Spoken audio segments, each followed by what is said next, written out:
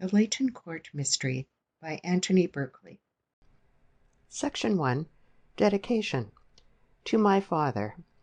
My dear father, I know of nobody who likes a detective story more than you do, with the possible exception of myself.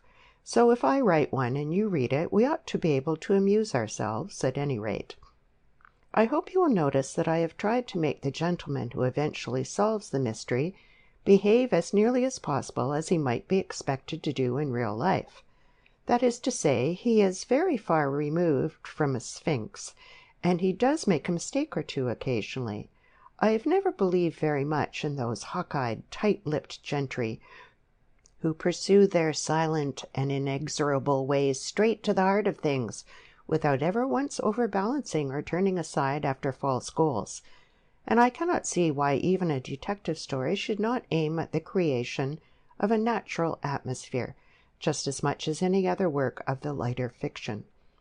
In the same way, I should like you to observe that I have set down quite plainly every scrap of evidence, just as it is discovered, so that the reader has precisely the same data at his disposal as has the detective.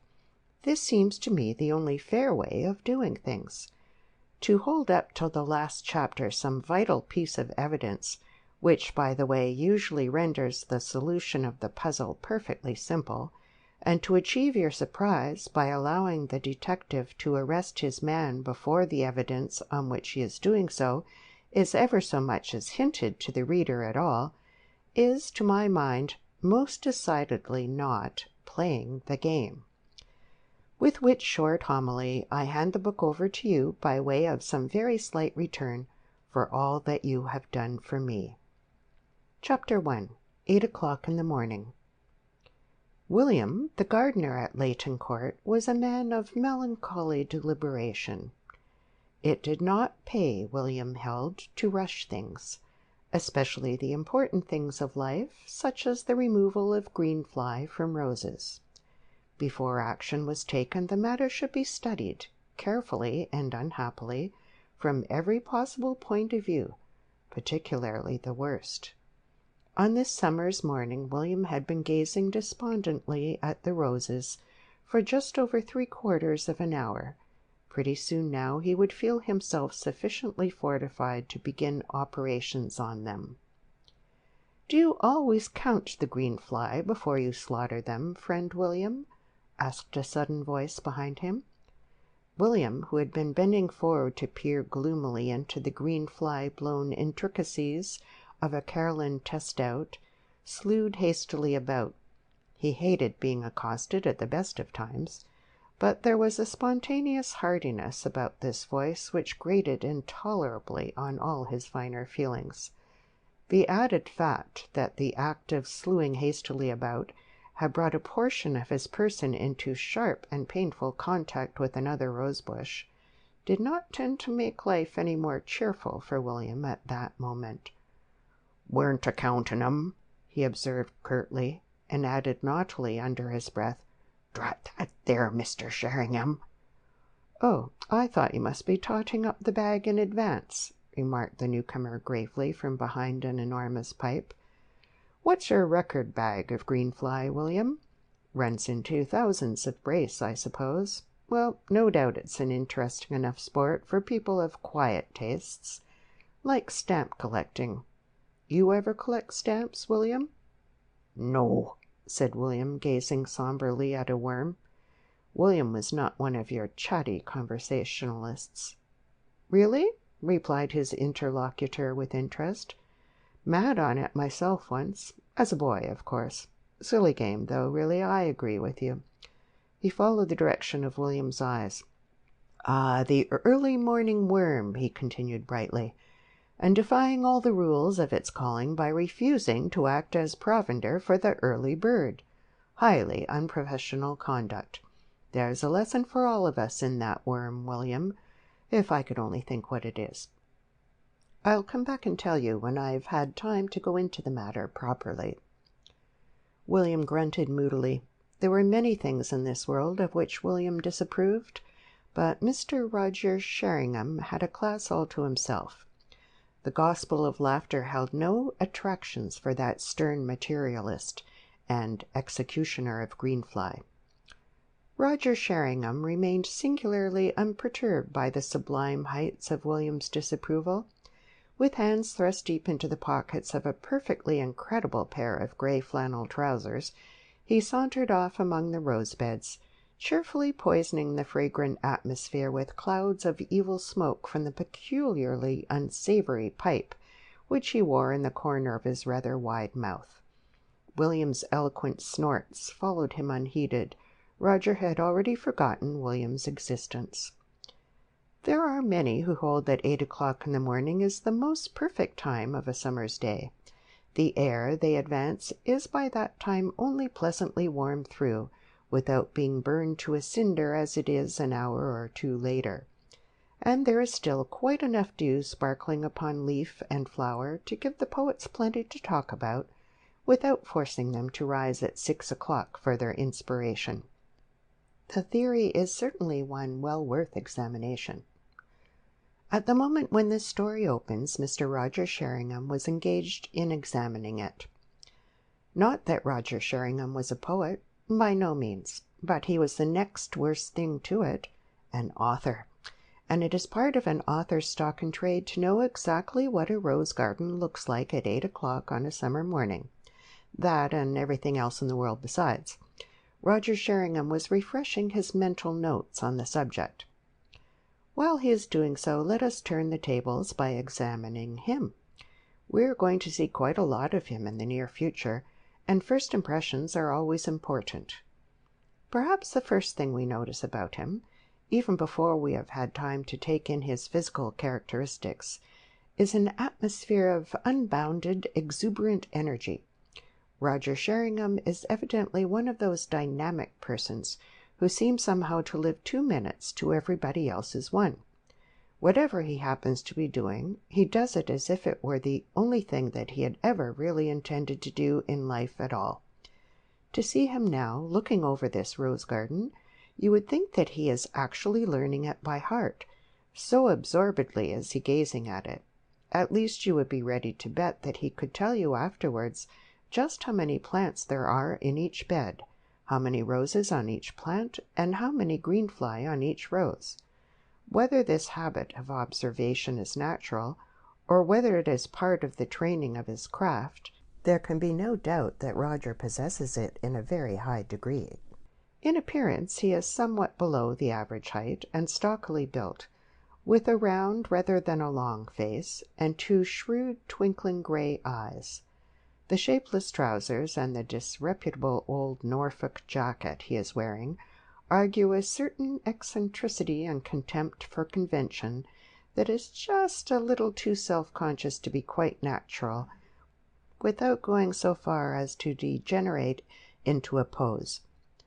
The short-stemmed, big bowled pipe in the corner of his mouth seems a very part of the man himself, and that his age is over 30 and under 40, that his school had been Winchester and his university Oxford, and that he had, or at any rate professed, the profoundest contempt for his reading public, which was estimated by his publishers at a surprisingly large figure, and you have Roger Sheringham, Esquire, at your service.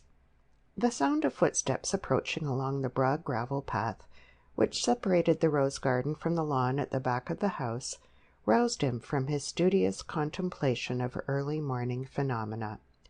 The next moment a large, broad-shouldered young man, with a pleasing and cheerful face, came into sight round the bend. "Good heavens!" Roger exclaimed in tones of the liveliest consternation. "Alec, and an hour and a half before it need be! What's wrong with you this morning, Alec?"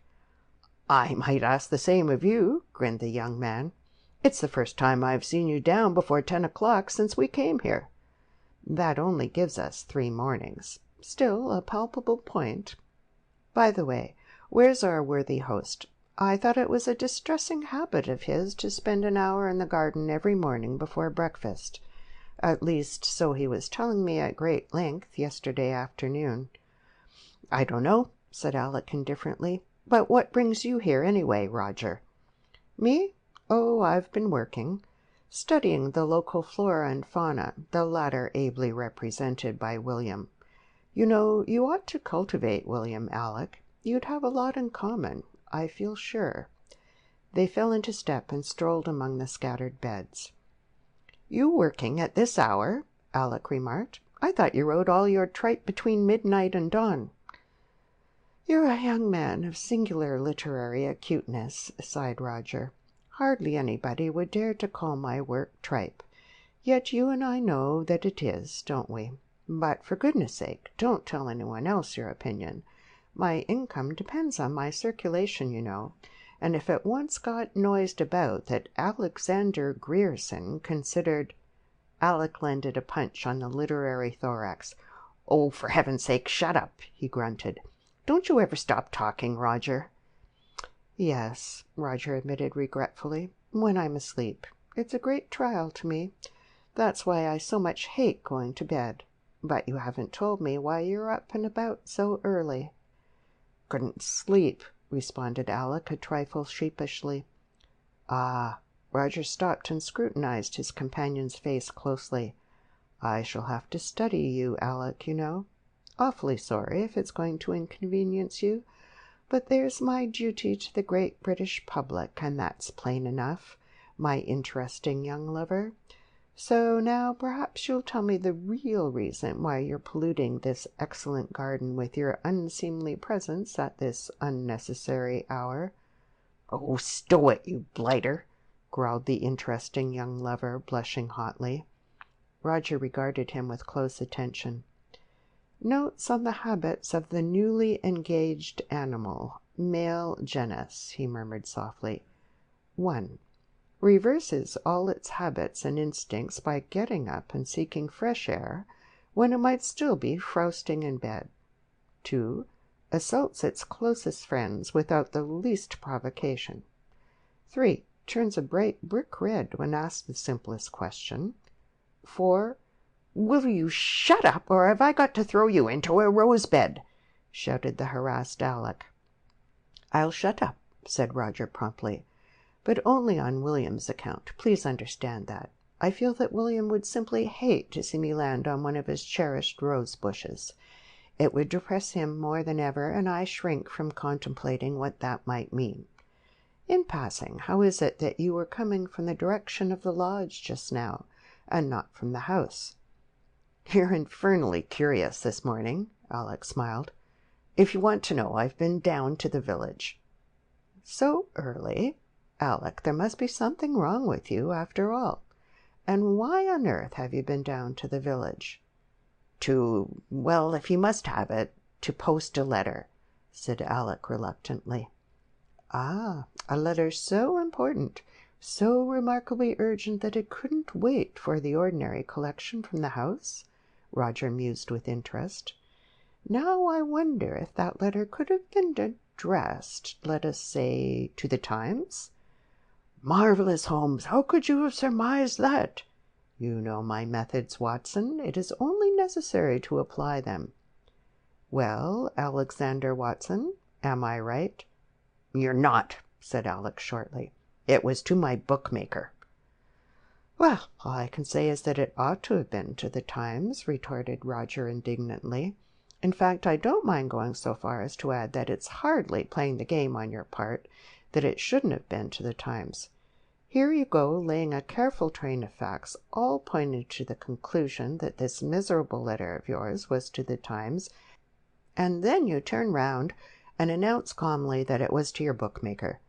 If it comes to that, why write to your bookmaker at all? A telegram is the correct medium for conducting a correspondence with one's bookmaker. Surely you know that." "Doesn't it ever hurt you?" Alec sighed wearily. "Don't you ever put your larynx out of joint or something? I should have thought that—" "Yes, I should have liked to hear your little medical lecture so much," Roger interrupted rapidly with a perfectly grave face. "Unfortunately, a previous engagement of the most pressing urgency robs me of that pleasure. I've just remembered that I've got to go and see a man about—now what was it about? Oh, yes, I remember. A goat. Well, goodbye, Alec. See you at breakfast, I hope." He seized his astonished companion's hand, shook it affectionately, and walked quickly away in the direction of the village. Alec gazed after him with open mouth. In spite of the length of their acquaintance, he had never quite got used to Roger. A light tread on the grass behind him caused him to turn round, and what he saw supplied the reason for Roger's hurried departure. A quick smile of appreciation flitted across his face. Then he hurried eagerly forward, and all thought of Roger was wiped from his mind. So soon are we forgotten when somebody more important comes along. The girl who was advancing across the grass was small and slight, with large grey eyes set wide apart, and a mass of fair hair which the slanting rays of the sun behind her turned into a bright golden mist about her head. She was something more than pretty, for mere prettiness always implies a certain insipidity, and there was certainly no trace of that in Barbara Shannon's face. On the contrary, the firm lines of her chin alone, to take only one of her small features, showed a strength of character unusual in a girl of her age. One hardly looks for that sort of thing at feminine 19 or thereabouts. Alec caught his breath as he hurried towards her. It was only yesterday that she had promised to marry him, and he had not quite got accustomed to it yet. "Dearest!" he exclaimed, making as if to take her in his arms. William had long since disappeared in search of weapons with which to rout the green fly. "Dearest, how topping of you to guess I should be waiting for you out here." Barbara put out a small hand to detain him. Her face was very grave, and there were traces of tears about her eyes. "Alec," she said in a low voice, "I've got rather bad news for you. Something very dreadful has happened. Something that I can't possibly tell you about, so please don't ask me, dear. It would only make me more unhappy still. But I can't be engaged to you any longer. You must just forget that yesterday ever happened at all. It's out of the question now. Alec, I can't marry you." End of dedication and Chapter 1 of the Layton Court Mystery.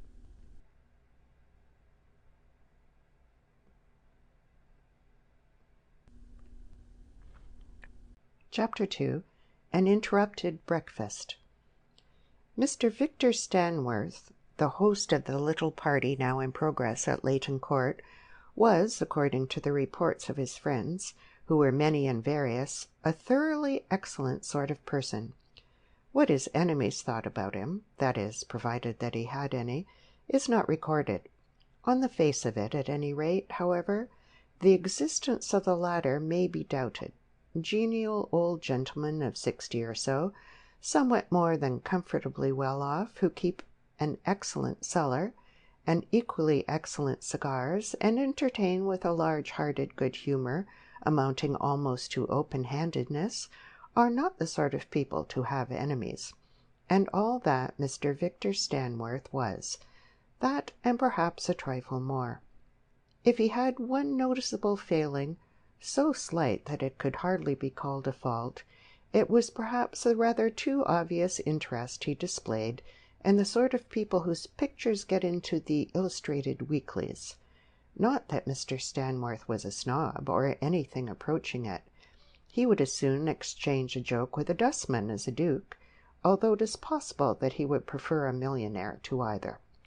But he had not attempted to conceal his satisfaction when his younger brother, now dead these 10 years or more, had succeeded in marrying, against all expectation, and the more than plainly expressed wishes of the lady's family, Lady Cynthia Anglemere, the eldest daughter of the Earl of Grierson. Indeed, he had gone so far as to express his approval in the eminently satisfactory form of settling 1,000 a year on the lady in question for so long as she continued to bear the name of Stanworth. It is noticeable, however, that a condition of the settlement was the provision that she should continue the use of her title also. Gossip, of course, hinted that this interest sprung from the fact that the origins of the Stanworth family were themselves not all that they might be. But whether there was any truth in this or not, it was beyond question that, whatever these origins might be, They were by now so decently interred in such a thick shroud of golden obscurity that nobody had had either the wish or the patience to uncover them. Mr. Stanworth was a bachelor, and it was generally understood that he was a person of some little importance in that mysterious Mecca of finance, the City. Anything further than that was not specified, a closer definition being rightly held to be unnecessary.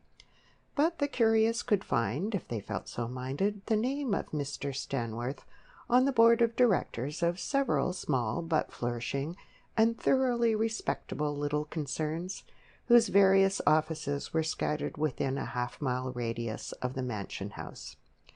In any case, these did not seem to make any such exorbitant demands on Mr. Stanworth's time as to exclude a full participation in the more pleasant occupations of life. 2 or 3 days a week in London in the winter, with sometimes as few as once a fortnight during the summer, appeared to be quite enough not only to preserve his financial reputation among his friends, but also to maintain that large and healthy income which was a source of such innocent pleasure to so many. It has been said already that Mr. Stanworth was in the habit of entertaining both largely and broad-mindedly, and this is no less than the truth. It was his pleasure to gather round him a select little party of entertaining and cheerful persons, usually young ones, and each year he rented a different place in the summer for this purpose. The larger, the older, and possessing the longer string of aristocratic connections, the better. The winter months he passed either abroad or in his comfortable bachelor flat in St. James's Street. This year his choice of a summer residence had fallen upon Layton Court, with its Jacobean gables, its lattice windows, and its oak-panelled rooms. Mr. Stanworth was thoroughly satisfied with Layton Court. He had been installed there for rather more than a month, and the little party now in full swing was the second of the summer's series. His sister-in-law, Lady Stanworth, always acted as hostess for him on these occasions.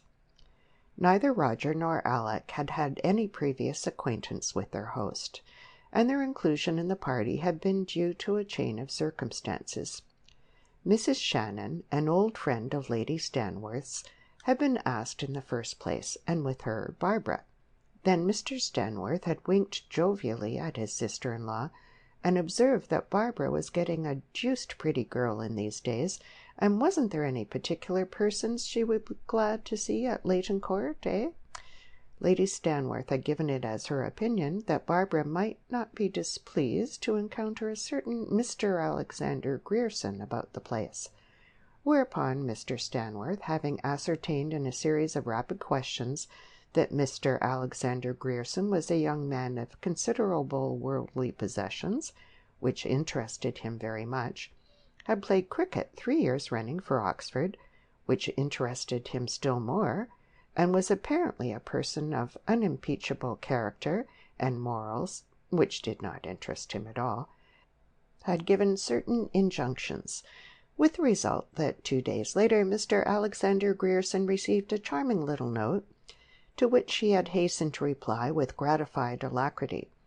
As to Roger, it had come somehow to Mr. Stanworth's ears, as in fact things had a habit of doing, that he was a close friend of Alec's, and there was always room in any house which happened to be occupied by Mr. Stanworth for a person of the world-wide reputation and attainments of Roger Sheringham. A second charming little note had followed in the wake of the first. Roger had been delighted with Mr. Stanworth.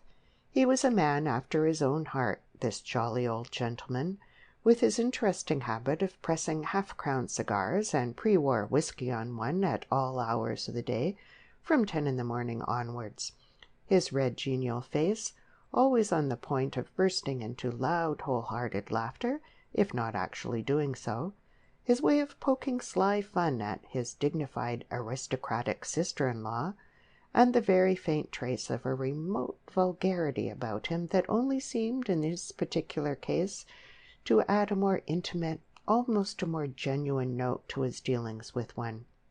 Yes, Roger had found old Mr. Stanworth a character well worth studying. In the 3 days since they had first met, their acquaintance had developed rapidly into something that was very near to friendship. And there you have Mr. Victor Stanworth, at present of Layton Court, in the county of Hertfordshire. A man, you would say, and as Roger himself was saying in amazed perplexity less than an hour later, without a single care in the world. But it is already 10 minutes since the breakfast gong sounded, and if we wish to see for ourselves what sort of people Mr. Stanworth had collected round him, it is quite time that we were making a move towards the dining-room. Alec and Barbara were there already, the former with a puzzled, hurt expression that hinted plainly enough at the inexplicable disaster which had just overtaken his wooing, the latter so resolutely natural as to be quite unnatural. Roger, strolling in just behind them, had noted their silence and their strained looks, and was prepared to smooth over anything in the way of a tiff, with a ceaseless flow of nonsense. Roger was perfectly well aware of the value of nonsense, judiciously applied. "Morning, Barbara," he said cheerfully. Roger made a point of calling all unmarried ladies below the age of 30 by their Christian names after a day or two's acquaintance. It agreed with his reputation for bohemianism, and it saved trouble. "Going to be an excellent day, I fancy. Shall I hack some ham for you, or do you feel like a boiled egg? You do? It's a curious feeling, isn't it?" Barbara smiled faintly. "Thank you, Mr. Sheringham," she said, lifting the cozies off an array of silver that stood at one end of the table. "Shall I give you tea or coffee?" "Coffee, please. Tea with breakfast is like playing Stravinsky on a mouth organ. It doesn't go. Well, what's the program today? Tennis from 11 to 1, from 2 to 4 tennis, between 5 and 7 a little tennis, and after dinner talk about tennis, something like that?" "Don't you like tennis, Mr. Sheringham?" asked Barbara innocently. "Like it? I love it. One of these days I must get someone to teach me how to play it. What are you doing this morning, for instance, Alec?" "I'll tell you what I'm not doing," Alec grinned, "and that's playing tennis with you." "And why not, you ungrateful blighter, after all I've done for you?" demanded Roger indignantly. "Because when I play that sort of game I play cricket," Alec retorted. "Then you have fielders all round to stop the balls. It saves an awful lot of trouble." Roger turned to Barbara. "Do you hear that, Barbara? I appeal to you. My tennis may perhaps be a little strenuous, but— Oh, hello, Major. We were just thinking about getting up a 4 for tennis. Are you game?" The newcomer, a tall, sallow, taciturn sort of person, bowed slightly to Barbara. "Good morning, Miss Shannon. Tennis, Sheringham? No, I'm sorry, but I'm much too busy this morning." He went to the sideboard, inspected the dishes gravely, and helped himself to some fish. Scarcely had he taken his seat with it than the door opened again and the butler entered. "Can I speak to you a moment, please, sir?" asked the latter in a low voice. The Major glanced up. "Me, Graves? Certainly." He rose from his seat and followed the other out of the room. "Poor Major Jefferson," Barbara observed. "Yes," said Roger with feeling. "I'm glad I haven't got his job. Old Stanworth's an excellent sort of fellow as a host, but I don't think I should care for him as an employer. Eh, Alec? Jefferson seems to have his hands pretty full. It's a pity, because he really plays a dash good game of tennis. By the way, what would you call him exactly? A private secretary?" "Sort of, I suppose," said Roger. "And everything else as well. A general dog's body for the old man. Rotten job." "Isn't it rather funny to find an army man in a post like that?" Barbara asked, more for the sake of something to say than anything. The atmosphere was still a little strained. "I thought when you left the army you had a pension." "So you do," Roger returned. "But pensions don't amount to much in any case. Besides, I rather fancy that Stanworth likes having a man in the job with a certain social standing attached to him. Oh, yes, I've no doubt that he finds Jefferson uncommonly useful." "Surly sort of devil, though, isn't he?" observed Alec. "Can I have another cup of coffee, please, Barbara?" "Oh, he's all right," Roger pronounced, "but I wouldn't like to be out with that butler alone on a dark night." "He's the most extraordinary butler I've ever seen," said Barbara with decision, manipulating the coffee pot. "He positively frightens me at times. He looks more like a prize fighter than a butler. What do you think, Mr. Sheringham?" "As a matter of fact, you're perfectly right, Barbara," Alec put in. "He is an old boxer, Jefferson told me. Stanworth took him on for some reason years ago, and he's been with him ever since." "I'd like to see a scrap between him and you, Alec," Roger murmured bloodthirstily. "There wouldn't be much to choose between you." "Thanks," Alex laughed. "Not today, I think. He'd simply wipe the floor with me. He could give me nearly a stone, I should say." "And you're no chicken. Well, if you ever think better of it, let me know. I'll put up a purse all right." "Let's change the subject," said Barbara with a little shiver. "Oh, good morning, Mrs. Plant. Hello, Mother dear. Had a good night?" Mrs. Shannon, small and fair like her daughter, was in all other respects as unlike Barbara as could well be imagined. In place of that young lady's characterful little face, Mrs. Shannon's features were doll-like and insipid. She was pretty enough in a negative, plump sort of way, but interest in her began and ended with her appearance. Barbara's attitude towards her was that of patient protectiveness. To see the two together, one would think, apart from their ages, that Barbara was the mother and Mrs. Shannon the daughter.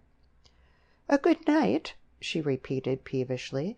"My dear child, how many times must I tell you that it is quite impossible for me to get any sleep at all in this wretched place? If it isn't the birds, it's the dogs, and if it isn't the dogs, it's—" "Yes, Mother," Barbara interrupted soothingly. "What would you like to eat?" "Oh, let me!" exclaimed Alex, jumping up. "And Mrs. Plant, what are you going to have?" Mrs. Plant, a graceful dark-haired lady of 26 or so, with a husband in the Sudanese civil service, indicated a preference for ham.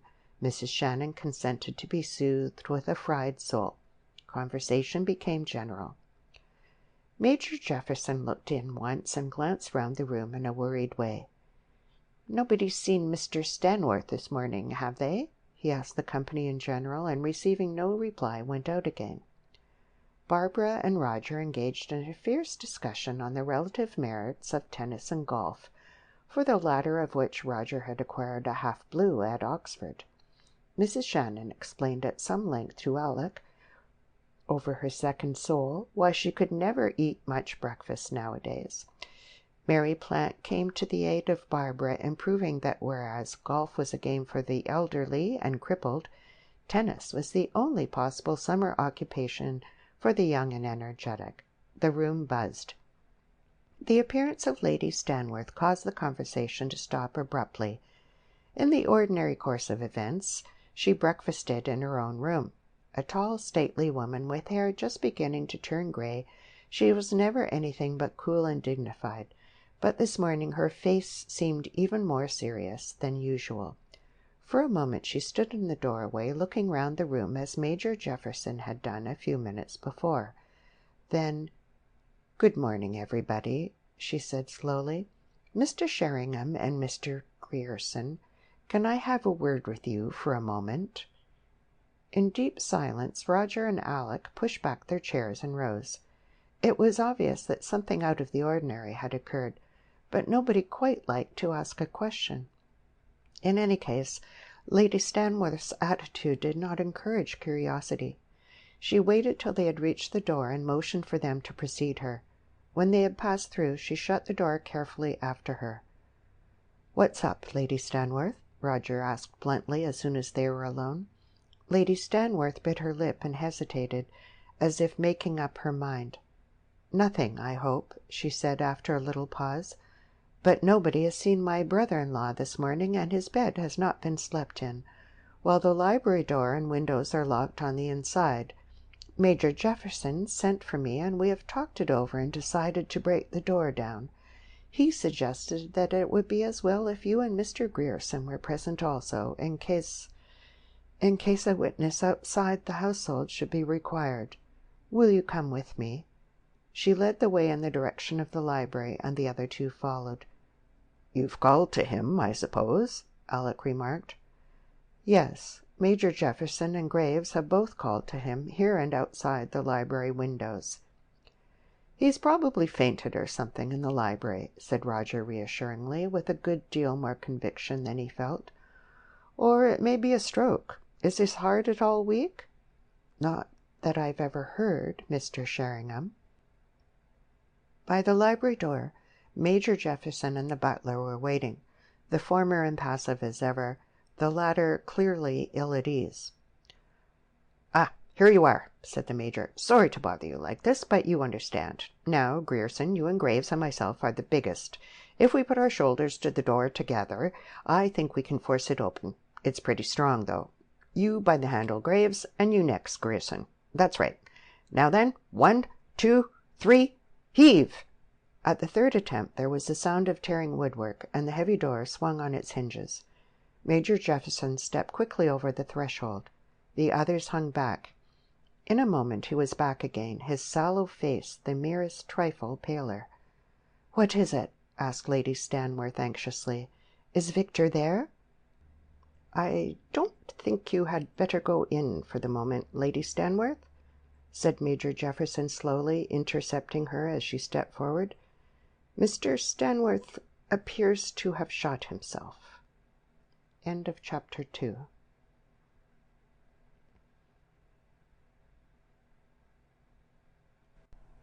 Chapter 3. Mr. Sheringham is Puzzled. Like many of the other rooms at Layton Court, the library had been largely modernized. Dark oak paneling still covered the walls, but the big open fireplace with its high chimney-piece had been blocked up and a modern grate inserted. The room was a large one, and, assuming that we are standing just inside the hall with our backs to the front door, formed the right-hand corner of the back of the house, corresponding with the dining room on the other side. Between these two was a smaller room, of the same breadth as the hall, which was used as a gun-room, store-room, and general convenience room. The two rooms on either side of the deep hall in the front of the house were the drawing-room, on the same side as the library, and the morning-room opposite. A narrow passage between the morning-room and the dining-room led to the servants' quarters.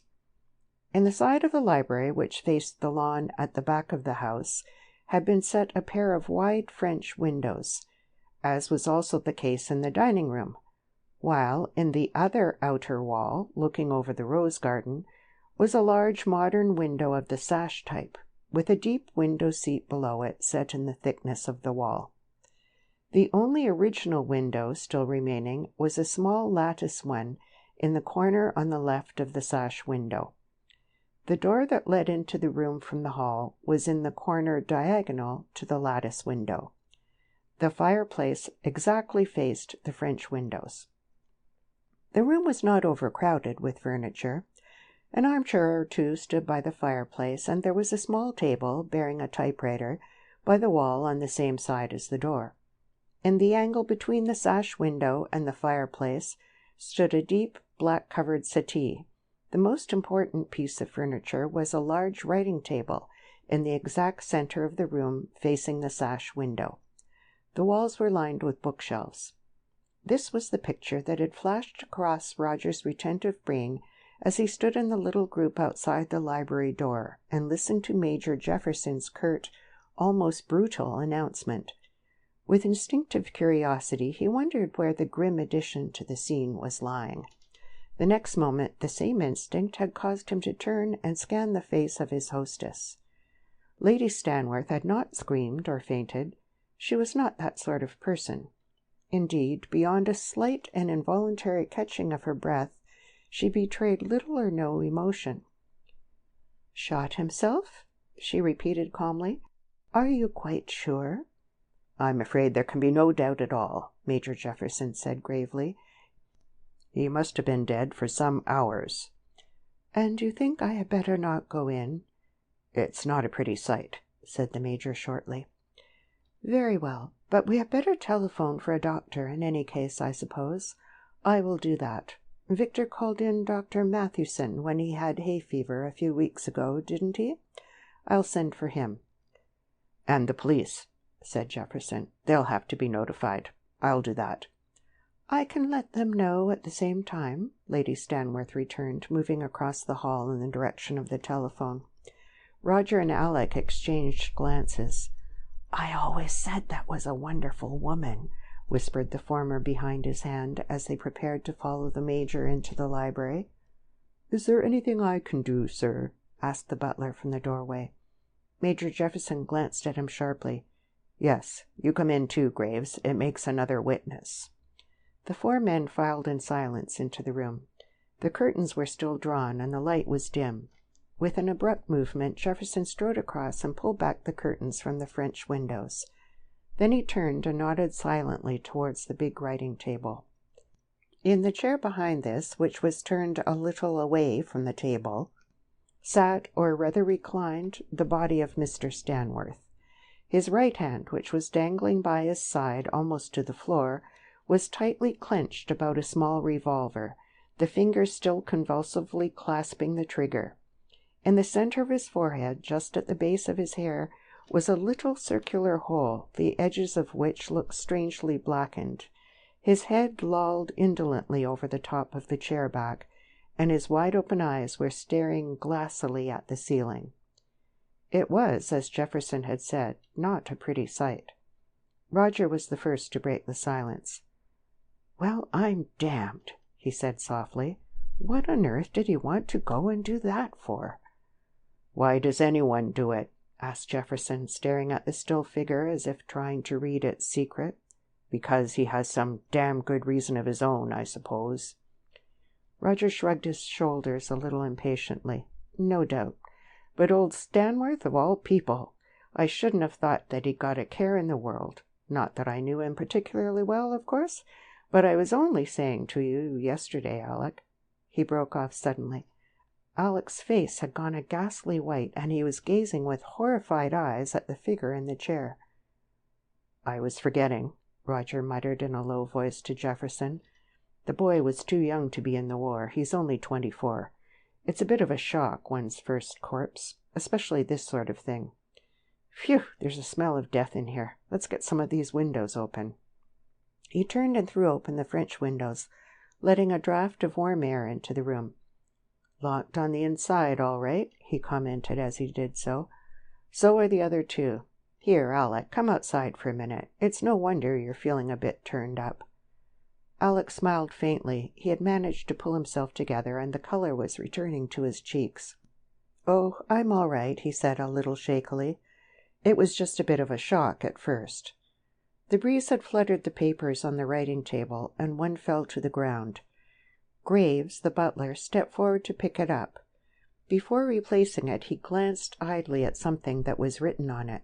"Sir," he exclaimed excitedly, "look at this." He handed the paper to Major Jefferson, who read it eagerly. "Anything of interest?" Roger asked curiously. "Very much so," Jefferson replied dryly. "It's a statement. I'll read it to you. To whom it may concern, for reasons that concern only myself, I have decided to kill myself." And his signature at the bottom. He twisted the piece of paper thoughtfully in his hand.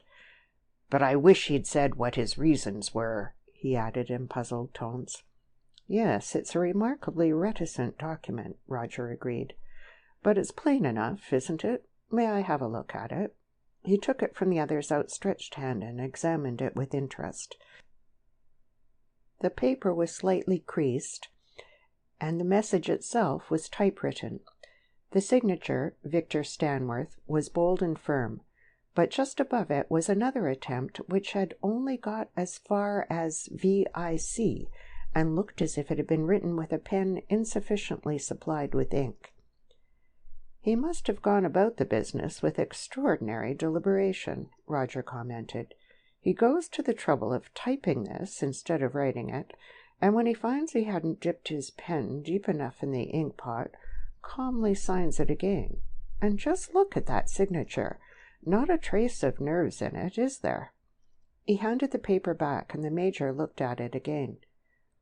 Stanworth was never much trouble with nerves, he remarked shortly, and the signature's genuine enough. I'd take my oath on that. Alec could not help feeling that Jefferson's words had supplied an answer to a question which Roger had purposely refrained from asking. "Well, I don't know much about this sort of thing," Roger observed, "but I suppose one thing's certain. The body mustn't be touched before the police come." "Even in the case of a suicide?" Jefferson asked doubtfully. "In any case, surely." "I shouldn't have thought it would have mattered in this case," said Jefferson a little reluctantly. "Still, perhaps you're right. Not that it matters either way," he added quickly. There was a tap on the half-open door. "I've telephoned to Dr. Mathewson and the police," came Lady Stanworth's even tones. "They're sending an inspector over from Elchester at once. And now don't you think we ought to tell the others in the dining-room?" "I think so, certainly," said Roger, who happened to be nearest to the door. "There's no sense in delaying it. Besides, if we tell them now, it will give them time to get over it a little before the police come." "Quite so," said Jefferson. "And the servants as well. Graves, you'd better go and break the news in the kitchen. Be as tactful as you can." "Very good, sir." With a last but quite expressionless glance at his late master, the burly figure turned and walked slowly out of the room. "I've seen people more cut up at the death of a man they've lived with for 20 years than that gentleman," Roger murmured in Alec's ear, raising his eyebrows significantly. "And I wish you would be good enough to break the news in the dining-room, Major Jefferson," Lady Stanworth remarked. "I really hardly feel up to it myself." "Of course," said Jefferson quickly. "In fact, I think it would be much better if you went up to your room and rested a little before the police get here, Lady Stanworth. This is bound to be a very great strain. I will tell one of the maids to take you up a cup of tea." Lady Stanworth looked a trifle surprised, and for a moment it seemed that she was going to object to this course.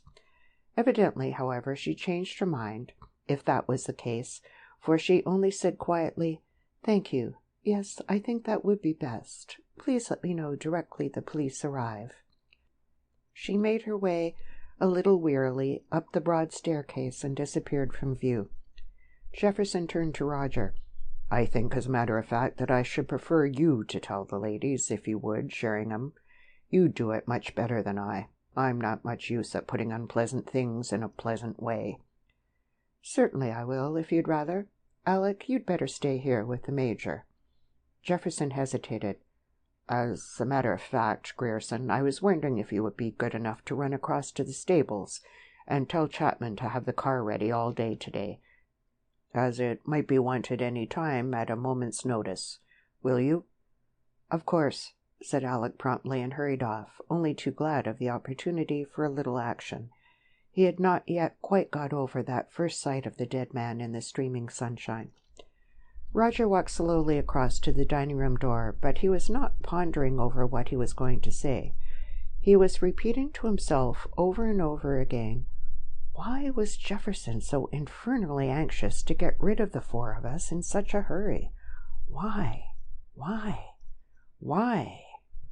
With his hand on the very knob of the door, a possible answer came to him in the form of another question. Why was Jefferson so reluctant to admit that the body must not be touched before the arrival of the police? It was a somewhat distrait Roger who opened the dining-room door and proceeded to acquaint 3 astounded ladies with the somewhat surprising fact that their host had just shot himself through the head. Their reception of his news did not speak very well for Roger's tactfulness.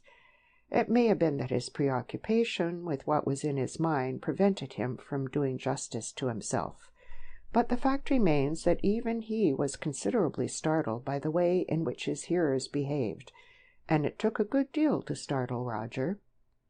Mrs. Shannon, it is true, merely remarked with a not unjustified annoyance that it was really exceedingly awkward, as she had made all her arrangements for being here another 10 days, and now she supposed they would have to leave at once. And where on earth did anyone think they could go to, with the house in town shut up and all the servants away?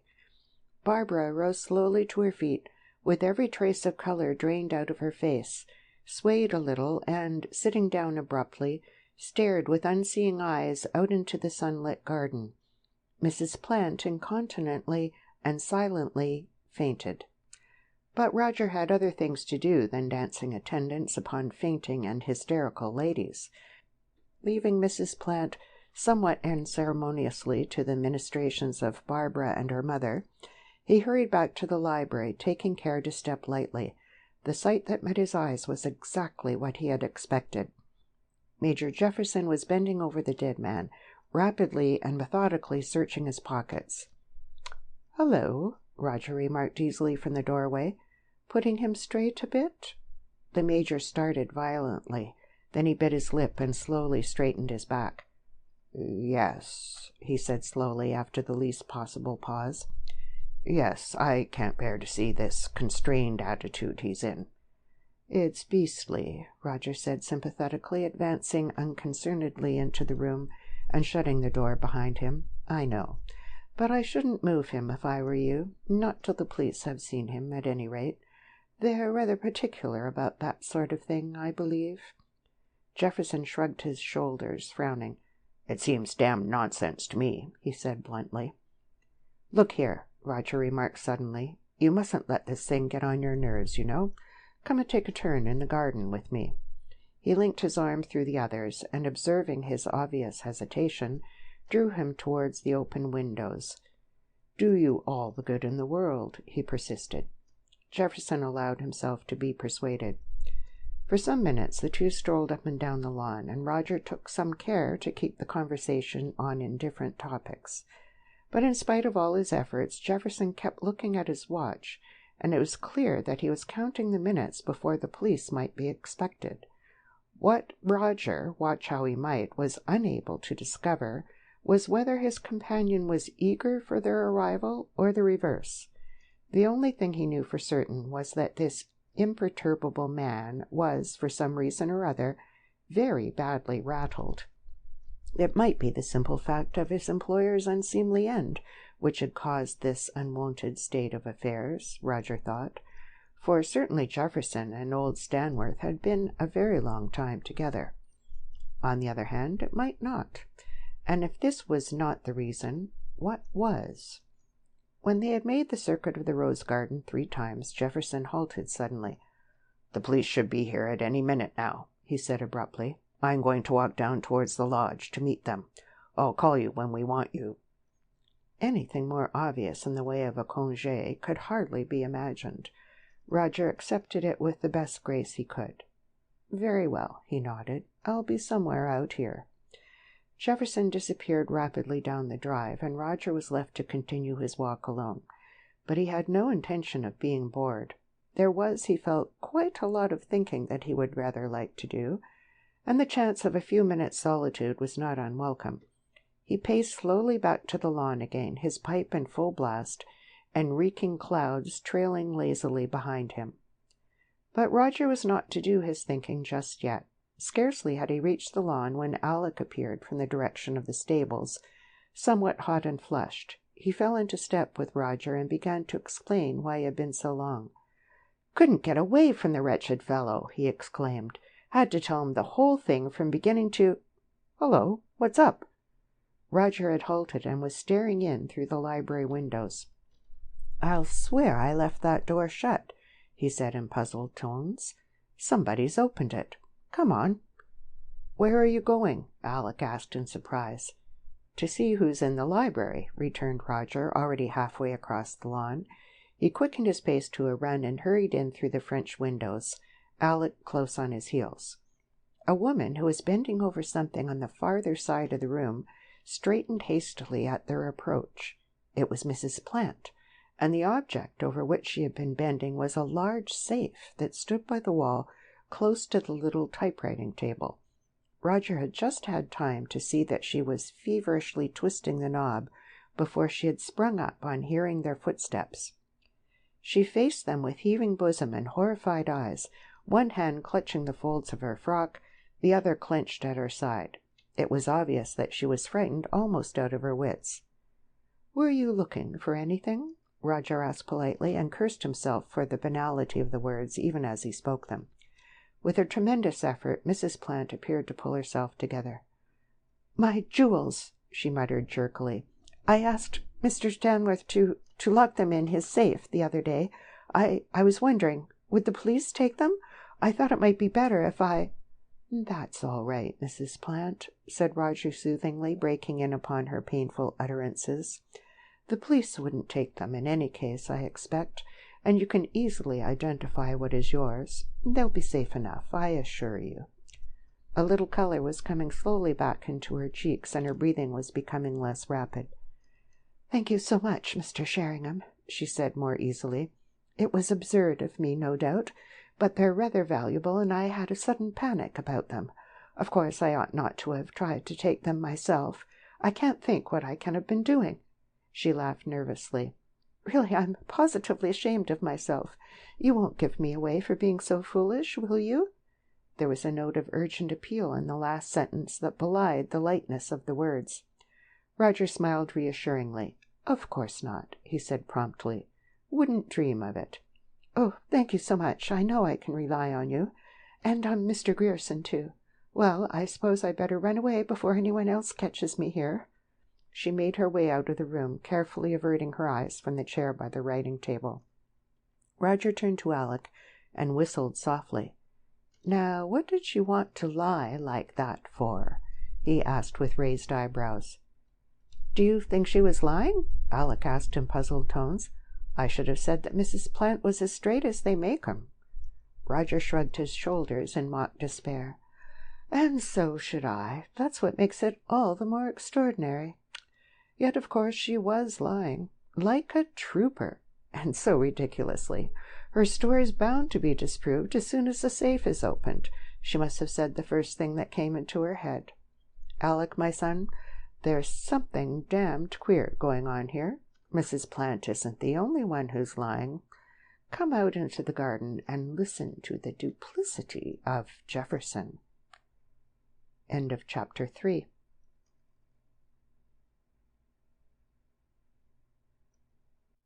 Chapter 4. Major Jefferson is Reluctant. Inspector Mansfield of the Elchester Police was a methodical person.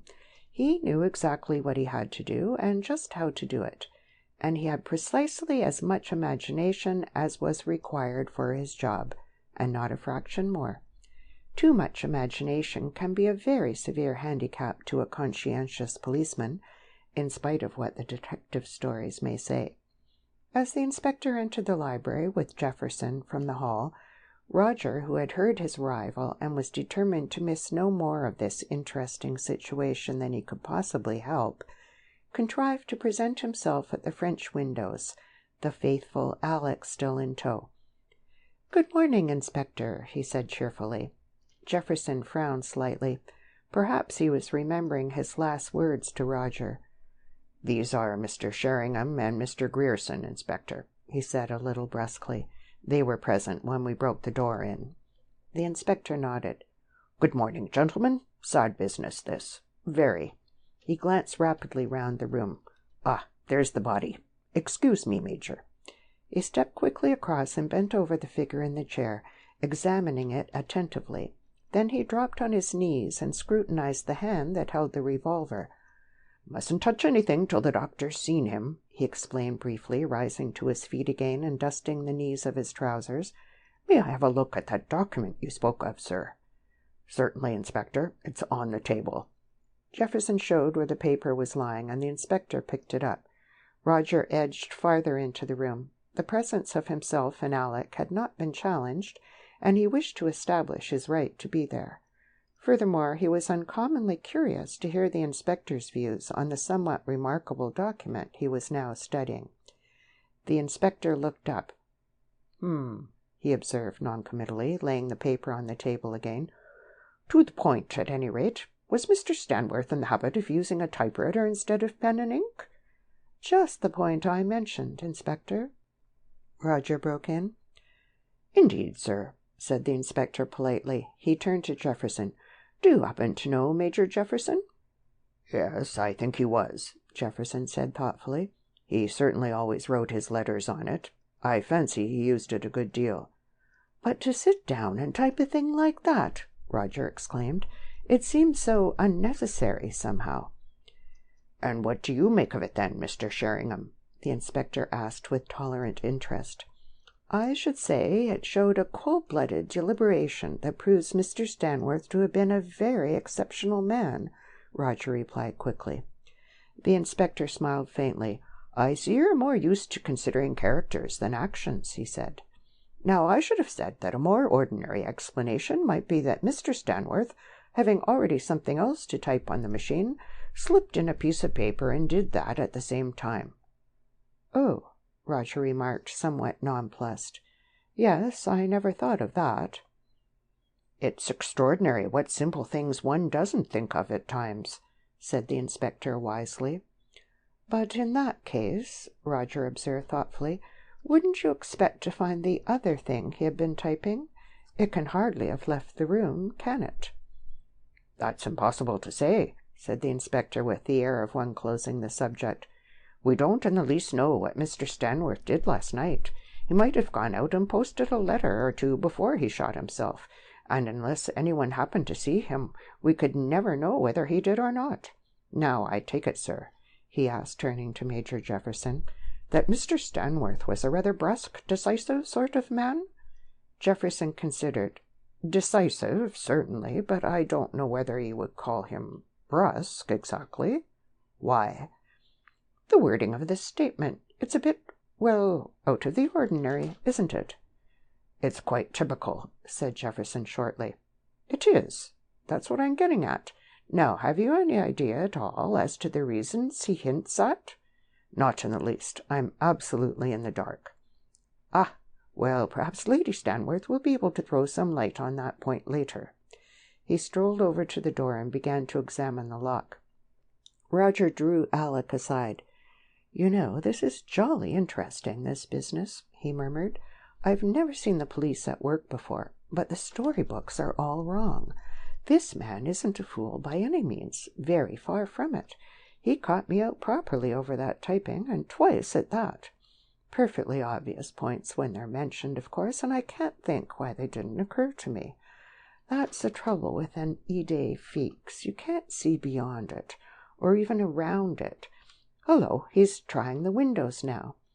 The inspector had crossed the room and was testing the fastenings of the French windows. "You said all these were fastened when you got in as well as the door, sir?" he remarked to Jefferson. "Yes, but Mr. Sheringham can answer for that better than I. He opened them." The inspector flashed a quick glance at Roger. "And they were all securely fastened?" "Absolutely," said Roger with conviction. "I remember commenting on it at the time." "Why did you open them, sir?" "To let some air into the place. It smelt of death, if you know what I mean." The inspector nodded as if the explanation satisfied him, and at the same moment the front door bell rang. "I expect that's the doctor," Jefferson remarked, moving towards the door. "I'll go and see." "That man's badly on the jump," Roger commented to himself. Aloud he took the opportunity of remarking, "I dare say you'll find some private papers in that safe, which may throw some light on the business." Roger badly wanted to know what was inside that safe, and what wasn't. "Safe, sir?" said the inspector sharply. "What safe?"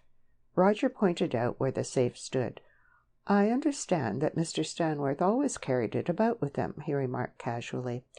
"That seems to point to the fact of there being something helpful inside, I should say." The inspector glanced round. "You never know with these suicides, sir," he said in confidential tones. "Sometimes the reason's plain enough, but often there doesn't seem any reason for it at all.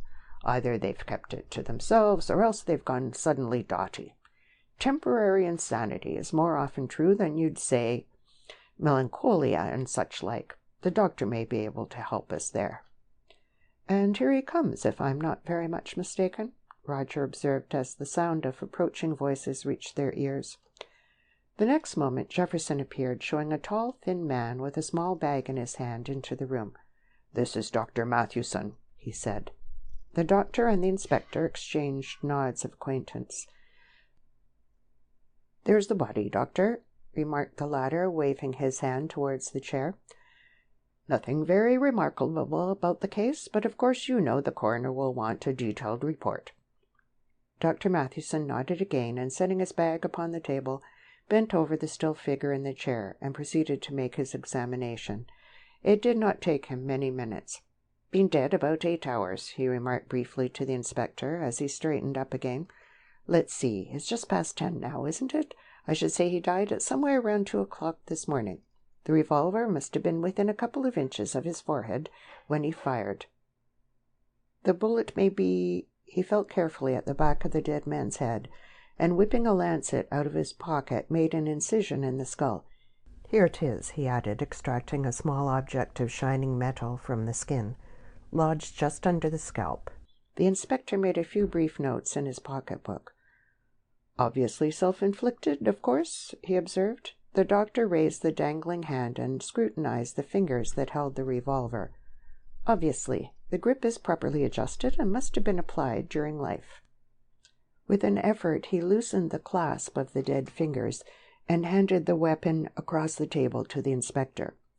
The latter twirled the chamber thoughtfully before opening it. "Not fully loaded, but only 1 chamber fired," he announced, and made another note. "Edges of wound blackened and traces of powder on surrounding skin," supplied the doctor. The inspector extracted the empty shell and fitted the bullet carefully into it, comparing the latter with the bullets of the unfired cartridges. "Why do you do that?" Roger asked with interest. "You know the bullet must have been fired from that revolver." "It's not my job to know anything, sir," returned the inspector a little huffily. "My job is to collect evidence." "Oh, I wasn't meaning that you weren't acting perfectly correctly," Roger said hastily. "But I've never seen anything of this sort before, and I was wondering why you were taking such pains to collect evidence when the cause of death is so obvious." "Well, sir, it isn't my business to determine the cause of death," the inspector explained, unbending slightly before the other's obvious interest. "That's the coroner's job. All I have to do is to assemble all the available evidence that I can find, however trivial it may seem. Then I lay it before him, and he directs the jury accordingly. That is the correct procedure." Roger retired into the background. "I said there weren't any flies on this bird," he muttered to Alec, who had been a silent but none the less interested spectator of the proceedings. "That's the 3rd time he's wiped the floor with me." "By the way, sir," the inspector was saying to Dr. Mathewson, "I take it that as Lady Stanworth sent for you, you've been called in here before since they arrived?" "That's right, Inspector," nodded the doctor. "Mr. Stanworth called me in himself. He had a slight attack of hay fever." "Ah," remarked the inspector with interest. "And I suppose you examined him more or less?" The doctor smiled faintly. He was remembering a somewhat strenuous half-hour he had spent with his patient in this very room. "As a matter of fact, I examined him very thoroughly indeed. At his own request, of course. He said that it was the first time he had seen a doctor for 15 years, and he'd like to be properly overhauled while he was about it." "And how did you find him?" the inspector asked with interest. "Anything much wrong with him? Heart or anything like that?" "See what he's getting at?" Roger whispered to Alec. "Wants to find out if he was suffering from any incurable disease that might have led to suicide."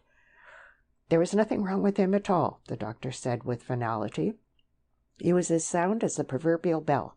In fact, for a man of his years, he was in a really remarkably healthy condition." "Oh." The inspector was clearly a little disappointed. "Well, what about this safe, then?" "The safe?" Major Jefferson repeated in startled tones. "Yes, sir. I think I should like to have a look at the contents, if you please. They may throw some light on the affair." But, Major Jefferson hesitated, and it seemed to the interested Roger that his usually impassive face showed traces of real alarm. "But is that necessary?" he asked more calmly. "There may be private papers in there of a highly confidential nature. Not that I know anything about it," he added somewhat hastily, "but Mr. Stanworth was always exceedingly reticent about the contents." "All the more reason for us to have a look at them, sir," returned the inspector dryly. "As for anything confidential, that will, of course, go no farther. That is, unless there is some excellent reason to the contrary," he added darkly. Still Jefferson hesitated. "Of course, if you insist," he said slowly, "there is no more to be said. Still, it seems highly unnecessary to me, I must say." "That, sir, is a matter for me to decide," replied the inspector shortly. "Now, can you tell me where the key would be, and what the combination is?" "I believe that Mr. Stanworth usually kept his key ring in his right-hand waistcoat pocket," Jefferson said tonelessly, as if the subject had ceased to interest him. "As for the combination, I have not the least idea what it was. I was not in Mr. Stanworth's confidence to that extent," he added with the least possible shade of bitterness in his voice. The inspector was feeling in the pocket mentioned. "Well, they're not here now," he said. With quick, deft movements, he searched the other pockets. "Ah, here they are, in the one above. He must have slipped them into the wrong pocket by mistake. But you say you don't know the combination? Now I wonder how we can find that." He weighed the ring of keys thoughtfully in his hand, deliberating. Roger had strolled around the room with a careless air. If that safe was going to be opened, he wanted a good look at the contents. Now he paused by the fireplace. "Hullo," he remarked suddenly. "Somebody's been burning something here." He bent and peered into the grate. "Paper. I shouldn't be surprised if those ashes aren't all that's left of your evidence, Inspector."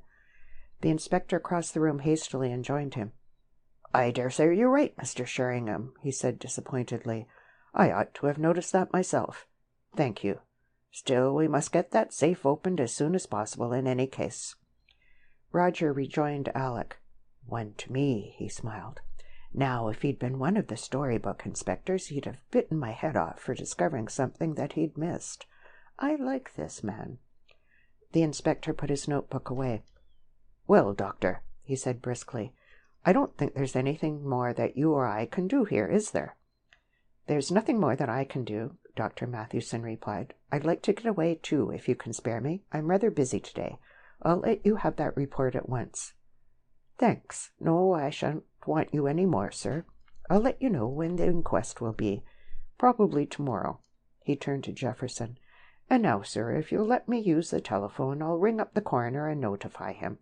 And after that, if there's another room convenient, I'd like to interview these gentlemen and yourself, and the other members of the household also. We may be able to get a little closer to those reasons that Mr. Stanworth mentions." He folded up the document in question and tucked it carefully away in his pocket. "Then you won't be wanting this room any more?" asked Jefferson. "Not for the present, but I'll send in the constable I brought with me to take charge in the meantime." "Oh." Roger looked curiously at the last speaker. Then he turned to Alec. "Now I am getting a bee in my bonnet," he said in a low voice as they followed the others out of the room. "Or did Jefferson sound disappointed to you just then?" "Heaven only knows," Alec whispered back. "I can't make out any of them, and you're as bad as anybody else." "Wait till I get you alone. I'm going to talk my head off," Roger promised. The inspector was giving his instructions to a large burly countryman, disguised as a policeman, who had been waiting patiently in the hall all this time. While Jefferson led the way to the morning room, the latter ambled portentously into the library.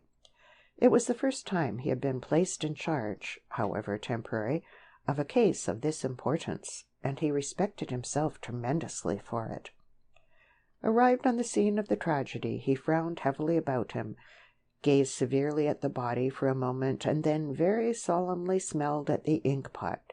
He had once read a lurid story in which what had been thought at first to be a case of suicide had turned out eventually to be a murder carried out by means of a poisoned ink-pot, and he was taking no chances. End of chapter 4.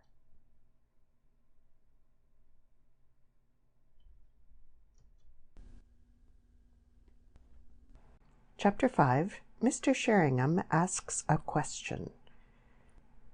"Now, gentlemen," said the inspector when the four of them were seated in the morning room, "there's a certain amount of routine work for me to do, though it may strike you as unimportant." He smiled slightly towards Roger. "Not a bit," said that gentleman quickly. "I'm extraordinarily interested in all this. You've no idea how useful it will be if I ever want to write a detective novel." "Well, the chief thing I want to know," the inspector resumed, "is who was the last person to see the deceased alive. Now, when did you see him last, Major Jefferson?" "About an hour and a half after dinner, say 10 o'clock. He was smoking in the garden with Mr. Sheringham, and I wanted to ask him something about the arrangements for today." "That's right," Roger nodded. "I remember. It was a few minutes past 10. The church clock in the village had just struck." "And what did you want to ask him?" "Oh, nothing very important. Only what time he wanted the car in the morning, if at all. But I usually made a point of seeing him about that time every evening, in case he had any instructions to give me for the following day." "I see. And what did he tell you?" "That he wouldn't be wanting the car this morning at all." "And did he seem quite normal? Not agitated or upset in any way? Perfectly ordinary?" "Perfectly." "And had been all day? At dinner, for instance?" "Certainly. He was in a very good temper at dinner, as a matter of fact." "What do you mean by that?" asked the inspector quickly. "Wasn't he usually in a good temper?" "Oh, yes, usually, but like most strong-minded, self-willed men, he could be thoroughly unpleasant if he chose." "Now, in the course of your duties as his secretary, has it come to your notice whether he has had any bad news lately, either financial or otherwise?" "No." "Would you have known if he had?" "I doubt it. If it had been financial, he might have told me, as I frequently had to write letters for him regarding his investments and so forth. But otherwise I am quite sure he would not. Mr. Stanworth was very reticent indeed about his personal affairs." "I see. He was comfortably off, wasn't he?" "Very. You might call it more than that. Rich, in fact. And how were his investments laid out? Did he, for instance, put most of his money into one concern?" "You mean, was he in a position to be ruined by the failure of any single business?" "No, I'm sure he wasn't. His money was spread over a large number of investments, and to my certain knowledge he still has a very large sum indeed in government stock." "Then we can take it as fairly sure that, whatever caused him to take his life, it was nothing to do with money matters?" "Yes, I am quite convinced of that." "Then we must look elsewhere. Now, had Mr. Stanworth any relations besides his sister-in-law?" "Not to my knowledge, and I've been with him 6 years. He had a younger brother, of course, Lady Stanworth's husband, but I've never heard of any others." "I see. Well, Major Jefferson, am I to take it that you can't throw any light at all on the reasons for Mr. Stanworth's suicide? Think carefully, if you please. Suicide is a pretty serious step, and the reasons must be correspondingly serious. The coroner is bound to do his best to bring them to light." "I haven't the least idea," said Jefferson quietly. "It is the last thing in the world I should have expected from Mr. Stanworth." The inspector turned to Roger. "Now, sir, you were in the garden with him last evening at 10. What happened after that?" "Oh, we didn't stay out very long after that. Not more than 20 minutes, I should say. I had some work to do, and we went in together." "What were you talking about in the garden?" "Roses, chiefly. He was very keen on roses, and took a lot of interest in the rose garden here." "Did he seem cheerful?" "Very. He always struck me as an exceptionally cheerful person. Genial, in fact." "Did anything he said lead you to think that he might be contemplating taking his life? Not at the time, of course, but looking back on it. No casual remark or anything like that?" "Good heavens, no. On the contrary, he talked quite a lot about the future, what part of the country he was going to stay in next year, and that sort of thing." "I see. Well, what happened when you went in?" "We met Mrs. Plant in the hall, and he stopped to speak to her. I went on to the drawing-room to get a book I'd left there. When I came back, they were still in the hall talking. I said good night to both of them and went on up to my room. That was the last I saw of him." "Thank you. Then you can't help either." "Not in the least, I'm afraid. The whole thing beats me completely." The inspector looked at Alec. And you, sir, where did you see him last? Alec considered. I hardly saw him after dinner at all, Inspector. That is, I didn't speak to him, but I caught a glimpse of him once or twice in the garden with Mr. Sheringham. You were in the garden, too? Yes. What were you doing? Alec blushed. Well, I was, that is... Roger came to his rescue. Mr. Grierson and Miss Shannon, whom you have not yet had the pleasure of meeting, became engaged yesterday, Inspector, he said gravely, but with a sidelong wink. The inspector smiled genially. Then I don't think we need inquire what Mr. Grierson was doing in the garden last night, he remarked jovially, or Miss Shannon, for that matter, when I come to question her later. And you can't help us either in any other direction? I'm afraid not, Inspector. I really knew very little of Mr. Stanworth in any case. I only met him for the first time when I arrived here 3 days ago. Inspector Mansfield rose to his feet. Well, I think that is all I have to ask you, gentlemen. After all, even if we can't find out what his reasons were, the case is clear enough. The door and all the windows locked on the inside, the revolver in his hand, which the doctor says must have been there during life, to say nothing of his own statement. I don't think the coroner will take very long to arrive at his verdict. What about the inquest? Roger asked. Shall we be wanted? You and Mr. Grierson will be, and the other person who was present when the door was broken in, the butler, wasn't it? And of course yourself, Major, and Lady Stanworth, and the last person to see him alive. Who else is there in the party? Mrs. and Miss Shannon and Mrs. Plant? Well, I don't think they will be required, unless they have any further information of importance. Still, the coroner will notify whom he wants to attend. And the inquest will be tomorrow? Major Jefferson asked. Probably. In a case as simple as this, there is no point in delay. And now, Major, I wonder if I might have a word with Lady Stanworth down here. And I wish you'd look round and see if you can hit on the code for that safe. I could get it from the makers, of course, if necessary, but I don't want to have to do that unless I must. Major Jefferson nodded. I'll try, he said briefly, and I'll send one of the maids to tell Lady Stanworth. She's in her room. He rang the bell, and Roger and Alec strolled over to the door. And you might warn the others in the household not to leave the premises till I have seen them, they heard the inspector say as they passed through it. I shall have to interrogate everyone, of course. Roger drew Alec into the dining room and thence out into the garden. They reached the middle of the lawn before he spoke. Alec, he said seriously, what do you make of it all? Make of what? Asked Alec. Make of what? Roger repeated scornfully. Why, the whole blessed business, of course. Alec, you're uncommonly slow in the uptake. Can't you see that Jefferson is hiding something for all he's worth? He did seem a bit reticent, certainly, Alec agreed cautiously. Reticent? Why, if that fellow's telling 1/10 of what he knows, I should be surprised. And what about Mrs. Plant? And why doesn't anybody know the combination of that safe? I tell you, there are wheels within wheels going on here. Alec threw caution to the winds. It is curious, he admitted recklessly. Roger was intent on his own thoughts.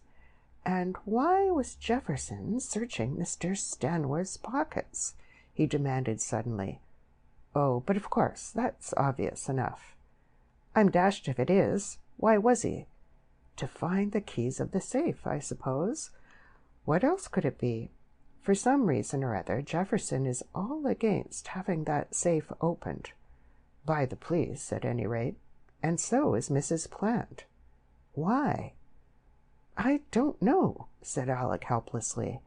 Nor do I. That's just the annoying part. I hate things I don't understand. Always have done. It's a sort of challenge to get to the bottom of them. Are you going to get to the bottom of this? Alec smiled. If there's a bottom to get to, said Roger defiantly. So don't grin in that infernally sarcastic way.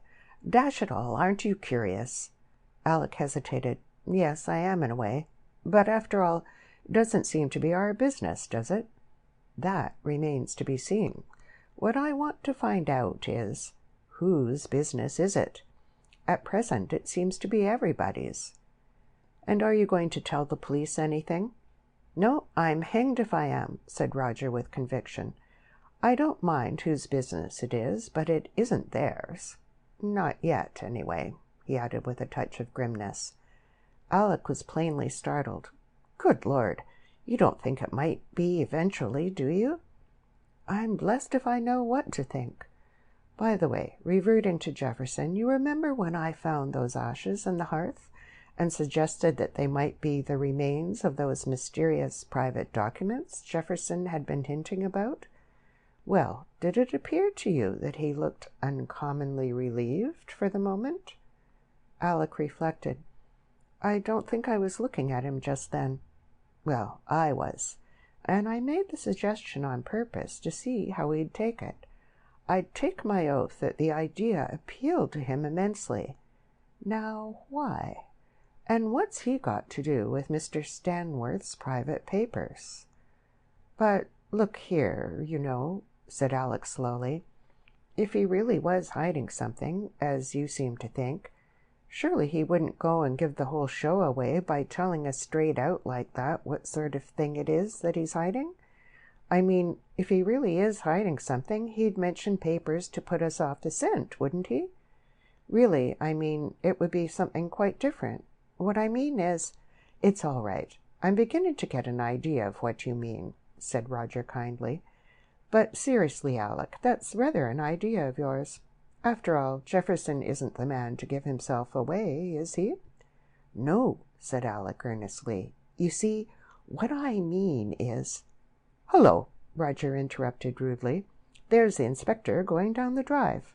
And without Jefferson, by all that's lucky. Let's cut after him and ask him if he's brought anything else to the surface. And without waiting for a reply, he set off at a run in the wake of the retreating inspector. The latter, hearing their footsteps on the gravel, turned round to wait for them. Well, sir, he said with a smile, remembered something else to tell me? Roger dropped into a walk. No, but I was wondering whether you had anything to tell me. Found anything more out? You're not connected with the press by any chance, Mr. Sheringham, are you? The inspector asked suspiciously. Oh, no, it's just natural curiosity, Roger laughed. Not for publication and all that. I was thinking you might get me into trouble if it came out that I'd been talking more than I ought to, sir. But I haven't found anything more out in any case. Lady Stanworth wasn't any help? Not a bit, sir. She couldn't throw any light on it at all. I didn't keep her long, or any of the others either, for that matter. There was nothing more to be got out of them, and I've got to get back and make out my report. Not even the safes combination? No, returned the inspector disappointedly. I shall have to ring up the makers and get that. I've taken a note of the number. And who saw him last? Mrs. Plant. He stopped her in the hall to ask her if she liked some roses he'd had specially sent up to her room for her, and left her to go into the library. Nobody saw him after that. And is the body still in there? No, sir, we shan't want that any more. The constable I brought with me, Regman, is helping them take it upstairs now. The lodge gates appeared in sight, and Roger halted. Well, good-bye, Inspector. Shall we see you over here again? Yes, sir. I shall have to come over about that safe. I don't suppose we'll find anything in it, and it's a 10-mile bicycle ride for me in this heat. But there you are. He laughed ruefully and went on his way. Roger and Alec turned and began to pace slowly back to the house. So Mrs. Plant was the last to see him alive, was she? Observed the former thoughtfully. That means she'll be staying over for the inquest. The others will be going this afternoon, I suppose. What's the time? Alec glanced at the watch on his wrist. Just past 11. And all that's happened in 2 hours. My hat! Well, come along with me. If the body's been removed, we may find the coast clear with any luck. What are you proposing to do now? Alec asked with interest. "Look around that library." "Oh? What's the idea?" For once in his life, a curious reluctance seemed to have settled upon Roger.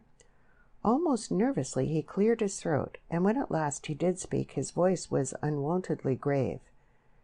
"Well," he said slowly, picking his words with care, "there's a thing that nobody else seems to have noticed, but it's been striking me more and more forcibly every minute. I tell you candidly, it's something rather horrible, a question that I'm honestly rather frightened of finding the answer to." "What are you driving at?" asked Alec in perplexity. Roger hesitated again. "Look here," he said suddenly. "If you were going to shoot yourself, how would you go about it? Wouldn't you do it like this?" He raised his hand and pointed an imaginary revolver at a spot just above the right-hand end of his right eyebrow. Alec copied his action. "Well, yes, I might. It seems a natural way to do it." "Exactly," said Roger slowly. "Then why the devil is that wound in the center of Stanworth's forehead?" End of chapter 5.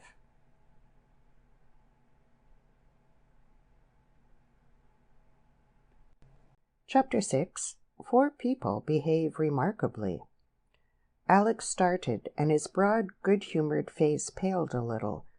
"Good Lord!" he ejaculated in startled tones. "What on earth do you mean?" "Simply what I say," returned Roger. "Why did Stanworth go out of his way to shoot himself in such a remarkably difficult manner? Don't you see what I mean? It isn't natural." Alec was staring up the drive. "Isn't it? But he did it all right, didn't he?" "Oh, of course he did it," said Roger in a voice that was curiously lacking in conviction. "But what I can't understand is this. Why, when he could have done it so easily, did he go about it in such a roundabout way? I mean, a revolver isn't such an easy thing to manipulate unhandily, and the attitude he used must have twisted his wrist most uncomfortably. Just try pointing your forefinger in a straight line at the middle of your forehead, and you'll see what I mean." He suited his action to his words, and there was no doubt about the constraint of his attitude. Alec looked at him attentively. "Yes, it does look awkward," he commented. "It is. Infernally awkward. And you saw where the doctor took the bullet from? Almost at the very back. That means the revolver must have been nearly in a dead straight line. You try and see how difficult it is. It almost dislocates your elbow." Alec copied the action. "You're quite right," he said with interest. "It is uncomfortable. I should call it more than that. It's so unnatural as to be highly improbable. Yet there's the fact." "Can't get away from facts, you know," observed Alec sagely. "No, but you can explain them, and I'm dashed if I can see the explanation for this one." "Well, what's the idea?" Alec asked curiously. "You're being infernally mysterious." "Me? I like that. It isn't I who am being mysterious. It's everything else.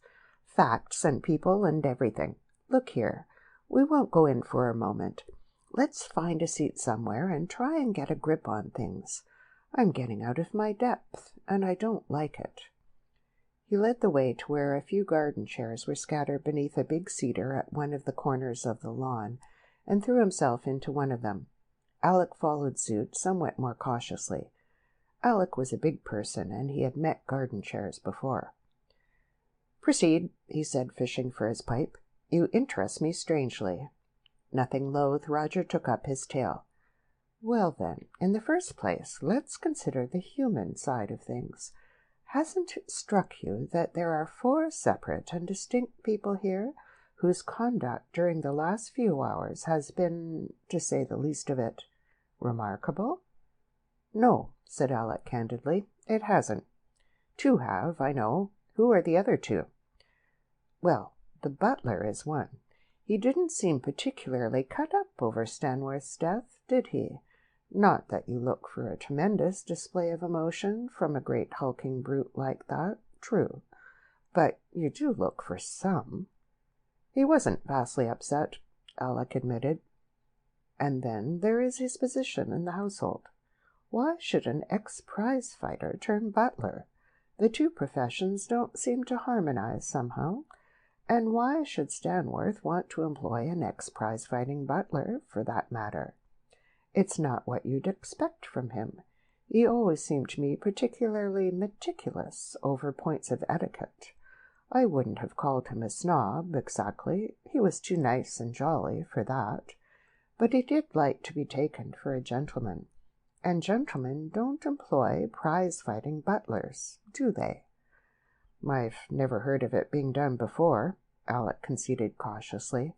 "Precisely. My point exactly. Alec, you're positively sparkling this morning."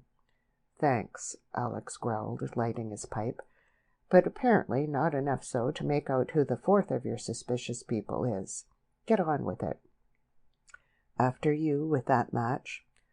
Why, didn't it strike you that somebody else took the news of Stanworth's death with remarkable fortitude, and that after it had been broken to her with a bluntness that verged on brutality?"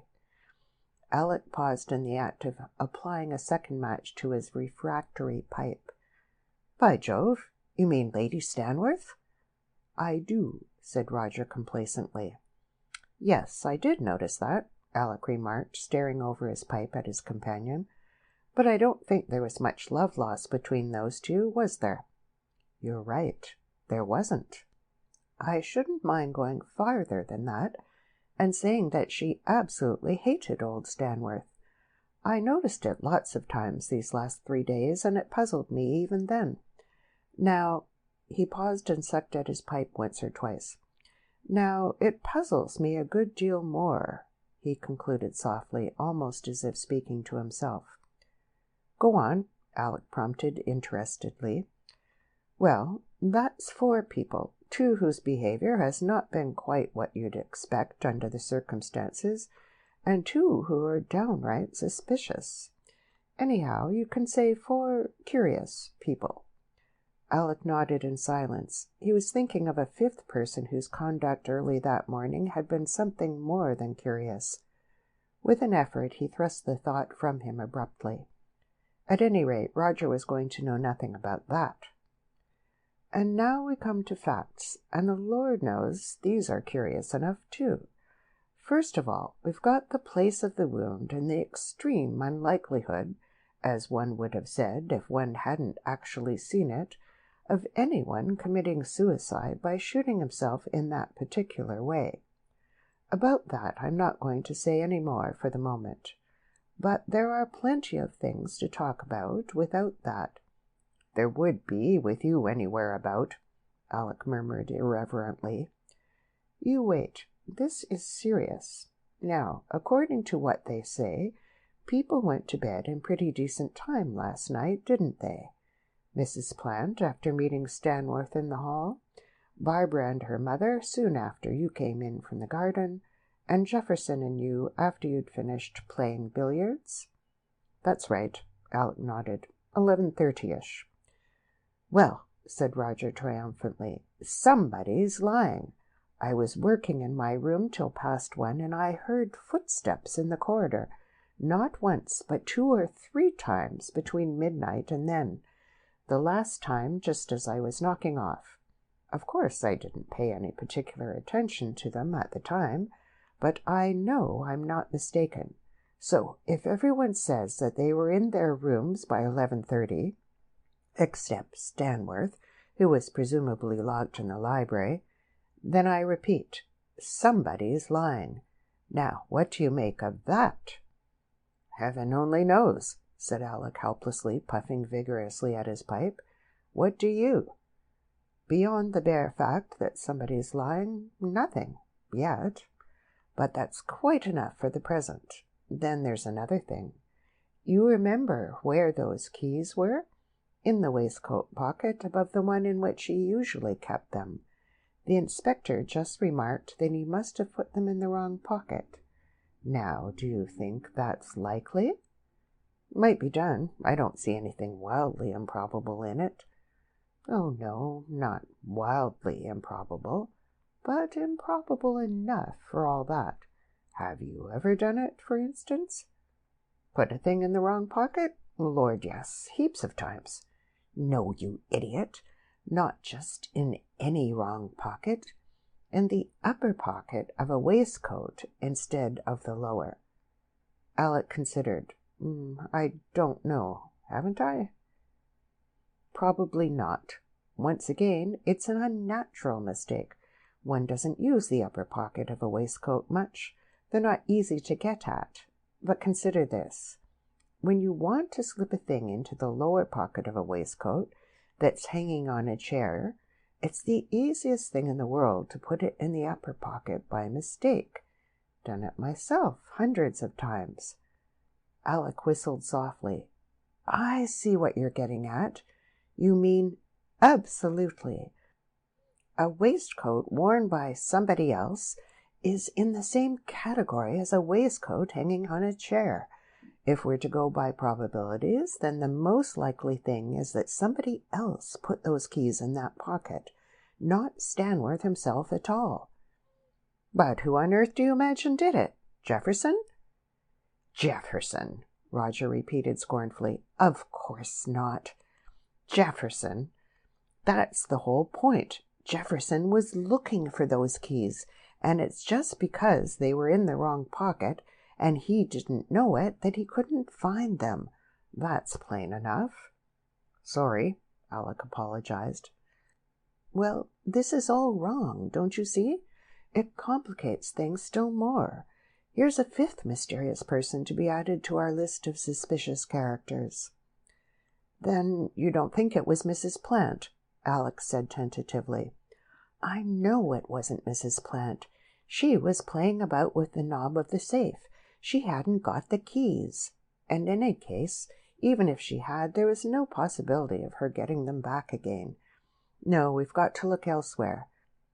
Now, let's see. When was that library left empty? He paused for reflection. Jefferson was there alone while I was in the dining room. I should like to know why Mrs. Plant fainted, by the way, but we've got to wait for that till the safe's opened. But he didn't find the keys. Then we both went into the garden. Then I met you, and we caught Mrs. Plant almost immediately afterwards. How long was I with Jefferson? Not more than 10 minutes or so. Then the keys must have been disturbed in that 10 minutes before Mrs. Plant went into the library. There was no opportunity later. You remember we kept the library under inspection after that till the police arrived. Either then or— He hesitated and was silent. Yes, said Alec curiously. Or when else? Nothing. Well, anyhow, there's plenty of food for thought, isn't there? It does give one something to think about, Alec agreed, puffing vigorously. Oh, and one other thing, possibly of no importance whatever. There was a slight scratch on Stanworth's right wrist. Rosebush, replied Alec promptly. He was always playing about with them, wasn't he? Yes, Roger replied doubtfully. That occurred to me, of course, but somehow I don't think it was a scratch from a rose. It was fairly broad, for instance, not a thin, deep line like a rose's scratch. However, that's neither here nor there. Probably it's got nothing to do with anything. Well, that's the lot. Now, what do you make of it all? If you want my candid opinion, said Alec carefully after a little pause, I think that you're making mountains out of molehills. In other words, attaching too much importance to trifles. After all, when you come to think of it, there's nothing particularly serious in any of the things you mentioned, is there? And you can't tell. There may be a perfectly innocent explanation, even for Jefferson and Mrs. Plant. Roger smoked thoughtfully for a minute or two. There may be, of course, he said at length. In fact, I hope to goodness there is. But as for the rest, I agree with you that they're only molehills in themselves. But don't forget that if you pile sufficient molehills on top of each other, you get a mountain. And that's what I can't help thinking is the case here. Separately, these little facts are nothing, but collectively they make me wonder rather furiously." Alec shrugged his shoulders. "Curiosity killed the cat," he remarked pointedly. "Possibly," Roger laughed, "but I'm not a cat, and I thrive on it. Anyway, my mind's made up on one point. I'm going to nose round and just see whether there isn't any more to be found out. I liked old Stanworth, and as long as it seems to me that there's the least possibility of his having been—" He checked himself abruptly. "Of all not being quite as it should," he resumed after a momentary pause. "Well, I'm going to make it my business to look into it. Now, what I want to ask you is, will you help me?" Alec regarded his friend silently for a minute or two, his hand cradling the bowl of the pipe he was smoking.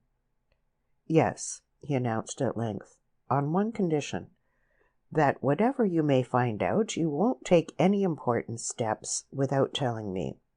You see, I don't know that I consider this absolutely playing the game in a way, and I want—" "You can make yourself easy on that score," Roger smiled. "If we go into it, we go in together, and I won't do anything, not only without telling you, but even without your consent. That's only fair." "And you'll let me know anything you may find out as you go along?" asked Alec suspiciously. "Not keep things up your sleeve like Holmes did to old Watson?" "Of course not, my dear chap. If it comes to that, I don't suppose I could if I wanted to. I must have somebody to confide in." "You'll make a rotten detective, Roger," Alec grinned. "You gas too much. The best detectives are thin-lipped, hatchet-faced devils who creep about the place, not saying a word to anybody." "In the storybooks. You bet they don't in real life. I expect they talk their heads off to their seconds in command. It's so jolly helpful. Holmes must have missed an awful lot by not letting himself go to Watson. For one thing, the very act of talking helps one to clarify one's own ideas and suggest further ones." "Your ideas ought to be pretty clear, then," said Alec rudely. "And besides," Roger went on, unperturbed, "I'd bet anything that Watson was jolly useful to Holmes. Those absurd theories of the poor old chap's that Holmes always ridiculed so mercilessly, I wish Watson had been allowed to hit on the truth just once. It would have pleased him so tremendously. Why, I shouldn't be at all surprised if they didn't suggest the right idea to Holmes time and time again, but of course he would never have acknowledged it. Anyhow, the moral is, you talk away for all you're worth, and I'll do the same. And if we don't manage to find something out between us, you can write me down an ass. And yourself too, Alexander." End of chapter 6.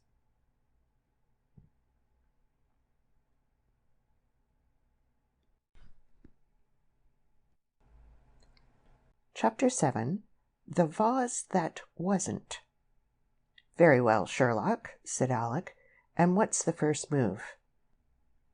"The library," Roger replied promptly, and rose to his feet. Alec followed suit, and they turned towards the house. "What do you expect to find?" asked the latter curiously. "I'm blessed if I know," Roger confessed. "In fact, I can't really say that I actually expect to find anything. I've got hopes, of course, but in no definite direction." "Bit vague, isn't it?" "Thoroughly. That's the interesting part. All we can do is look around and try and notice anything at all, however slight, that seems to be just out of the ordinary. 10 to 1 it won't mean anything at all, and even if it does, it's another 10 to 1 that we shan't be able to see it. But as I said, there's always hope." "But what are we going to look for?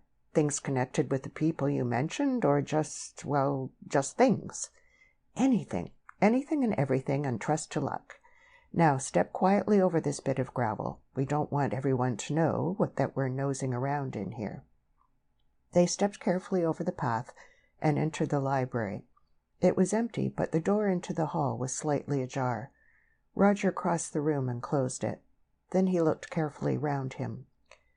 "Where do we start operations?" Alec asked with interest. "Well," Roger said slowly, "I'm just trying to get a general sort of impression. This is really the first time we've been able to look round in peace, you know." "What sort of impression?" Roger considered. "It's rather hard to put into words exactly, but I've got a more or less retentive sort of mind. I mean, I can look at a thing or a place and carry the picture in my brain for quite a time. I've trained myself to it. It's jolly useful for storing up ideas for descriptions of scenery and that sort of thing. Photographic, you might call it. Well, it struck me that if there had been any important alteration in this room during the last few hours, if the position of the safe had been altered, for instance, or anything like that, I should probably be able to spot it." "And you think that's going to help now?" "I don't know in the least, but there's no harm in trying, is there?" He walked to the middle of the room and turned slowly about, letting the picture sink into his brain. When he had made the complete circuit, he sat on the edge of the table and shut his eyes. Alec watched him interestedly. "Any luck?" he asked after a couple of minutes' silence. Roger opened his eyes. "No," he admitted a little ruefully. It is always disappointing after such carefully staged preparations to find that one's pet trick has failed to work. Roger felt not unlike a conjurer who had not succeeded in producing the rabbit from the top hat. "Ah," observed Alec noncommittally. "I can't see anything different," said Roger almost apologetically. "Ah," Alec remarked again. "Then I suppose that means that nothing is different?" he suggested helpfully. "I suppose so," Roger admitted. "Now, are you going to tell me that this is really devilish significant?" Alec grinned. "Because if you do, I warn you that I shan't believe you. It's exactly what I expected. I told you you were making too much fuss about a lot of trifles." "Shut up!" Roger snapped from the edge of the table. "I'm thinking." "Oh, sorry." Roger took no notice of his fellow sleuth's unprofessionally derisive grin. He was staring abstractedly at the big carved oak chimney-piece. "There's only one thing that strikes me," he observed slowly after a little pause. "Now I come to think of it, doesn't that chimney-piece look somehow a bit lopsided to you?" Alec followed the other's gaze. The chimney-piece looked ordinary enough. There were the usual pewter plates and mugs set out upon it, and on one side stood a large blue china vase. For a moment Alec stared at it in silence. Then, "I'm blessed if I see anything lopsided about it," he announced. "How do you mean?" "I don't know exactly," Roger replied, still gazing at it curiously. "All I can say is that in some way it doesn't look quite right to me. Side-heavy, if I may coin a phrase." "You may," said Alec kindly. "That is, if you'll tell me what it means. Well, unsymmetrical, if you like that better." He slapped his knee suddenly. "By Jove! Idiot! I see now. Of course!" He turned a triumphant smile upon the other. "Fancy not noticing that before." "What?" shouted Alec in exasperation. "Why, that vase, don't you see?" Alec looked at the vase. It seemed a very ordinary sort of affair. "What's the matter with it? It looks all right to me." "Oh, there's nothing the matter with it," said Roger airily. "It is all right." Alec approached the table and clenched a large fist, which he proceeded to hold 2 inches in front of Roger's nose. "If you don't tell me within 30 seconds what you're talking about, I shall smite you," he said grimly. "Hard." "I'll tell you," said Roger quickly. "I'm not allowed to be smitten before lunch. Doctor's orders. He's very strict about it indeed. Oh, yes, about that vase. Well, don't you see, there's only one of it." "Is that all?" asked Alec, turning away disgustedly. "I thought from the fuss you were making that you discovered something really exciting." "So I have," returned Roger, unabashed. "You see, the exciting part is that yesterday, I am prepared to swear, there were 2 of it." "Oh, how do you know that?" because now I come to realize it, I remember an impression of well-balanced orderliness about that chimney-piece. It was a typical man's room chimney-piece. Women are the unsymmetrical sex, you know. The fact of there being only one vase alters its whole appearance. Well, Alex still did not appear to be very much impressed. And what's that got to do with anything? Probably nothing. It's just a fact that since yesterday afternoon the second vase has disappeared, that's all. It may have been broken somehow by Stanworth himself. One of the servants may have knocked it over. Lady Stanworth may have taken it to put some flowers in, anything. But as it's the only new fact that seems to emerge, let's look into it. Roger left the table and strolled leisurely over to the fireplace. "You're wasting your time," Alec growled, unconvinced. "What are you going to do, ask the servants about it?" "Not yet, at any rate," Roger replied from the hearthrug. He stood on tiptoe to get a view of the surface of the chimney-piece. "Here you are!" he exclaimed excitedly. "What did I tell you? Look at this. The room hasn't been dusted this morning, of course. Here's a ring where the vase stood." He dragged a chair across and mounted it to obtain a better view. Alec's inch or two of extra height enabled him to see well enough by standing on the shallow fender. There was very little dust on the chimney-piece, but enough to show a faint though well-defined ring upon the surface. Roger reached across for the other vase and fitted its base over the mark. It coincided exactly. "That proves it," Roger remarked with some satisfaction. "I knew I was right, of course, but it's always pleasant to be able to prove it." He bent forward and examined the surface closely. "I wonder what on earth all these other little marks are, though," he went on thoughtfully. "I don't seem able to account for them. What do you make of them?" Dotted about, both in the ring and outside it, were a number of faint impressions in the shallow dust, some large and broad, others quite small. All were irregular in shape, and their edges merged so imperceptibly into the surrounding dust that it was impossible to say where one began or the other ended. A few inches to the left of the ring, however, the dust had been swept clean away across the whole depth of the surface for a width of nearly a foot. "I don't know," Alec confessed. "They don't convey anything to me, I'm afraid. I should say that somebody simply put something down here and taken it away again later. I don't see that it's particularly important in any case." "Probably it isn't, but it's interesting. I suppose you must be right. I can't see any other explanation, I'm bound to say. But it must have been a very curiously shaped object to leave those marks. Or could it have been a number of things? And why should the dust have been scraped away like that? Something must have been drawn across the surface, something flat and smooth and fairly heavy." He meditated for a moment. "It's funny." Alec stepped back from the fender. "Well, we don't seem to be progressing much, do we?" he remarked. "Let's try somewhere else, Sherlock." He wandered aimlessly over towards the French windows and stood looking out into the garden. A sharp exclamation from Roger caused him to wheel round suddenly. The latter had descended from his chair and was now standing on the hearthrug and looking with interest at something he held in his hand. "Here," he said, holding out his palm, in which a small blue object was lying. "Come and look at this. I stepped on it just now as I got down from the chair. It was on the rug. What do you think of it?" Alec took the object, which proved to be a small piece of broken blue china, and turned it over carefully. "Why, this is a bit of that other vase," he said sagely. "Excellent, Alexander Watson, it is." Alec scrutinized the fragment more closely. "It must have got broken," he announced profoundly. "Brilliant! Your deductive powers are in wonderful form this morning, Alec." Roger smiled. Then his face became more grave. "But seriously, this is really rather perplexing. You see what must have happened, of course. The vase got broken where it stood. In view of this bit, that's the only possible explanation for those marks on the chimney-piece. They must have been caused by the broken pieces. And that broad patch was made by someone sweeping the pieces off the shelf, the same person, presumably, as picked up the larger bits round that ring." He paused and looked at Alec inquiringly. "Well," said that worthy.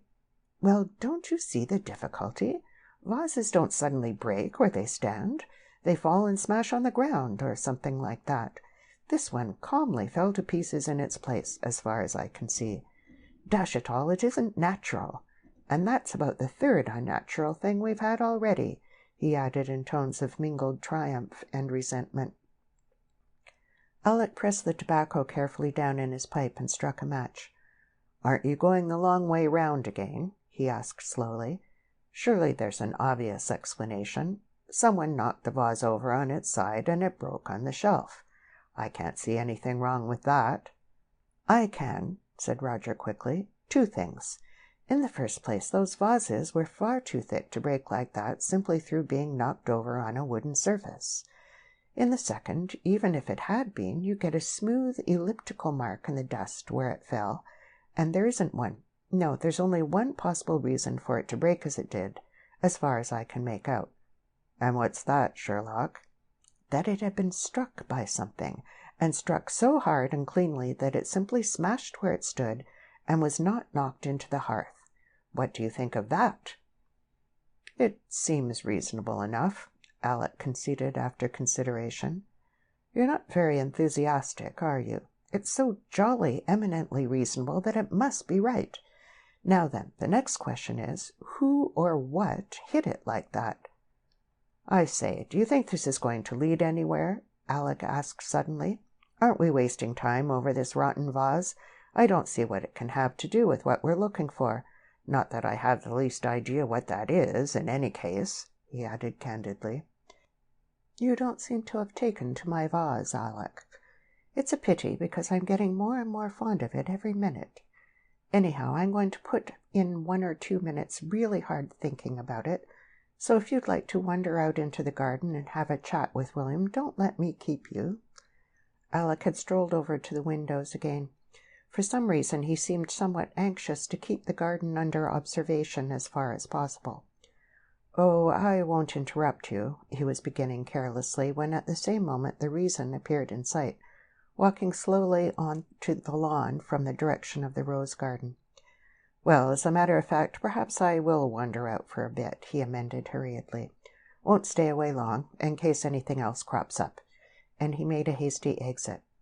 Roger, following with his eyes the bee-line his newly appointed assistant was taking, smiled slightly and resumed his labors. Alec did not waste time. There was a question which had been worrying him horribly during the last couple of hours, and he wanted an answer to it, and wanted it quickly. "Barbara," he said abruptly as soon as he came abreast of her, "you know what you told me this morning, before breakfast. It hadn't anything to do with what's happened here, had it?" Barbara blushed painfully. Then, as suddenly, she paled. "You mean about Mr. Stanworth's death?" she asked steadily, looking him full in the eyes. Alec nodded. "No, it hadn't. That was only a horrible coincidence." She paused. "Why?" she asked suddenly.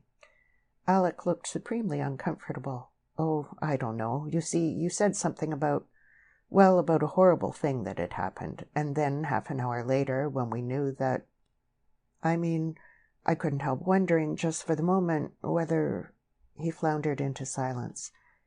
"It's all right, Alec," said Barbara gently. "It was a perfectly reasonable mistake to make. As I said, that was only a dreadful coincidence." "And aren't you going to change your mind about what you said this morning?" asked Alec humbly. Barbara looked at him quickly. "Why should I?" she returned swiftly. She hesitated and corrected herself. "Why should you think I might?" "I don't know. You were very upset this morning, and it occurred to me you might have had bad news, and were acting on the spur of the moment, and perhaps when you had thought it over you might..." He broke off meaningly. Barbara seemed strangely ill at ease. She did not reply at once to Alec's unspoken question, but twisted her wisp of a handkerchief between her fingers with nervous gestures that were curiously out of place in this usually uncommonly self-possessed young person. "Oh, I don't know what to say," she replied at last in low, hurried tones. "I can't tell you anything at present, Alec. I may have acted too much on the spur of the moment. I don't know. Come and see me when we get back from the Mertons next month. I shall have to think things over." "And you won't tell me what the trouble was, dear?" "No, I can't. Please don't ask me that, Alec. You see, that isn't really my secret. No, I can't possibly tell you." "All right, but you do love me, don't you?" Barbara laid her hand on his arm with a swift, caressing movement. "It wasn't anything to do with that, old boy," she said softly. "Come and see me next month. I think I might have changed my mind again by then." "No, Alec, you mustn't. Anyhow, not here of all places. Perhaps I'll let you once, just a tiny one, before we go, but not unless you're good. Besides, I've got to run in and pack now. We're catching the 2:41, and Mother will be waiting for me." She gave his hand a sudden squeeze and turned towards the house. "That was a bit of luck, meeting her out here," murmured Alec raptly to himself as he watched her go, wherein he was not altogether correct in his statement of fact, for as the lady had come into the garden for that express purpose, the subsequent meeting might be said to be due rather to good generalship than good luck. It was therefore a remarkably jubilant Watson who returned blithely to the library to find his Sherlock sitting solemnly in the chair before the big writing table and staring hard at the chimney-piece. In spite of himself, he shivered slightly. "Ugh, you ghoulish brute!" he exclaimed. Roger looked at him abstractedly. "What's up?" "Well, I can't say that I should like to sit in that particular chair just yet a while." "I'm glad you've come back," Roger said, rising slowly to his feet. "I've just had a pretty curious idea, and I'm going to test it. The chances are several million to 1 against it coming off, but if it does, well, I don't know what the devil we're going to do." He had spoken so seriously that Alec gaped at him in surprise. "Good Lord, what's up now?" he asked. "Well, I won't say in so many words," Roger replied slowly, "because it's really too fantastic, but it's to do with the breaking of that second vase. Remember I said that in order for it to have smashed like that, it must have been struck extraordinarily hard by some mysterious object. It's just occurred to me what that object might possibly have been." He walked across to where the chair was still standing in front of the fireplace and stepped up onto it. Then, with a glance towards the chair he had just left, he began to examine the woodwork at the back of the chimney-piece. Alec watched him in silence. Suddenly he bent forward with close attention and prodded a finger at the panel, and Alec noticed that his face had gone very pale. He turned and descended a little unsteadily from the chair. "My hat, but I was right," he exclaimed softly, staring at Alec with raised eyebrows. "That second vase was smashed by a bullet. You'll find its mark just behind that little pillar on the left there." End of chapter 7.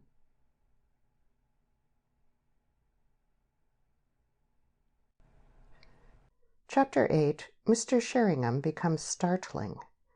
For a moment there was silence between the two. Then, "Great Scott," Alec remarked. "Absolutely certain?" "Absolutely. It's a bullet mark, all right. The bullet isn't there, but it must have just embedded itself in the wood and been dug out with a penknife. You can see the marks of the blade round the hole. Get up and have a look." Alec stepped onto the chair and felt the hole in the wood with a large forefinger. "Couldn't be an old mark, could it?" he asked, examining it curiously. "Some of this panelling's been pretty well knocked about." "No, I thought of that. An old hole would have the edges more or less smoothed down. Those are quite jagged and splintery, and where the knife's cut the wood away, the surface is quite different to the rest. Not so dark. No, that mark's a recent one, all right." Alec got down from the chair. "What do you make of it?" he asked abruptly. "I'm not sure," said Roger slowly. "It means rather a drastic rearrangement of our ideas, doesn't it? But I'll tell you one highly important fact, and that is that a line from this mark through the middle of the ring in the dust leads straight to the chair in front of the writing table. That seems to me jolly significant. I tell you what, let's go out onto the lawn and talk it over. We don't want to stay in here too long in any case." He carefully replaced the chair on the hearthrug in its proper position and walked out into the garden. Alec dutifully followed, and they made for the cedar tree once more. "Go on," said the latter when they were seated. "This is going to be interesting." Roger frowned abstractedly. He was enjoying himself hugely. With his capacity for throwing himself heart and soul into whatever he happened to be doing at the moment, he was already beginning to assume the profound airs of a great detective. The pose was a perfectly unconscious one, but none the less typical. "Well, taking as our starting point the fact that the bullet was fired from a line which includes the chair in which Mr. Stanworth was sitting," he began learnedly, "and assuming, as I think we have every right to do, that it was fired between, let us say, the hours of midnight and 2 o'clock this morning, the first thing that strikes us is the fact that in all probability it must have been fired by Mr. Stanworth himself." "We then remember," said Alec gravely, "that the inspector particularly mentioned that only one shot had been fired from Mr. Stanworth's revolver, and realize at once what idiots we were to have been struck by anything of the kind. In other words, try again." "Yes, that is rather a nuisance," said Roger thoughtfully. "I was forgetting that." "I thought you were," remarked Alec unkindly. Roger pondered. "This is very dark and difficult," he said at length, dropping the pontifical manner he had assumed. "As far as I can see, it's the only reasonable theory that the second shot was fired by old Stanworth. The only other alternative is that it was fired by somebody else, who happened to be standing in a direct line with Stanworth and the vase, and who was using a revolver of the same, or nearly the same, caliber as Stanworth's. That doesn't seem very likely on the face of it, does it?" "But more so than that it was a shot from Stanworth's revolver which was never fired at all," Alec commented dryly. "Well, why did the inspector say that only one shot had been fired from that revolver?" Roger asked. "Because there was only one empty shell. But mark this. He mentioned at the same time that the revolver wasn't fully loaded.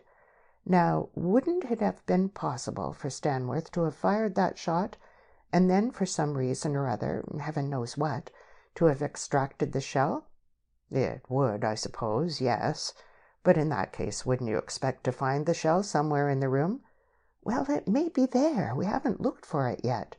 Anyhow, we can't get away from the fact that in all probability Stanworth did fire that other shot. Now, why did he fire it?" "Search me," said Alec laconically. "I think we can rule out the idea that he was just taking a pot shot at the vase out of sheer joie de vivre, or that he was trying to shoot himself and was such a bad shot that he hit something in the exact opposite direction." "Yes, I think we might rule those out," said Alec cautiously. "Well, then, Stanworth was firing with an object. What at? Obviously some other person. So Stanworth was not alone in the library last night, after all. We're getting on, aren't we?" "A jolly sight too fast," Alec grumbled. "You don't even know for anything like certain that the second shot was fired last night at all, and—" "Oh, yes, I do, friend Alec. The vase was broken last night." "Well, in any case, you don't know that Stanworth fired it, and here you are already inventing somebody else for him to shoot at. It's too rapid for me." "Alec, you are Scotch, aren't you?" "Yes, I am, but what's that got to do with it?" "Oh, nothing, except that your bump of native caution seems to be remarkably well developed.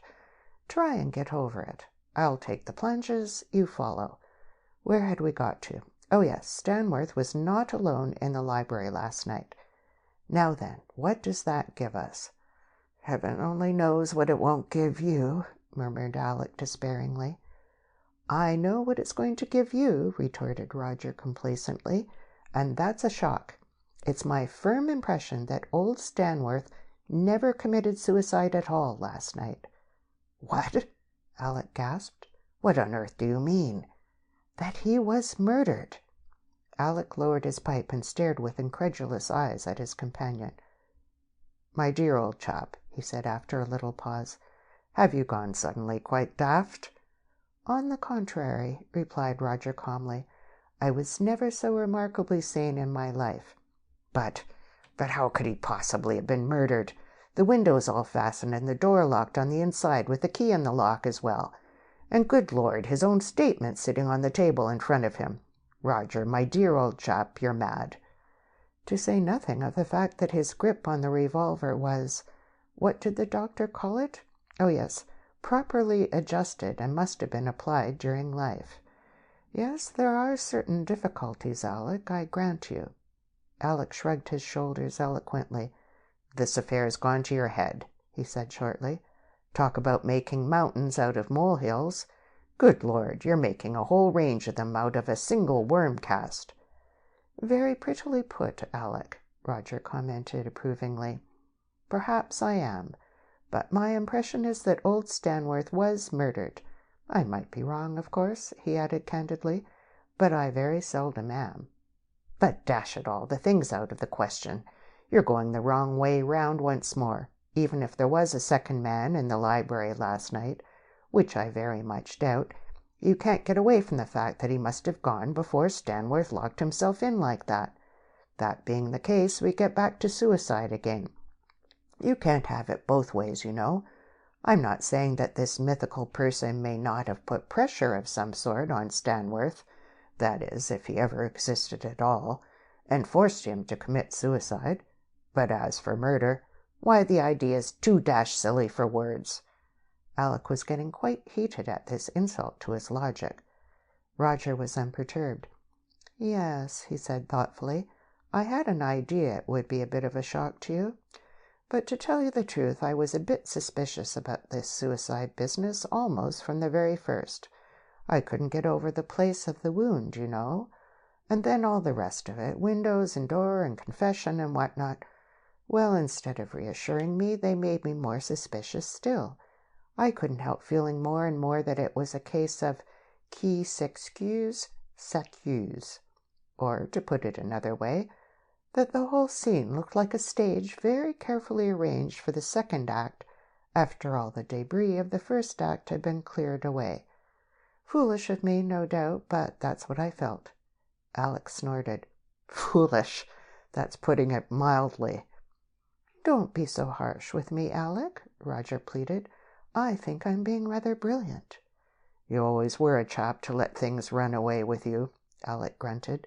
"Just because a couple of people act a little queerly, and a couple more don't look as mournful as you think they ought, you dash off and rake up a little murder all to yourself. Going to tell the inspector about this wonderful idea of yours?" "No, I'm not," said Roger with decision. "This is my little murder, as you're good enough to call it, and I'm not going to be done out of it. When I've got as far as I can, then I'll think about telling the police, or not."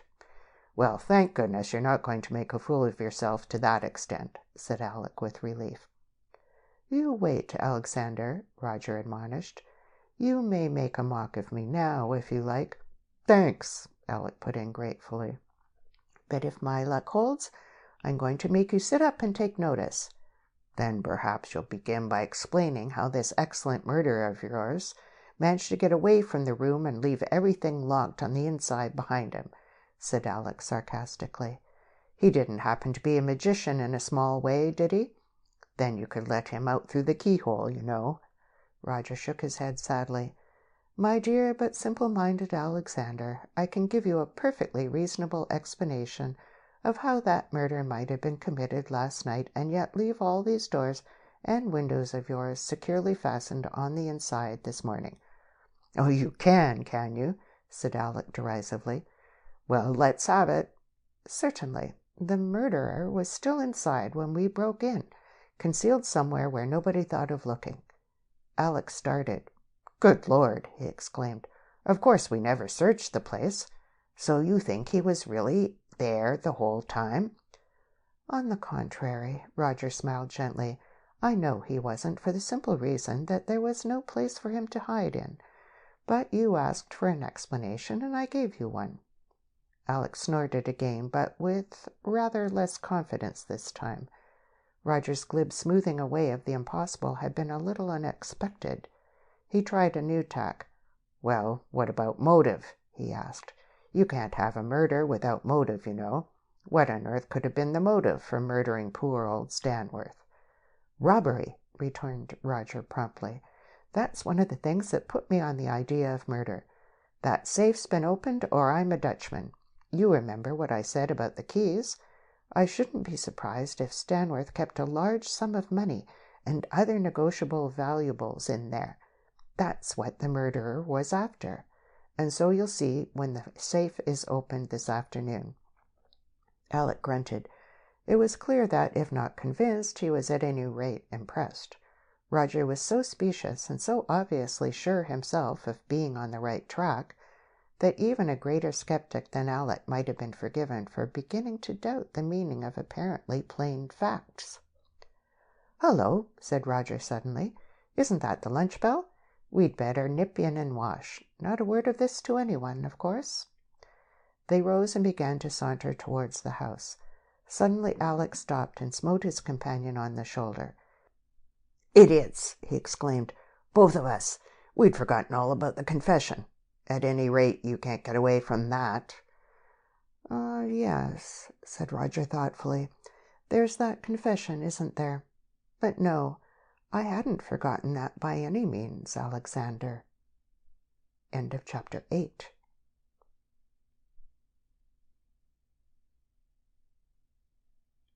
Chapter 9. Mr. Sheringham Sees Visions. They entered the house by the front door, which always stood open whenever a party was in progress. The unspoken thought was in the minds of both that they preferred not to pass through the library. Alec hurried upstairs at once. Roger, noticing that the butler was in the act of sorting the second post and arranging it upon the hall table, lingered to see if there was a letter for him. The butler, observing his action, shook his head. "Nothing for you, sir. Very small post, indeed." He glanced through the letters he still held in his hand. "Major Jefferson, Miss Shannon, Mrs. Plant. No, sir, nothing else." "Thank you, Graves," said Roger, and followed in Alec's wake.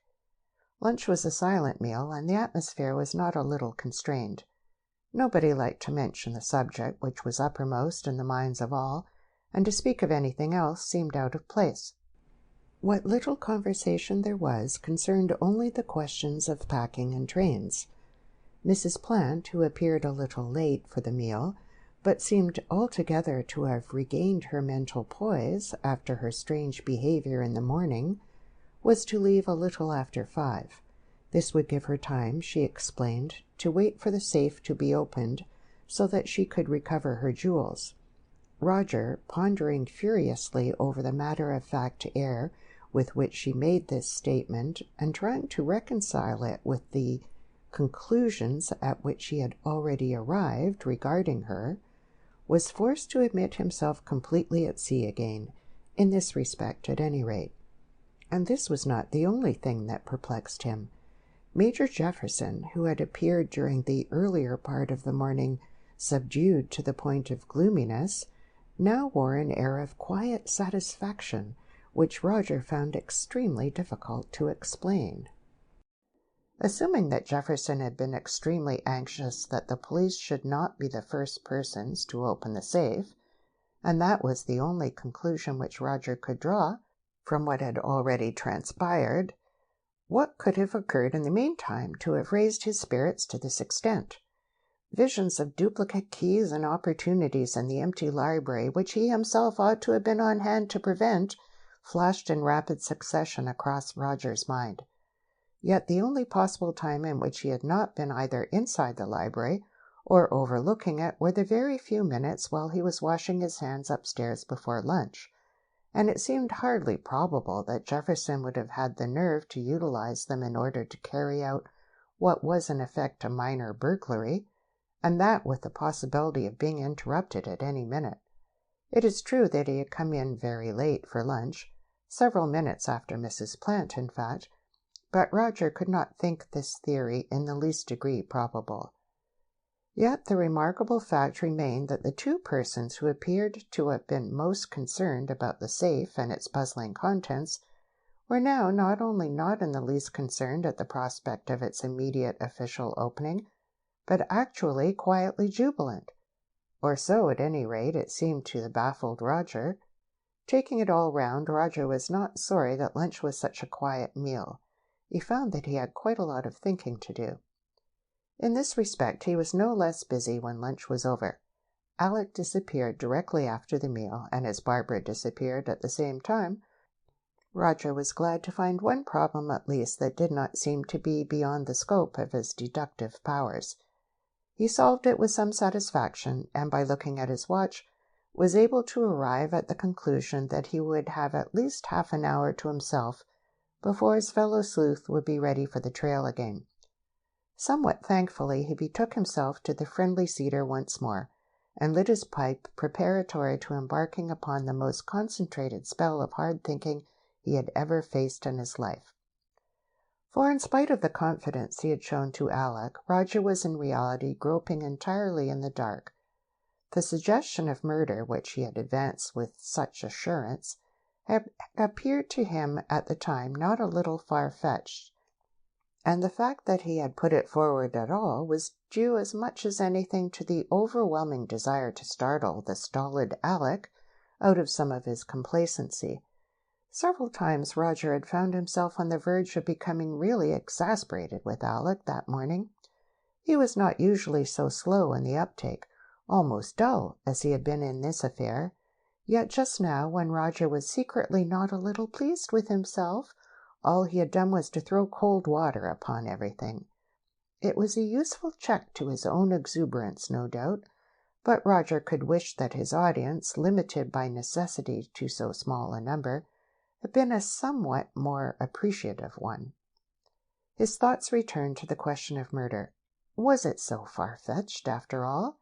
He had been faintly suspicious even before his discovery of the broken vase and that mysterious second shot. Now he was very much more so. Only suspicious, it is true. There was no room as yet for conviction, but suspicion was very strong. He tried to picture the scene that might have taken place in the library. Old Stanworth, sitting at his table with possibly the French windows open, suddenly surprised by the entrance of some unexpected visitor. The visitor either demands money or attacks at once. Stanworth whips a revolver out of the drawer at his side and fires, missing the intruder but hitting the vase. And then what? Presumably the two would close then and fight it out in silence. But there had been no signs of a struggle when they broke in, nothing but that still figure lying so calmly in his chair. Still, did that matter very much? If the unknown could collect those fragments of vase so carefully in order to conceal any trace of his presence, he could presumably clear away any evidence of a struggle. But before that, there was that blank wall to be surmounted. How did the struggle end? Roger closed his eyes and gave his imagination full rein. He saw Stanworth, the revolver still in his hand, swaying backwards and forwards in the grip of his adversary. He saw the latter, a big, powerful man as he pictured him, clasp Stanworth's wrist to prevent him pointing the revolver at himself. There had been a scratch on the dead man's wrist, now he came to think of it. Could this be how he had acquired it?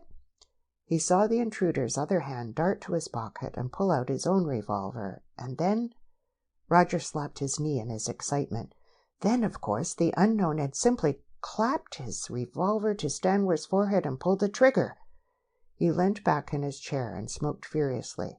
Yes, if there had been a murder, that must have been how it was committed, and that accounted for 3, at any rate, of the puzzling circumstances: the place of the wound, the fact that only one empty shell had been found in Stanworth's revolver, although 2 shots had been fired that night, and the fact of the dead man's grip upon the revolver being properly adjusted. It was only conjecture, of course, but it seemed remarkably convincing conjecture. Yet was it not more than counterbalanced by the facts that still remained? That the windows and door could be fastened, as they certainly had been, appeared to argue irresistibly that the midnight visitor had left the library while Mr. Stanworth was still alive. The confession, signed with his own hand, pointed equally positively to suicide. Could there be any way of explaining these 2 things so as to bring them into line with the rest? If not, this brilliant theorizing must fall to the ground. Shelving the problem of the visitor's exit for the time being, Roger began to puzzle over that laconically worded document. During the next quarter of an hour, Roger himself might have presented a problem to an acute observer, had there been one about, which, though not very difficult of solution, was nevertheless not entirely without interest. To smoke furiously with one's pipe in full blast betokens no small a degree of mental excitement. To sit like a stone image and allow that same pipe to go out in one's mouth is evidence of still greater prepossession. But what are we to say of a man who, after passing through these successive stages, smokes away equally furiously at a perfectly cold pipe under the obvious impression that it is in as full blast as before? And that is what Roger was doing for fully 3 minutes before he finally jumped suddenly to his feet and hurried off once again to that happy hunting ground of his, the library. There Alec found him 20 minutes later, when the car had departed irrevocably for the station. A decidedly more cheerful Alec than that of the morning, one might note in passing, and not looking in the least like a young man who has just parted with his lady for a whole month. It is a reasonable assumption that Alec had not been wasting the last half-hour. "Still at it?" he grinned from the doorway. "I had a sort of idea I should find you here." Roger was aquiver with excitement. He scrambled up from his knees beside the waste-paper basket into which he had been peering, and flourished a piece of paper in the other's face. "I'm on the track!" he exclaimed. "I'm on the track, Alexander, in spite of your miserable sneers. Nobody around, is there?" Alec shook his head. "Well, what have you discovered now?" he asked tolerantly. Roger gripped his arm and drew him towards the writing-table. With an eager finger he stubbed at the blotter. "See that?" he demanded. Alec bent and scrutinized the blotter attentively.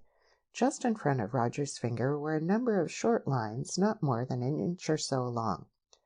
The ones at the left-hand end were little more than scratches on the surface, not inked at all. Those on the middle bore faint traces of ink, while towards the right end the ink was bold and the lines thick and decided. Beyond these were a few circular blots of ink. Apart from these markings, the sheet of white blotting paper, clearly fresh within the last day or two, had scarcely been used. "Well," said Roger triumphantly, "make anything of it?" "Nothing in particular," Alec confessed, straightening up again. "I should say that somebody had been cleaning his pen on it." "In that case," Roger returned with complacency, "it would become my painful duty to inform you that you were completely wrong." "Why, I don't see it." "Then look again. If he had been cleaning his pen, Alexander Watson, the change from ink to the lack of it would surely be from left to right, wouldn't it? Not from right to left?" "Would it? He might have moved from right to left."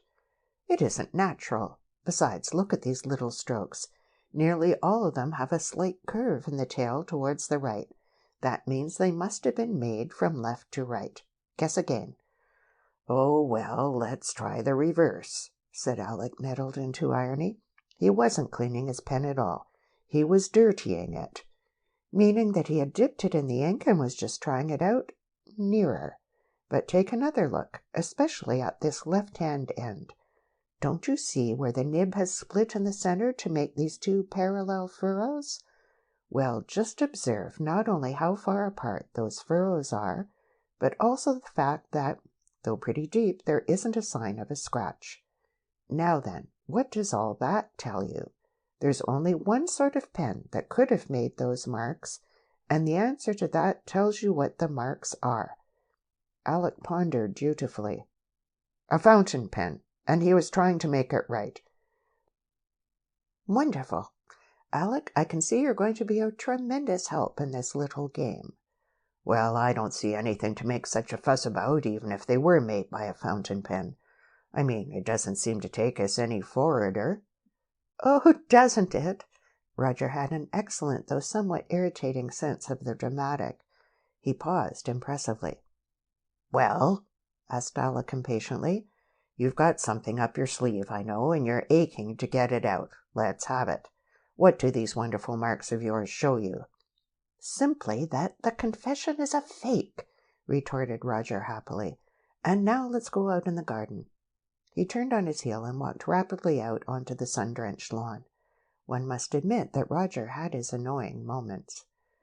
The justly exasperated Alec trotted after him. "Talk about Sherlock Holmes," he growled as he caught him up.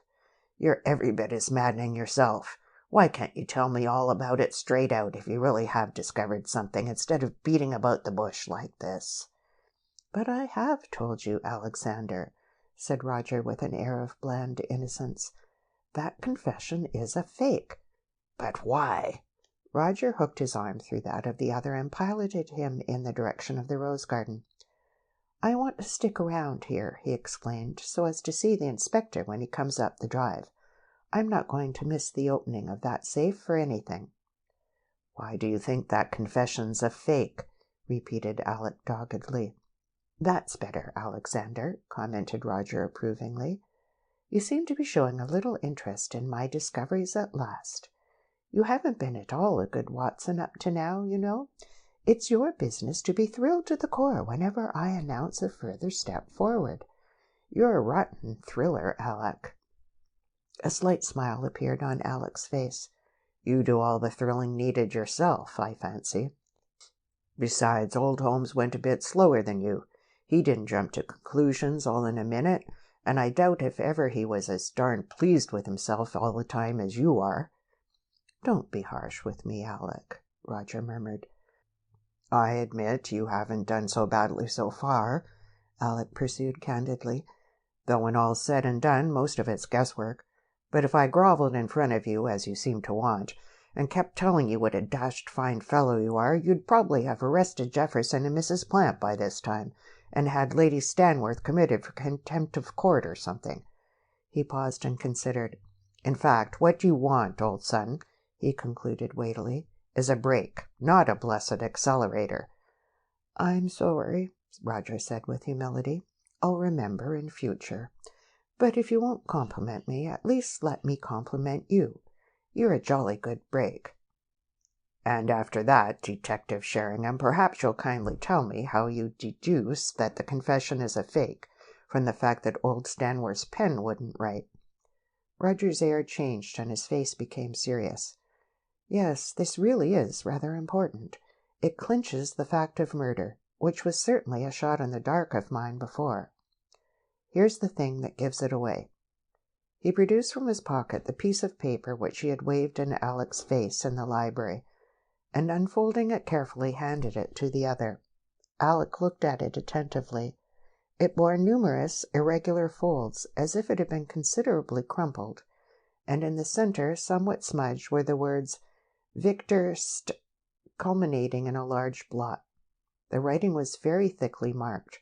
The right-hand side of the paper was spattered with a veritable shower of blots. Beyond these there was nothing upon its surface. "Humph," observed Alec, handing it back. "Well, what do you make of it?" "I think it's pretty simple," Roger said, folding the paper and stowing it carefully away again. "Stanworth had just filled his fountain pen, or it wouldn't work or something. You know what one does with a fountain pen that doesn't want to write. Make scratches on the nearest piece of paper, and as soon as the ink begins to flow—" "Sign one's name," Alec broke in, with the nearest approach to excitement that he had yet shown. "Precisely. On the blotting pad are the preliminary scratches to bring the ink down the pen. What happens in 9 cases out of 10 after that? The ink flows too freely and the pen floods. This bit of paper shows that it happened in this case, too. Stanworth was rather an impatient sort of man, don't you think?" "Yes, I suppose he was, fairly." "Well, the scene's easy enough to reconstruct. He draws the pen out on the blotting pad. As soon as it begins to write, he grabs a sheet from the top of that pile of fellow sheets on his desk. Did you notice them, by the way? And signs his name. Then the pen floods, and he shakes it violently, crumples up the sheet of paper, throws it into the wastepaper basket, and takes another. This time the pen, after losing so much ink and blots, is a little faint at first, so he only gets as far as the C in Victor before starting again, just below the last attempt. Then at last it writes all right, and his signature is completed with the usual flourish. He picks up the piece of paper, crumples it slightly, but not so violently as before, and throws it also into the wastepaper basket. How's that? That all seems feasible enough. What next? Why, the murderer, setting the room to rights afterwards, thinks he'd better have a look in the basket. The first thing he spots is that piece of paper. Aha, he thinks, the very thing I wanted to put a finishing touch to the affair. Smooths it carefully out, puts it in the typewriter, and types those few words above the signature.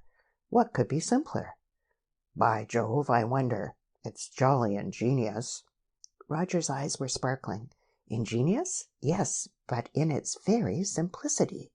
Oh, that's what happened, sure enough. There's plenty of corroboration when you come to think of it. The way the whole thing's got into the top half of the sheet of paper, for instance. That isn't natural, really, is it? It ought to be in the middle, with the signature about 2/3 down. And why isn't it? Because the signature was in the middle already, and the fellow had to work upwards from that. I believe you must be right, Alex said slowly. Well, don't be so grudging about it. Of course I'm right. As a matter of fact, those scratches on the blotting paper gave me the idea as soon as I saw them. I'd been puzzling after a way of getting round that confession. But when I found that second sheet in the wastepaper basket, of course the thing was as plain as a pikestaff. That was a bad blunder of his, by the way, not to look through the rest of the basket's contents.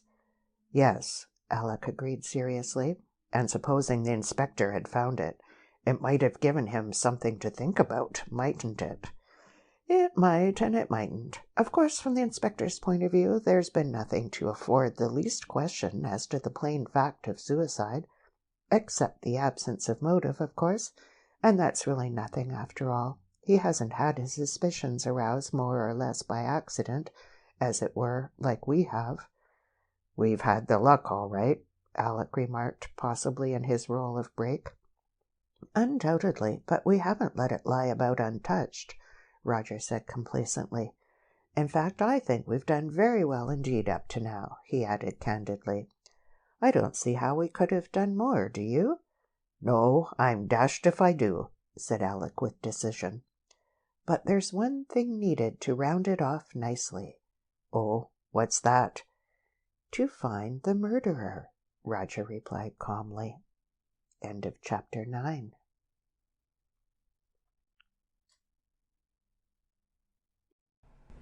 Chapter 10.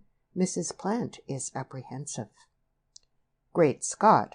Alec exclaimed, considerably startled. Find the murderer? Roger seemed pleased with the impression he had made. Naturally. What else? It's the logical sequel to what we've already done, isn't it? Yes, I suppose so. Alec hesitated. If you put it like that. But, well, we seem to be getting on so jolly fast. I mean, it's rather difficult to realize that a murder's been committed at all. It all seems so impossible, you know. That's simply because it's something foreign to your usual experience of life, Roger said thoughtfully. I admit that it is a bit of a shock at first to face the fact that Stanworth was murdered instead of committing suicide, but that's not because there's anything inherently improbable about murder itself. Murder's a common enough event, if it comes to that. But it doesn't generally take place among the circle of one's immediate friends. That's the trouble. Anyhow, there's no getting over it in this case. If ever a man was murdered, Stanworth was. And very cleverly murdered, too.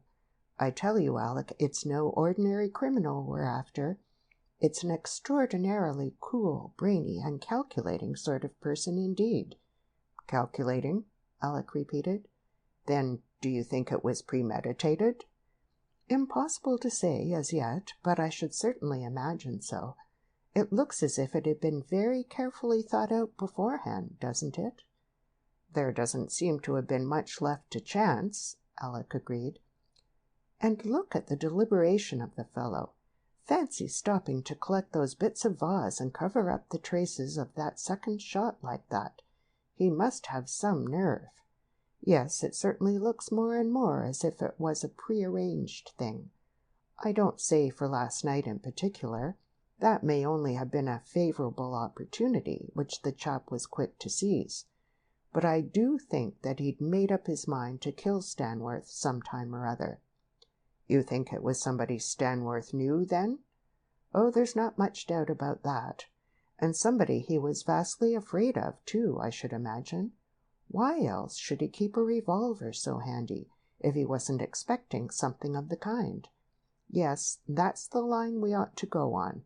See if we can discover whether there was anybody among his acquaintances of whom Stanworth was thoroughly frightened. If we can only find that out, and the name of the person as well, the odds are 10 to 1 that we shall have solved the mystery of the murder's identity." "That sounds reasonable enough," said Alec with interest. "Got any theory of how it was done?" Roger beamed. "I believe I can tell you exactly how it was done," he said, not without pride. "Listen." He recounted at some length the results of his after-lunch meditations and explained the reasons upon which his conclusions had been based. It took the two of them several circuits of the rose garden before the recital was completed, and then Roger turned expectantly to his companion. "You see," he concluded eagerly, "that accounts for everything except the facts of the confession and the murderer's escape from the library. Now I've cleared up the confession, and we've only got one difficulty to get over. What do you think of it?" Observed Alec cautiously. He paused, and it was evident that he was thinking deeply. "Well?" asked Roger impatiently. "There's one thing I don't quite see," Alec said slowly. "According to you, the shot that killed Stanworth was fired from the other man's revolver. Then how is it that the bullet they took out of his head fitted the empty shell in his own revolver?" Roger's face fell. "Hullo!" he exclaimed. "That never occurred to me." "I thought it couldn't have," said Alec complacently. "That rather knocks your theory on the head, doesn't it?" "It's one to you, Watson, certainly." Roger smiled a little ruefully. "Ah," observed Alec deeply. He was evidently not going to spoil the impression he had just made by any rash remarks. Alec was one of those fortunate people who know just when to stop. "Still, after all," Roger said slowly, "that's only a matter of detail, isn't it?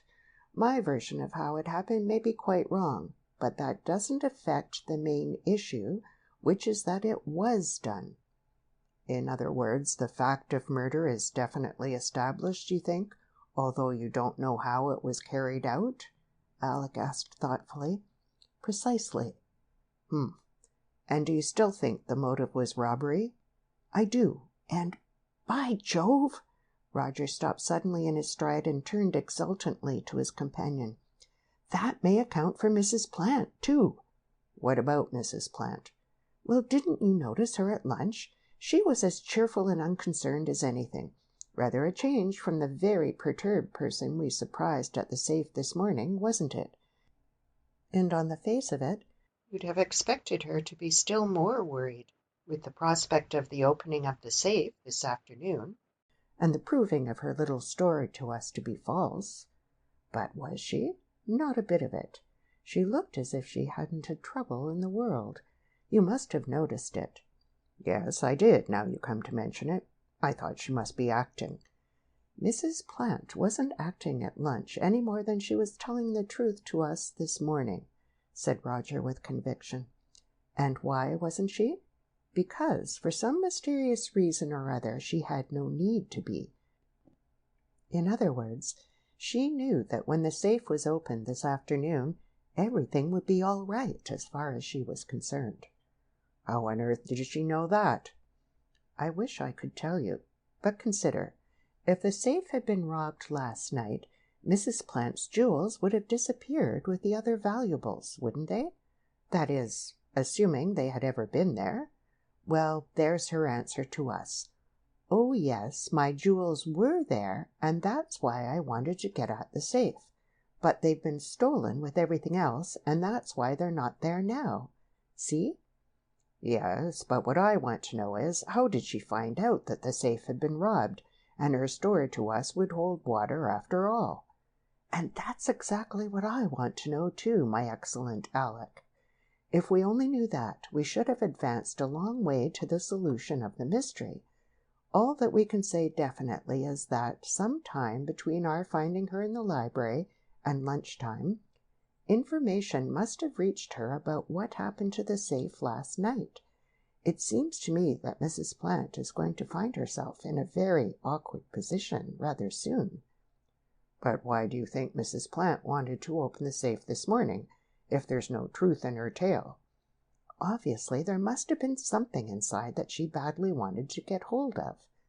Equally obviously, she now either has got hold of it or knows that it's in safekeeping. And then we get back to Jefferson again. He's been going through exactly the same sequence of emotions as Mrs. Plant. What do you make of that?" "Surely you're not suggesting that Jefferson and Mrs. Plant are in league together, are you?" "What other conclusion is there? They're both anxious to get something out of that safe before the police open it, and they're both palpably worried to death over something. Yet at 1 o'clock they're both smiling away to themselves as if a tremendous load had been taken off their minds. I'm afraid that they're not only in league with each other, but with a mysterious third person as well. How else can you account for their behavior?" "Good Lord, you don't mean that they're acting with the murderer, do you?" "It looks to me uncommonly like it," said Roger gravely. "After all, he's the only person, so far as we know, who could have enlightened them about the safe." "But it's out of the question," Alec burst out impulsively. "Jefferson, I don't know anything about him, though I should certainly have set him down as quite a decent fellow and a sahib, even if he is a bit reserved. But Mrs. Plant, my dear chap, you're absolutely off the rails there. Of all the obviously straightforward and honest people in the world, I should have said that Mrs. Plant was the most. Oh, you must be on the wrong tack." "I only wish I were," Roger returned seriously. 3 hours ago I should have said that the idea of Mrs. Plant being mixed up in a murder was not only unthinkable, but ludicrous. I've always thought her a charming woman, and, as you say, absolutely sincere. Certainly not a happy woman. One doesn't know anything about that husband of hers, by the way. He may be a bad egg. In fact, a woman with a good deal of sorrow in her life, I should say, but absolutely as straight as a die. Yet what can one think now? Facts speak louder than opinions, and the facts are only too plain." "I don't care," said Alec obstinately. "If you're trying to mix Mrs. Plant up in this affair, you're making a hopeless mistake, Roger. That's all I've got to say." "I hope you're right, Alec," Roger said dryly. "By the way, I think I want to have a word with the lady. Oh, I'm not going to tax her with the murder or anything," he added with a smile, observing the look on Alec's face. "But I think she said at lunch that she was expecting to leave here this afternoon. Of course that's out of the question. She was the last person to see Stanworth alive, and she'll be wanted to give evidence at the inquest. The inspector must have forgotten to tell her. Let's go and see what she's got to say about it." Somewhat unwillingly, Alec accompanied Roger on his quest. He did not attempt to make any secret of his distaste for this aspect of his new role. To hunt down a man who deserves no mercy and expects none is one thing. To hunt down a charming lady is very much another. Mrs. Plant was sitting in a garden chair on a shady part of the lawn.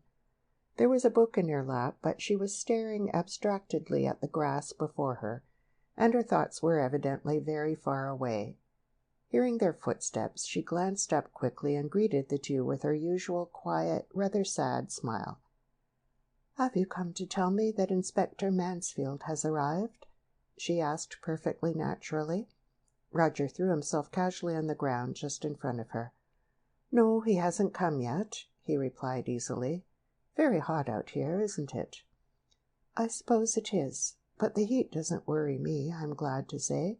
I had enough of it in the Sudan to inure me to anything that this country can produce." "You're lucky, then. Alec, why on earth don't you lie down and be comfortable? Never stand up when you can sit down instead." By the way, Mrs. Plant, I suppose you'll be staying over for the inquest tomorrow, won't you?" "Oh, no, I shall be off this afternoon, Mr. Sheringham." Roger glanced up.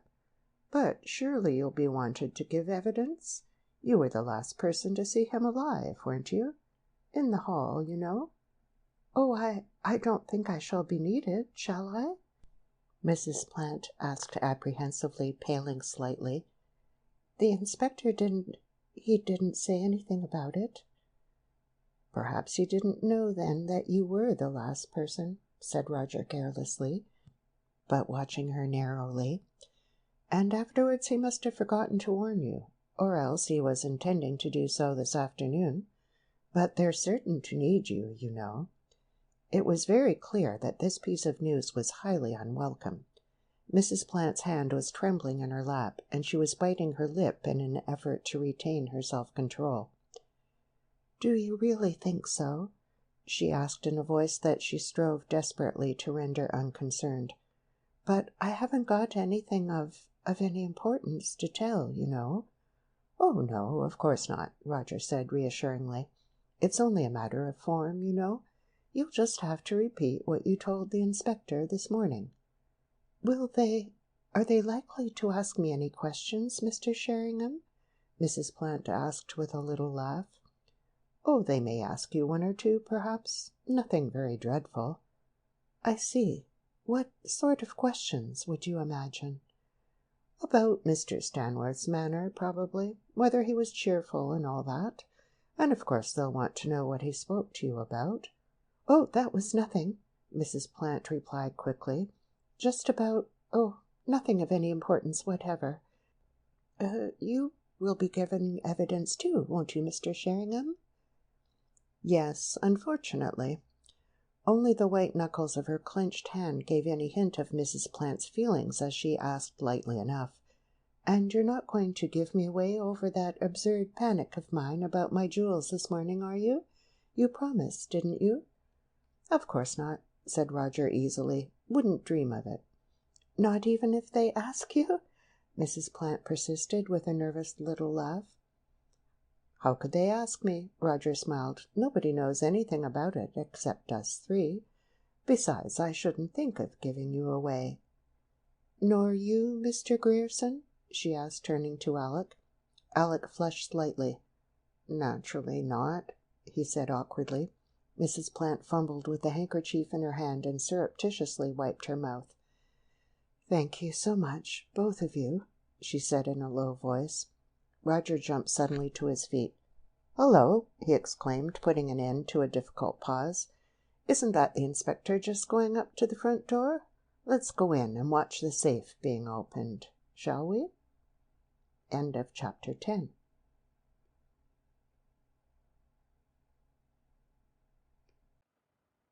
Chapter 11. Lady Stanworth exchanges glances.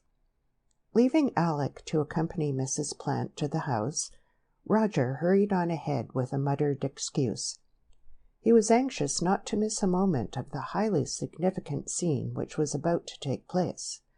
As he reached the hall, Jefferson was in the act of greeting the perspiring inspector. "I'm sorry you have had all this trouble, Inspector," he was saying. "It's too bad on a day like this." "It is a bit warm, sir," the inspector admitted, mopping vigorously. "I should have thought they might have provided you with a car or something. Hello, Sheringham. Come to see the safe opened?" "If the inspector has no objections," Roger said. "Me, sir? Not in the least. In fact, I think everybody concerned ought to be present. Not that I really expect to find anything particularly important, but you never know, do you?" "Never," said Roger gravely. "Well, Lady Stanworth will be down in a minute, no doubt," Jefferson remarked, "and then we can see to it. You had no difficulty in getting the combination, Inspector?" "None at all, sir. It was only a question of ringing up the makers." "Whew! It is hot." Roger had been watching Jefferson carefully. There was no doubt that whatever his feelings about the opening of the safe had been in the morning, he was now quite unperturbed. Roger was more convinced than ever that something of the first importance must have occurred to effect this radical change. A slow tread overhead caused him to look up. Lady Stanworth was descending the stairs. "Ah, here is Lady Stanworth," the inspector observed with a slight bow. Lady Stanworth inclined her head coldly. "You wish me to be present at this formality, Inspector?" she asked distantly. The inspector looked slightly taken aback. "Well, I think it would be better, my lady," he replied a trifle deprecatingly. "As the only surviving relative of the deceased's, you know. But, of course, if you have any—" "I was not a relative of Mr. Stanworth's," Lady Stanworth interrupted in the same tone. "I thought I had made that clear to you this morning. He was my brother-in-law." "Quite so," said the inspector apologetically. "I should perhaps have said connection. It is usual for the nearest connection to be present when—" "I ought to have warned you, perhaps, Lady Stanworth," Jefferson put in evenly. "But unfortunately I have not seen you to do so since before lunch, and I did not care to take the responsibility of disturbing you. The opening of the safe is, after all, a mere formality, and both the inspector and myself have no doubt that nothing of any importance will be found. Nothing whatever." Lady Stanworth looked hard at the last speaker for a moment, and when she spoke again the former coldness of her tone had completely disappeared. "Of course I will come if you think it better, Inspector," she said graciously. "There is really no reason whatever why I should not do so." And without more ado she led the way towards the library. Roger brought up the rear of the little party. He was thinking furiously. He had watched the little exchange that had just taken place with feelings almost of bewilderment. It was so unlike Lady Stanworth to go out of her way to snub the poor inspector in that highly unnecessary manner. Why had she done so? And why had she been so very much on the high horse with regard to the opening of the safe? It seemed almost as if she had been really apprehensive of something, and had adopted this attitude in order to cloak her actual feelings. But if that were the case, what earthly reason could she have for apprehension? Roger asked himself despairingly. Yet her sudden change of manner was no less remarkable. As soon as Jefferson had spoken, she had become as gracious as ever, and all objections had been abruptly dropped. What was it Jefferson had said? Something about nothing of importance being found in the safe? Ah, yes. Both the inspector and myself have no doubt that nothing of importance will be found. And myself. Now he came to think of it, Jefferson had certainly stressed those two words a little. Could it be that he had conveyed some kind of warning to her? Information of some sort? And if so, what? Obviously the same information that he and Mrs. Plant had received during the morning. Was it possible, then, that Lady Stanworth herself could be in league with Mrs. Plant and Jefferson? Surely this was making things altogether too complicated. Yet he could take his oath that something had passed between those two before Lady Stanworth finally descended the last few stairs so amicably. Thus the gist of the thoughts that whirled confusedly through Roger's brain during the few seconds occupied by the journey to the library. As he passed the threshold he raised his eyebrows in mock despair, and shelving this fresh problem for the time being, prepared to give all his attention to present events. Mrs. Plant and Alec were already in the library, the former perfectly cool and collected, the latter, to Roger's eyes at any rate, somewhat ill at ease. It was clear, Roger reflected with some uneasiness, that Alec did not at all like the highly ambiguous position in which he stood with regard to that lady. What would he say when he heard the possibility that his hostess also might not be unconcerned with this dark and mysterious business? It would be just like Alec to throw up the whole affair and insist on all cards being laid upon the table. And that would have broken Roger's heart just at the moment. Inspector Mansfield was regrettably lacking in an appreciation of dramatic effects. He did not gaze around him from beneath lowered brows. He did not mutter to himself so that everyone could strain forward to catch his ominous words. He did not even make a speech.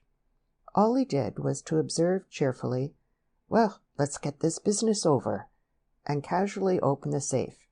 He could not have made less fuss had it been a tin of sardines. But in spite of the inspector's lamentable behavior, drama was not altogether lacking. As the heavy door swung open, there was an involuntary catching of breath, and heads were craned anxiously forward. Roger, watching the faces of the others instead of the center of attraction, noted quickly that a flicker of anxiety flashed across the countenances of both Mrs. Plant and Jefferson. Neither of them have seen inside, then, he thought. Their information came from a third person. That's certain, anyway. But it was Lady Stanworth who held his attention most closely. Thinking herself unobserved for the moment, she had not troubled to hide her feelings. She was standing a little behind the others, peering between their heads. Her breath was coming quickly, and her bosom rising and falling almost tumultuously. Her face was quite white. For a few seconds Roger thought she was going to faint. Then, as if she was reassured, the color came back into her face, and she sighed ever so softly. "Well, Inspector?" she asked in normal tones. "What is there?" The inspector was rapidly scrutinizing the contents. "As I expected," he replied, a trifle disappointedly. "Nothing of any importance as far as I'm concerned, my lady." He glanced quickly through a bundle of papers that he held in his hands.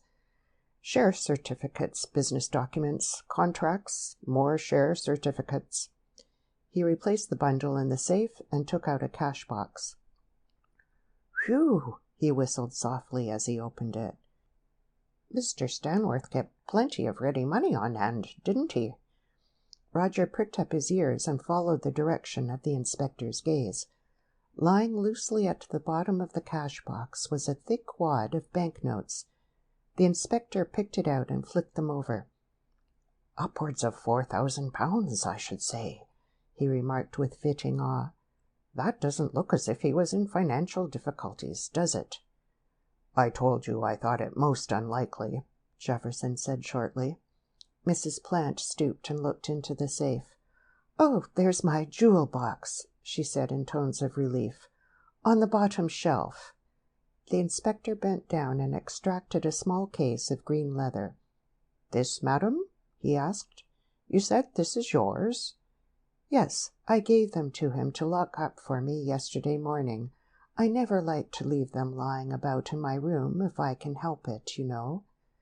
The inspector pressed the catch, and the lid of the case flew open. A necklace, a bracelet or two, and a few rings were visible inside.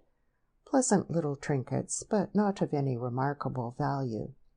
Roger exchanged glances with Alec.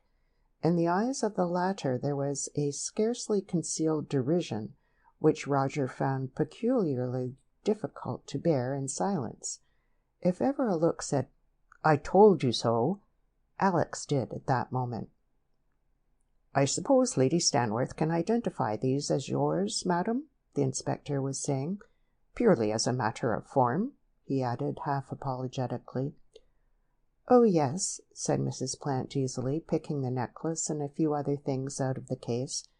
"You've seen me wearing these, haven't you, Lady Stanworth?" There was a perceptible pause before Lady Stanworth answered, and it seemed to Roger that she was looking at Mrs. Plant in rather an odd way. Then she said, naturally enough, "Of course, and I remember the case, too. Yes, these belong to Mrs. Plant, Inspector." "Then we may as well hand them over to her at once," said the inspector, and Lady Stanworth nodded approvingly. "Is that all you require, Inspector?" Jefferson asked. "Yes, sir, quite. And I've had my journey for nothing, I'm afraid. Still, we have to go into everything, as you know." "Oh, naturally," Jefferson murmured, turning away from the safe. "And now I must get back and finish my report," the inspector continued. The coroner will communicate with you this afternoon as soon as I've seen him again." "Oh, by the way, Inspector," Mrs. Plant put in, "Mr. Sheringham was telling me that I might be wanted to attend the inquest. Is that necessary?" "I am afraid so, madam. You were the last person to see Mr. Stanworth alive." "Yes, but my evidence wouldn't be of the least importance, would it? The few words I had with him about those roses can't throw any light on the matter at all." "I'm very sorry, madam," the inspector murmured, "but in these cases the last person to see the deceased alive is invariably called, whether the evidence appears to be of any importance or not." "Oh, then I must take it as quite certain that I shall have to attend?" Mrs. Plant asked disappointedly. "Quite, madam," the inspector returned firmly, moving towards the door. Roger hooked his arm through that of Alec and drew him out through the French windows. "Well?" asked the latter with an undisguised grin. "Still as sure as ever that those jewels weren't in the safe, Sherlock Sheringham?" "Yes, I've been expecting a little subtle ridicule from you, Alec," Roger said with mock humility. "No doubt I deserve it." "I'm glad you're beginning to realize that," retorted Alec pleasantly. "Yes, for drawing the only possible conclusions from a given set of facts. Well, I suppose we shall have to go back to the beginning again and start to draw some impossible ones instead." "Oh, Lord," Alec groaned. "But seriously, Alec," said Roger with a change of tone, "things are going very curiously. Those jewels ought not to have been in the safe at all, you know. Nor the money either, for that matter. It's all wrong." "Most annoying when things break rules like that, isn't it? Well, I suppose you'll allow now that Mrs. Plant was speaking the truth this morning after all." "I suppose I shall have to," said Roger reluctantly. "For the present, at any rate. But it's very, very extraordinary." "That Mrs. Plant should have been speaking the truth? It seemed to me far more extraordinary that she should have been lying, as you were so jolly sure." "All right, Alec, don't get rattled. No, I wasn't meaning that exactly. But that she should have been so remarkably agitated about those jewels of hers, as if she thought that somebody was going to steal them. And then that yarn of hers, that she thought the police would take them and she wouldn't get them back. No, say what you like, Alec, it is extraordinary." "Women are extraordinary," said Alec wisely. Certainly Mrs. Plant is." "Well, at any rate, she's exonerated, I take it?" "No, that she isn't," said Roger with decision. "That lady isn't free from suspicion yet by any means. After all, the matter of the jewels is only one of several curious circumstances. But look here, Alec, another remarkable thing has cropped up since I saw you last. I'm going to tell you because I promised I'd share anything new with you at the very beginning.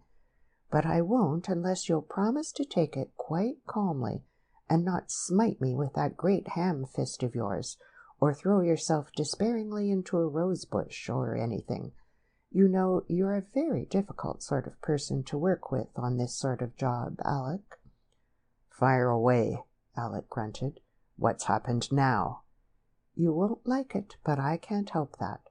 After all, I'm only telling you facts, not theories, and there's no getting away from them, however unwelcome they may be.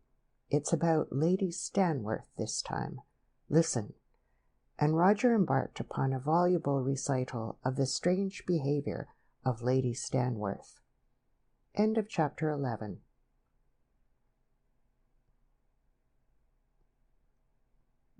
Chapter 12. Hidden Chambers and Whatnots. "Oh," said Alec carefully when Roger had finished. "You see, I carefully refrained from drawing any deduction. Aloud, at any rate. All I say is that it looks funny." "Lots of things seem to look funny to you, Roger," Alec remarked tolerantly. "About this case," Roger retorted, "you're quite right. Lots of things do, but let's put all these side issues behind us for the moment. There's one thing that I'm simply aching to set about." "Only one?" said Alec nastily. "And what's that?" "To find out how the murderer got away from the library last night. If we can solve that little problem, we've cleared up the last remaining difficulty as far as the committing of the murder goes." "Yes, I suppose we have," Alec replied thoughtfully. "But it seems to me that we've rather got our work cut out there, haven't we? I mean, it's pretty well impossible for a man to get out of a room like that and leave everything locked up behind him, you know." "On the contrary, that's just what it isn't, because he did it, and it's up to us to find out how." "Got any ideas about it?" Alec asked with interest. "Not a one. At least, I can think of one very obvious way. We'll test that first, at any rate. The library's empty now, and I expect Jefferson will be pretty busy for the rest of the afternoon. We can sleuth away in peace." They turned their steps in the direction of the library. "And what is the obvious solution to the library mystery?" Alec asked. "I'm blessed if I can see one." Roger looked at him curiously. "Can't you really?" he said. "No, I'm dashed if I can." "Well, what about a secret door, then?" "Oh," Alec observed blankly. "Yes, I didn't seem to think of that. It's the only obvious way, and it's not outside the possibilities by any means in an old house like this, especially in the library, which hasn't been pulled about so much as some of the other rooms." "That's true enough," said Alec quite excitedly. "Roger, old sleuth, I really do believe you're on the track of something at last." "Thanks," Roger returned dryly. "I've been waiting for a remark like that for some hours." "Yes, but this really is interesting. Secret passages and hidden chambers and whatnots. Jolly romantic and all that. I'm all in favor of unearthing it." "Well, here we are, and the scent ought to be strong. Let's get down to it." "What shall we do?" asked Alec, staring curiously round the walls as if he expected the secret door to fly suddenly open if he looked hard enough. "Well, first of all, I think we'd better examine this paneling. Now, let's see. This wall, where the fireplace is, backs onto the drawing-room, doesn't it? And this one, behind the safe, onto the storeroom and a little bit of the hall. So that if there is a door or anything, the probability is that it will be in one of those two walls. It's not likely to be in either of the outside ones. Well, I tell you what we'd better do. You examine the paneling in here, and I'll scout round on the other side of the walls and see if I can spot anything there." "Right-o," said Alec, beginning to scrutinize the fireplace wall with great earnestness. Roger made his way out into the hall and thence to the drawing-room. The dividing wall between that room and the library was covered with paper, and one or two china cabinets stood against it. After a cursory peep or two behind these, Roger mentally wrote that wall off, at any rate, as blameless. The storeroom, similarly, was so full up with trunks and lumber as to be out of the question.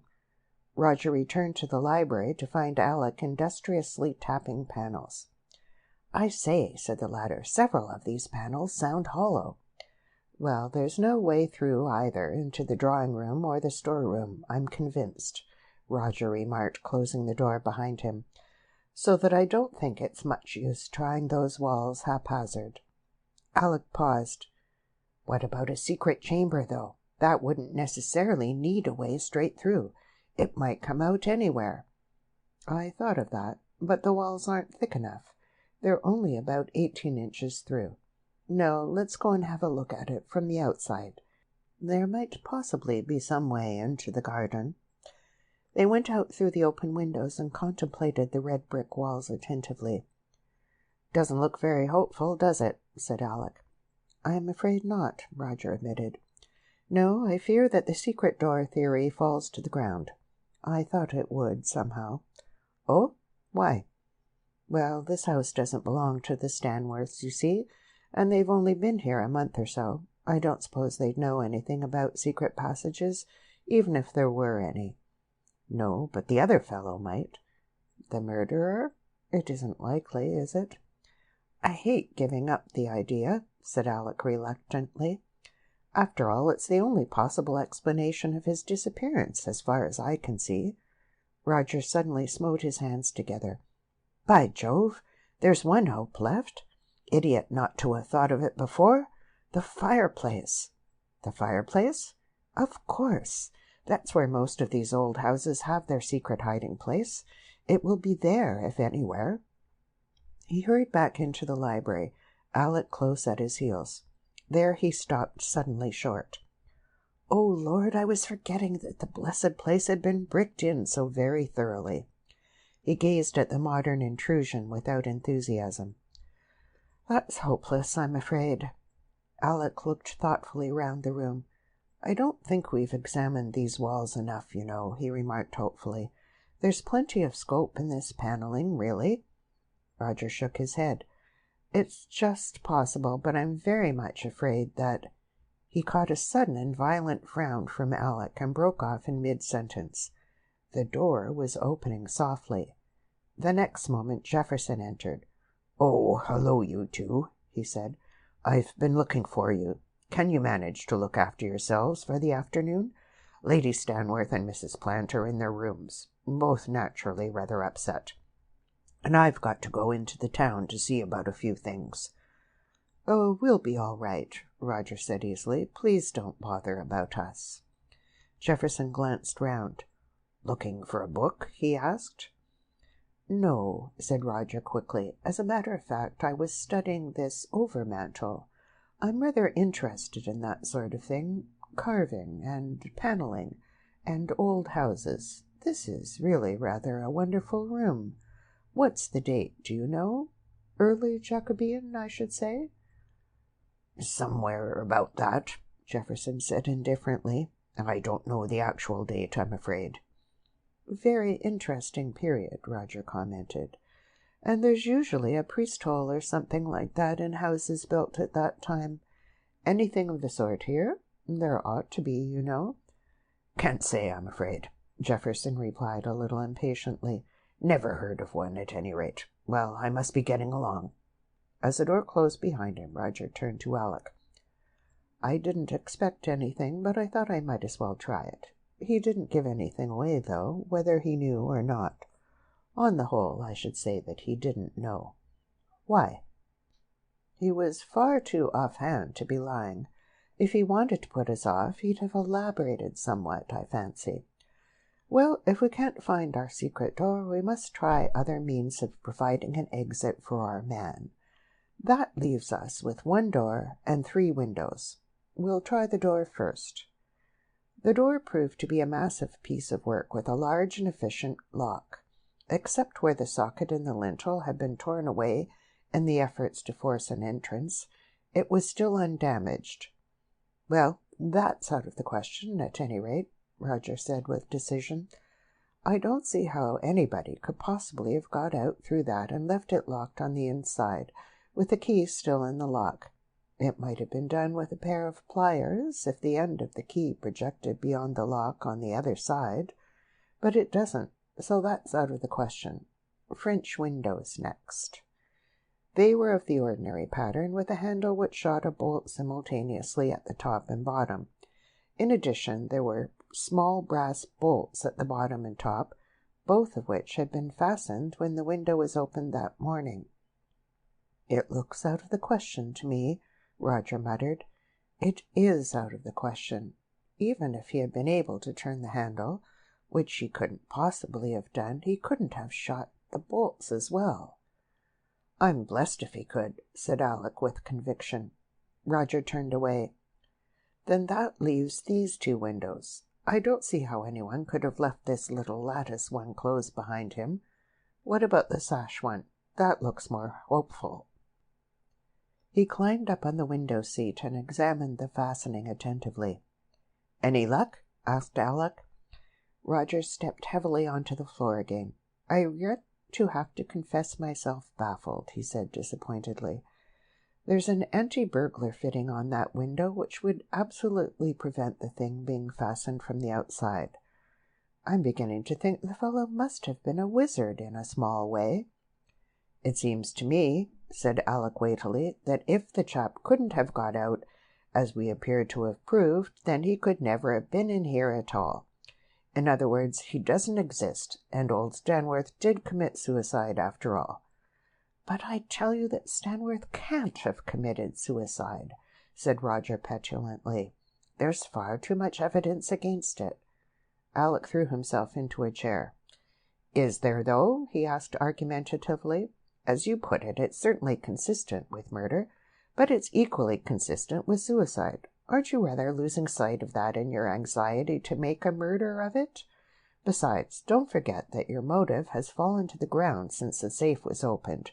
There wasn't a robbery here last night after all." Roger was roaming restlessly about the room. At Alec's last words he paused in his stride and looked at his companion with some irritation. "Oh, don't be childish, Alec," he said sharply. "Money and jewels aren't the only things that can be robbed. The motive still holds perfectly good if we got to have a motive. It was robbery of something else, that's all. But why stick to robbery? Make it revenge, hatred, self-protection, anything you like. But take it from me that Stanworth was murdered. The evidence is not equally consistent with suicide. Think it over for yourself, and you'll see. I can't bother to go through it all again. And if we can't find the way the chap got out, that's because we're a pair of idiots, and can't see what must be lying under our noses, that's all." And he resumed his stride again. "Humph!" said Alec incredulously. "Door, window, window, window," Roger muttered to himself. "It must be one of those four. There's simply no other way." He wandered impatiently from one to the other, trying desperately to put himself in the place of the criminal. What would he have done? With some ceremony, Alec filled and lighted his pipe. When it was in full blast, he leaned back in his chair and allowed his eyes to rest approvingly on the cool greens of the gardens outside. "Life's too short," he remarked lazily. "If it really was a clear case of murder, I'd be on the trail as strenuously as anyone.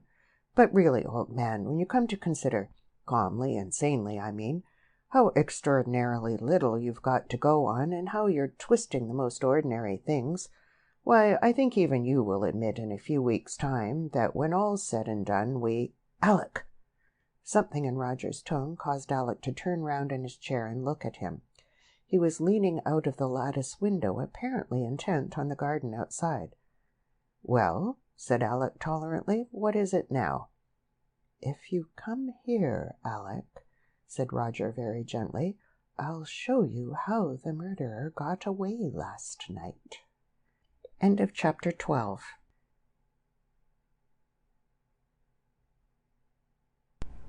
Chapter 13. Mr. Sheringham investigates a footprint. "Show me what?" Alec exclaimed, bounding out of his chair. "How the murderer escaped," Roger repeated, turning and smiling happily at his dumbfounded accomplice. "It's extraordinarily simple, really. That's why we never spotted it. Have you ever noticed, Alec, that it's always the simple things of life, plans, inventions, what you like, that are the most effective? Take, for instance—" Alec seized his too voluble friend by the shoulder and shook him violently. "How did the chap escape?" he demanded. Roger pointed to the window through which he had been leaning. "There," he said simply. "Yes, but how do you know?" cried the exasperated Alec. "Oh, is that what you mean? Come, friend Alec." Roger took his fellow sleuth by the arm and pointed triumphantly to the window-sill. On the surface of the white paint were a few faint scratches. "You see those? Now look at that." And he indicated something on the flower bed beneath. "I said it must be lying under our noses all the time," he added complacently. Alec leaned out of the window and looked at the bed. Just below the window was an unmistakable footprint, the toe pointing towards the window. "You said escaped, didn't you?" he asked, withdrawing his head. "I did, Alexander." "Well, I'm sorry to disappoint you and all that," said Alec in a tone that curiously belied his words. "But nobody escaped this way. Someone got in. If you look again, carefully this time, you'll see that the toe is pointing towards the window, not the heel. That means that somebody stepped from the ground to the window ledge, not vice versa." "Alec, you are on your day today, aren't you?" said Roger admiringly. "Precisely the same thought occurred to myself at a first glance. Then, looking carefully, as you so kindly suggest, I noticed that the indentation of the heel is very much deeper than that of the toe, indicating that somebody stepped backwards from the window to the ground, after thoughtfully closing the window behind him. If he'd been stepping up, the toe would be deeper than the heel, as a moment's thought will show you, won't it?" "Oh," said the crestfallen Alec. "Sorry to have to score you off in that blatant Sherlockian way," Roger continued more kindly, "but you did ask for it, you know. No, but seriously, Alec, this is most extraordinarily important. It clears up the last difficulty about murder." "But how did he close the window behind him?" asked Alec, still half incredulous. "Oh, that's the neatest thing of all, and delightfully simple, although it took me a minute or two to discover it after I'd seen the footprint. Look, you see this handle, the ordinary type for this sort of window. It consists of an arm that fits into the lock, and a heavy handle set at right angles to it, the whole moving on a central pivot. The weight of the handle end keeps the other end in position. Well, watch." Carefully arranging the handle so that the heavy end was balanced exactly above the pivot, Roger pushed the window sharply back into its frame. Immediately the handle was dislodged by the jar, and with a little click the fastener fell into place in its socket, the weight of the falling handle driving it well home. "Well, I'm dashed," Alec said. "Neat, isn't it?" Roger said proudly. He stood on the sill outside, you see, and pulled it to behind him, having fixed the handle in position before he got out. "I suppose it's a trick you could play with any lattice window, although I've never come across it before." "That's one to you, all right," said the humbled Alec. "I take back quite a lot of the unkind things I've said to you." "Oh, don't trouble to apologize," Roger said magnanimously. "Though I did warn you that I should turn out to be right in the end, you remember. Well, I don't think you'll trouble to dispute the fact of murder any more, will you?" "Don't rub it in," Alec protested. "I did it for the best, like the doctor in the poem. Well, what's the next move?" "Let's go out and have a look at that footprint at close range, shall we?" Roger suggested. "There might be some others, too. Footprints! We are getting professional, aren't we?" On a more careful inspection, the footprint fully bore out Roger's contention that it must have been made by a man stepping backward from the sill. The heel end was nearly 1.5 inches deep, the toe scarcely half an inch. The edges were slightly blurred where the earth had crumbled, but the mark was clearly that of a large foot. "At least a 10 boot," Roger said, stooping over it. "Possibly 11. This may be very useful indeed, Alec." "It's a bit of luck, certainly," Alec agreed.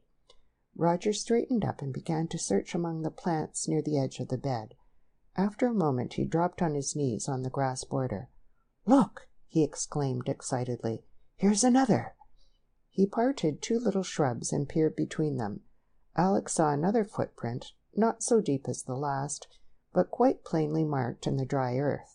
The toe of this one was also pointing towards the window. "Same fellow?" he asked, bending over it. "Yes," Roger replied, examining the print intently. "The other boot. Let's see, this is well over a yard from the last one, isn't it? He must have stepped back onto the path in 2 big strides."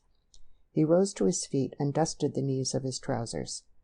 "It's a pity we can't track him any farther," he added disappointedly. "Can you do anything more with these?" Alec asked with interest. "I don't know," We ought to take accurate measurements of them sometime, I suppose. Oh, and there's something else I should very much like to do." "What's that?"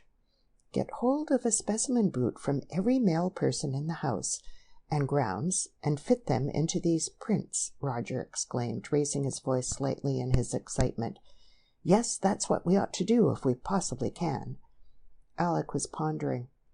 "But look here, wouldn't you say that these footprints meant that the fellow was someone outside the house? They show him getting away from the place after Stanworth had been killed, don't they? If the chap had been someone inside the house, why should he have troubled to get out so elaborately through the window, when all he got to do was to walk out by the door? After all the other things he'd done to make it look like suicide, it wouldn't really be necessary to leave the door locked on the inside, would it?" "You mean we're not likely to find a boot in the house to correspond with these prints?" "Not if the chap were someone from outside, no. What do you think?"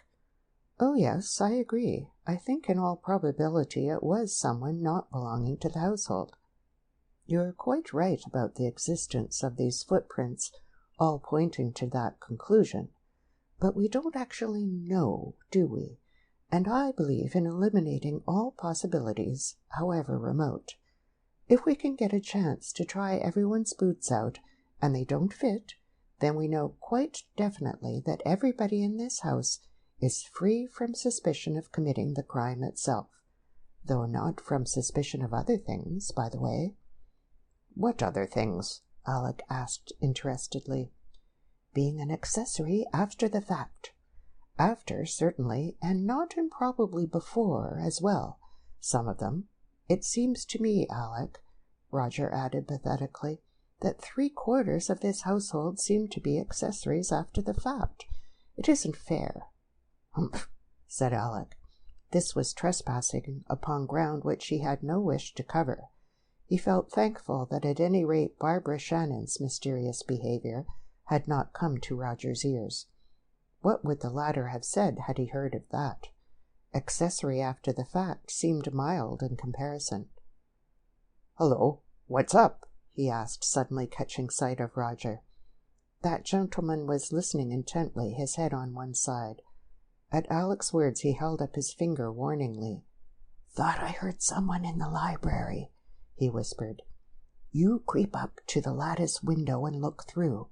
I'll try the French ones. Carefully."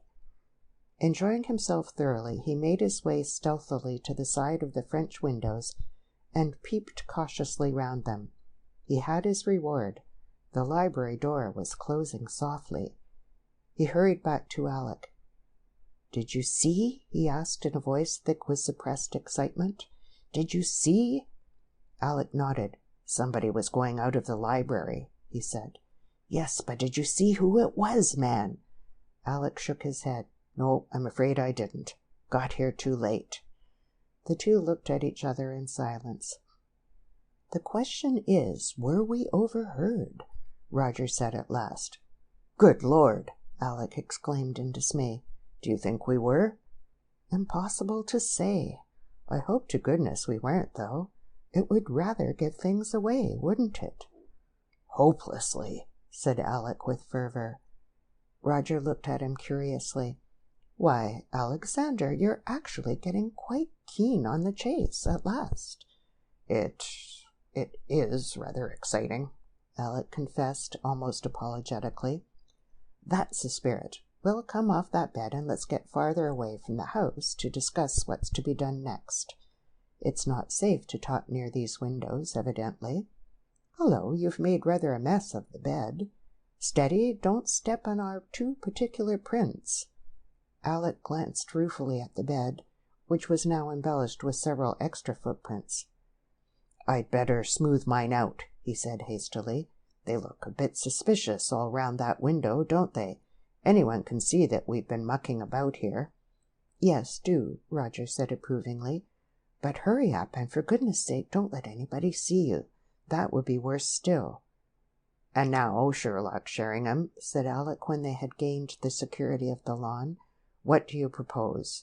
Isn't it time you disguised yourself or something? I'm sure the best detectives always do that at about this stage of the proceedings." "Don't be ribald, friend Alec," Roger said reprovingly. "This is a very serious business, and we're getting along with it very nicely. I think our next move is fairly clear, isn't it? We embark on the quest of the mysterious stranger." "What mysterious stranger?" "I mean we make some inquiries roundabout as to whether any stranger was seen near the place last night. The lodge, the station, the village, and the rest of it." "That seems a sound scheme." "Yes, but before we start there's just one other thing I want to do. You saw how productive the contents of the waste paper basket were. I should like to have a look at yesterday's as well." "Haven't they been destroyed?" "No, I don't think so.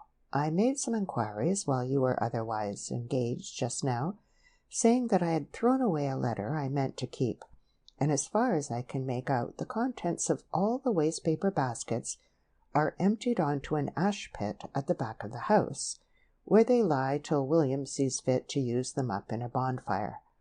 I want to have a peep at that ash pit before we start. Not that I really expect to find anything, but you never know." "How do we get there?" "We'll go round the front of the house. It's somewhere on the farther side, I think. We'd better get a move on. We've got no time to waste." "I'm game," said Alec quite enthusiastically. They set off. In front of the house the car was standing, the chauffeur lounging negligently at the wheel as if he had been there some time. Roger whistled softly. "Hello, hello, hello," he said softly. "What's this?" "It's the car," replied the ever-literal Alec. "I said you'd make a great detective one day if you ever took it up seriously, Alec. No, you goop, what's the car doing here? Who's it waiting for?" "Better ask the chauffeur, I should think," said Alec, quite unruffled. "I will." Alec slapped his pockets. "Dash it all, I've left my pipe somewhere. In the library, I think. I'll run back for it while you're speaking to the chauffeur. That'll give you a chance to dawdle. Won't be a minute." He jog-trotted round the angle of the house, and Roger sauntered towards the chauffeur. When Alec reappeared, pipe in mouth, 2 or 3 minutes later, Roger was waiting for him near the car. There was a look of mingled apprehension and triumph on his face. "Ah, here you are!" he exclaimed in a loud voice. "Well, we'd better be off if we want anything like a decent long walk before tea."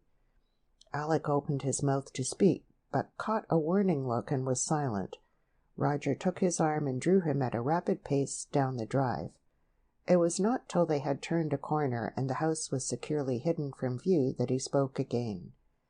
"In here," he observed briskly, and plunged into the thick bushes which bordered the drive on either side. In some bewilderment Alec followed. "What's the idea?" he asked as he rejoined his companion. "A little game of hide-and-seek. You heard what I foghorned to you just now? That was for the benefit of the chauffeur, so that just in case anybody were to ask him what Messrs. Grierson and Sheringham are up to this afternoon, he has his answer pat. Now I want to see just how long it is after the disappearance of the two said gentlemen that the car leaves its anchorage. You see, the chauffeur told me that he is waiting to take Jefferson into Elchester, Alec." "I expect that's right," Alec replied intelligently. "Jefferson said he'd got to go in, you remember." "He's been waiting nearly half an hour, Alec." "Has he?" "Yes, probably he has. It must be getting on for that since Jefferson came into the library." "Therefore Jefferson intended to go into Elchester half an hour ago, Alec. And he didn't go, Alec. And he's been in the house all that time instead, Alec. And somebody whom we couldn't see came into the library and went away very quietly indeed, Alec. And can you put 2 and 2 together, Alec?" "Do you mean that it was Jefferson who came into the library that time?" "Amazing!" observed Roger admiringly. "I can't think how the man does it. It must be something to do with wireless. Yes, Alec, you're quite right. I most certainly do think it was Jefferson who came into the library that time. But don't you see the other significance? Why didn't he go into Elchester half an hour ago? He was surely quite ready when he came and told us. Was it because I somehow roused his suspicions, asking him about priest holes and things, and he stayed behind to spy on us and find out what we were up to?" "The Lord knows," said Alec helplessly. "Well, it looks like it, doesn't it? It looks as if Jefferson is getting suspicious, uncommonly suspicious. I don't like it. Things are going to get awkward if they get wind of our little game. We shan't be able to investigate in peace any longer." "Dashed awkward," Alec agreed feelingly. "Hush!" Roger crouched down hastily behind a bush, and Alec followed suit. As they did so, there came the noise of an approaching car, and the big blue sunbeam swept past them and down the drive. Roger glanced at his watch. Started 4 minutes after we did. It all fits in, doesn't it? But there's one thing that really is worrying me badly." "What's that?" They scrambled through the undergrowth and headed for the house once more. Roger turned impressively to Alec. "Did he or did he not hear what we were saying outside that window? And if he did, how much?" End of chapter 13.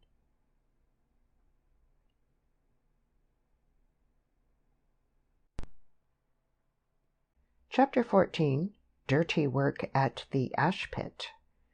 The ash pit proved easy to locate. It lay among some outhouses and was surrounded on 3 sides by mellow old brick walls, the space within which was filled with a depressed-looking mass of rotting vegetable matter, old paper, and tins.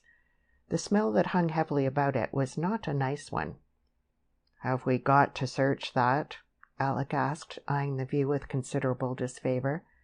"We have," Roger returned, and plunged happily into the smell. "Can't expect to get through a job like ours without a certain amount of dirty work, you know." "Personally, I prefer my dirty work at the crossroads," Alec murmured, following his intrepid leader with the greatest reluctance. "They're cleaner. Dirty work at the ash pit doesn't seem to appeal to me in the least."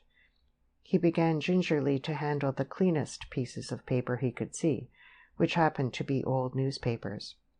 Roger was rooting contentedly among a heap of scraps and shreds in the middle.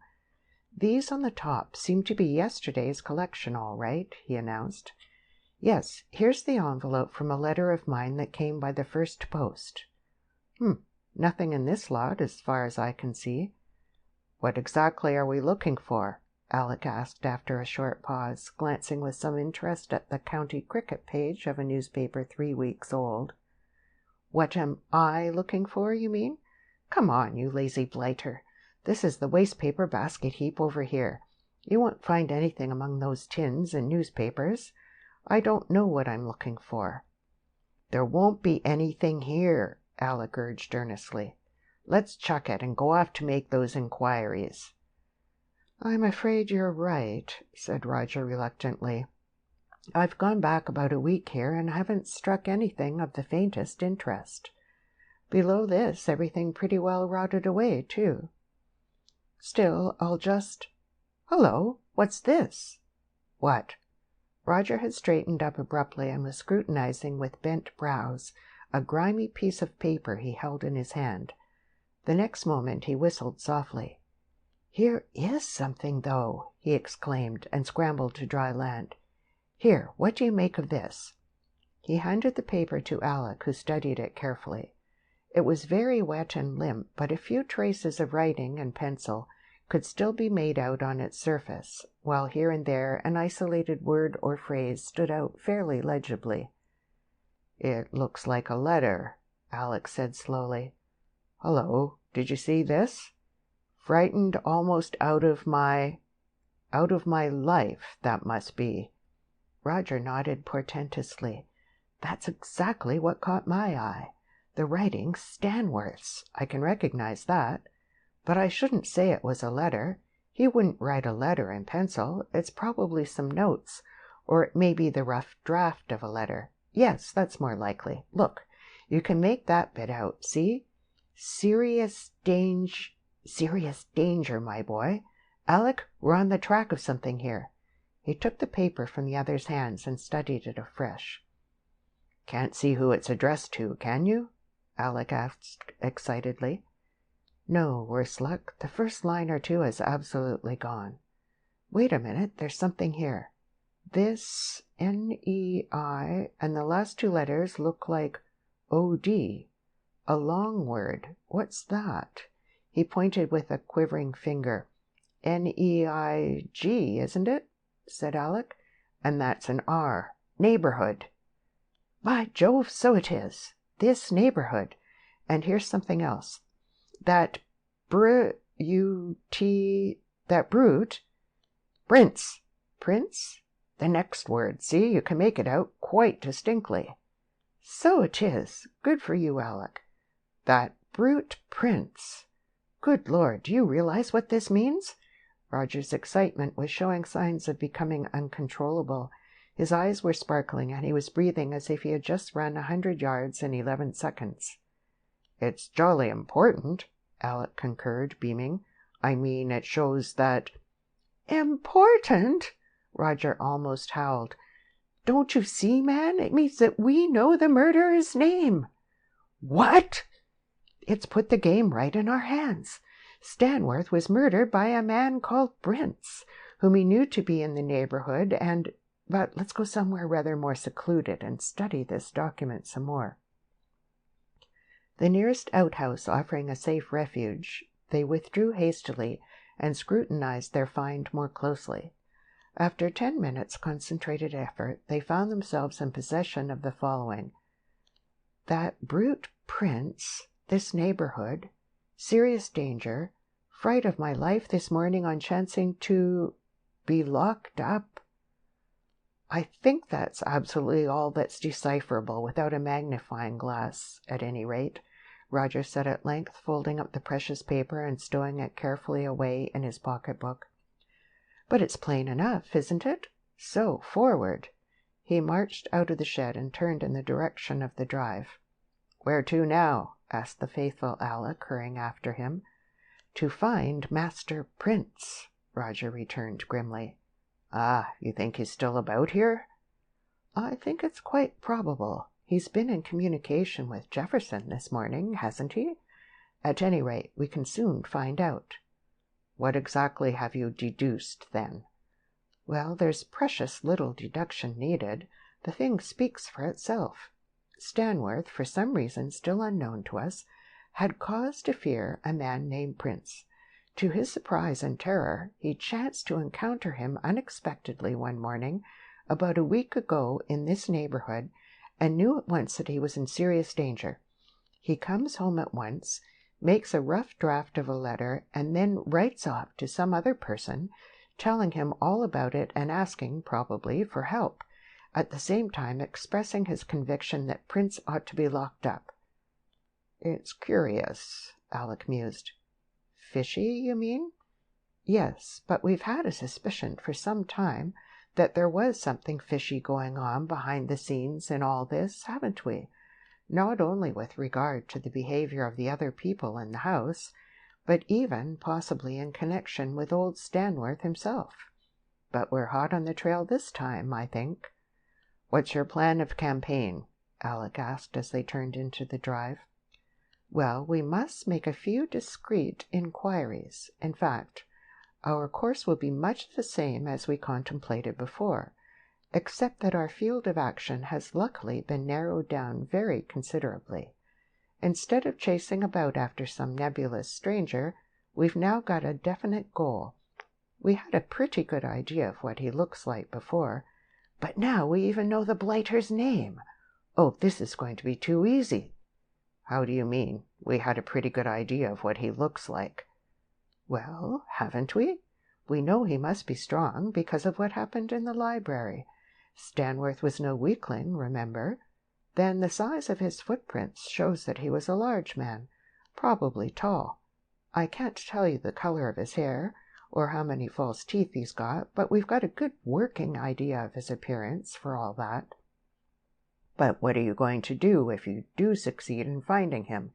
You can't go up to him and say, 'Good afternoon, Mr. Prince. I believe you murdered Mr. Stanworth at 2 o'clock this morning.'"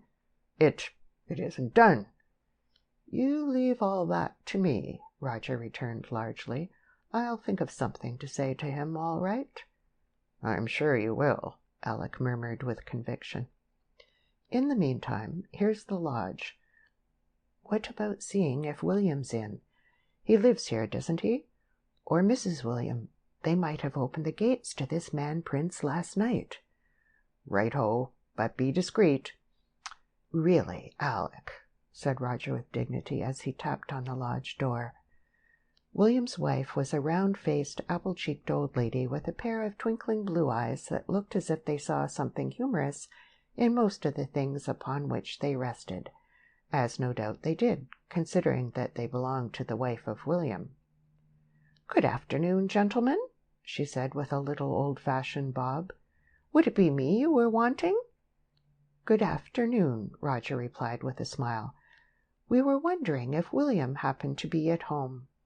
"Me husband? Lor, no, sir, he's never at home at this time. He's got his work to do." "Oh, I suppose he's about the garden somewhere, is he?" "Yes, sir, cutting pea sticks in the orchard, I think he is. Was it anything important?" "Oh, no, nothing important. I'll call around and see him later on." "Shocking business this, sir, about the master," Mrs. William began volubly. "Shocking. Such a thing's never been known at Layton Court before, not in my time, it hasn't, nor ever before that, so far as I've heard tell. And did you see the corpse, sir? Shot hisself in the head, didn't he?" "Yes, shocking," said Roger hastily. "Shocking. By the way, I was expecting a friend last night, rather late, but he never turned up. You didn't see anything of him here, I suppose, did you?" "About what time would that be, sir?" "Oh, somewhere about 11 o'clock, I should think, or even later." "No, sir, that I didn't. William and me was both on us in bed and asleep before 10:30. "I see. And you close the gates when you lock up for the night, don't you?" "That we do, sir, unless there's orders come down to the contrary. They was shut near after 10 o'clock last night and not opened till Halbert, that's the chauffeur, came down early this morning. Was your friend coming by motor car, sir?"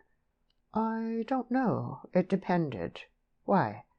"Because there's always the little gate at the side left open, which people on foot can come in by.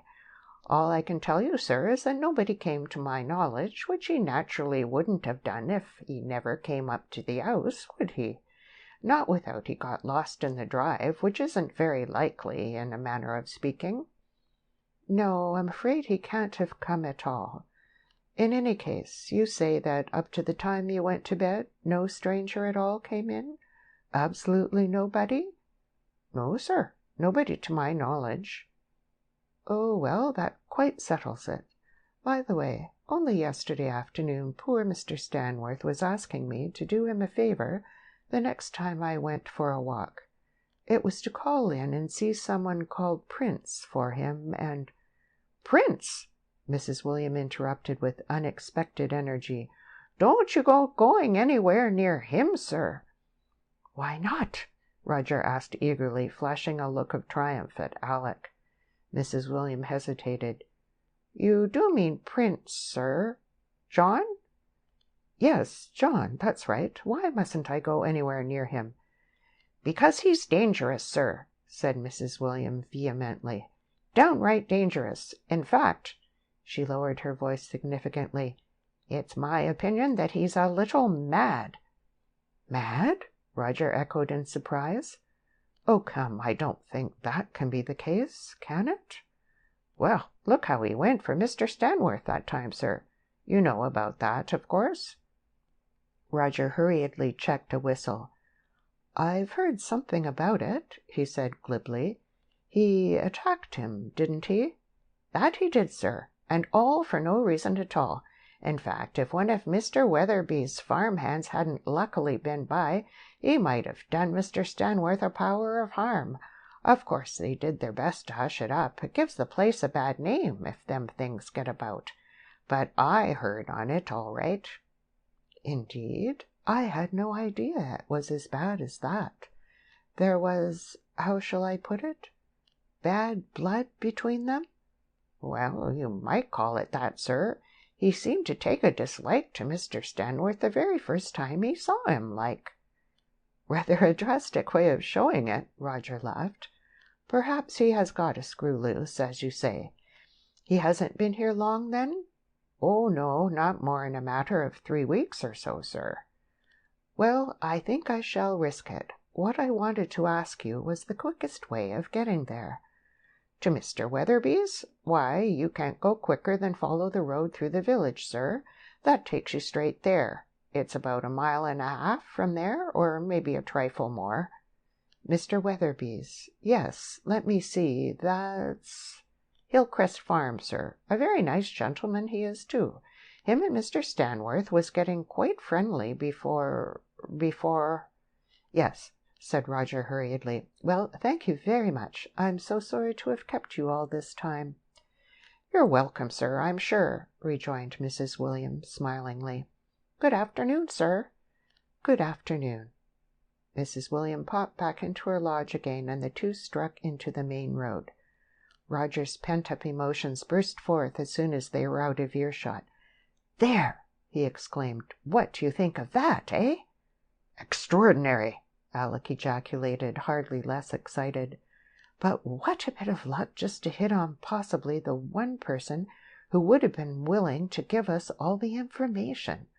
Luck? It's positively uncanny. Well, I never guessed that detecting was as easy as this." "We're going straight after this man Prince, then?" "You bet we are. We want to catch our bird before he flies." "You think he intends flying?" "Most probably, I should say," Roger replied, striding along the dusty road at top speed. "He's only been in the place 3 weeks, you see, so he evidently came with the full intention of doing what he has done. Now the job's accomplished, there's no need for him to stay any longer. Oh, he's a clever one, is Master Prince, but not quite clever enough." "He attacked Stanworth once before, apparently, and in broad daylight." "Yes, didn't she bring that out beautifully? I could have screamed with excitement. It all fits together, doesn't it? Seemed to take a dislike to him at first sight, like. Ah, Mrs. William, that wasn't first sight, not by a long chalk. I expect that happened after Stanworth wrote his letter. Otherwise he'd have mentioned it." "It may have been in one of the bits that disappeared." "That's true. There were some long gaps. Look here, I'll tell you what we'd better do. Call in at the village pub on our way and see if we can get any more information out of the landlord. He's sure to know everything that happens round here." "That seems a sound scheme," Alec agreed readily. "In the meantime, let's marshal our facts. That's the correct phrase, isn't it? This man Prince has managed to obtain employment of some kind on the farm of a Mr. Weatherby, who happens to be a gentleman farmer. That was a cunning move of his, by the way. Gives a reason for his presence in the neighborhood, you see. He came here for some definite purpose connected with Stanworth. I don't say murder, necessarily. That may not have been intended at first. The very first time he saw Stanworth, his feelings were so much for him that he went for the old man bald-headed. The affair was hushed up, but there's certain to have been some gossip about it." "Silly thing to do, that," Alec commented. "Yes, very. Showed his hand too soon. Still, there you are, he did it. And now let us devote all our energies to reaching this scorching village. Time's precious, and I want to ruminate a little." They walked rapidly down the winding white road into the village, and made for the local public house. Time was indeed so precious that no considerations of temperature could be allowed to interfere with their expenditure of it. End of chapter 14.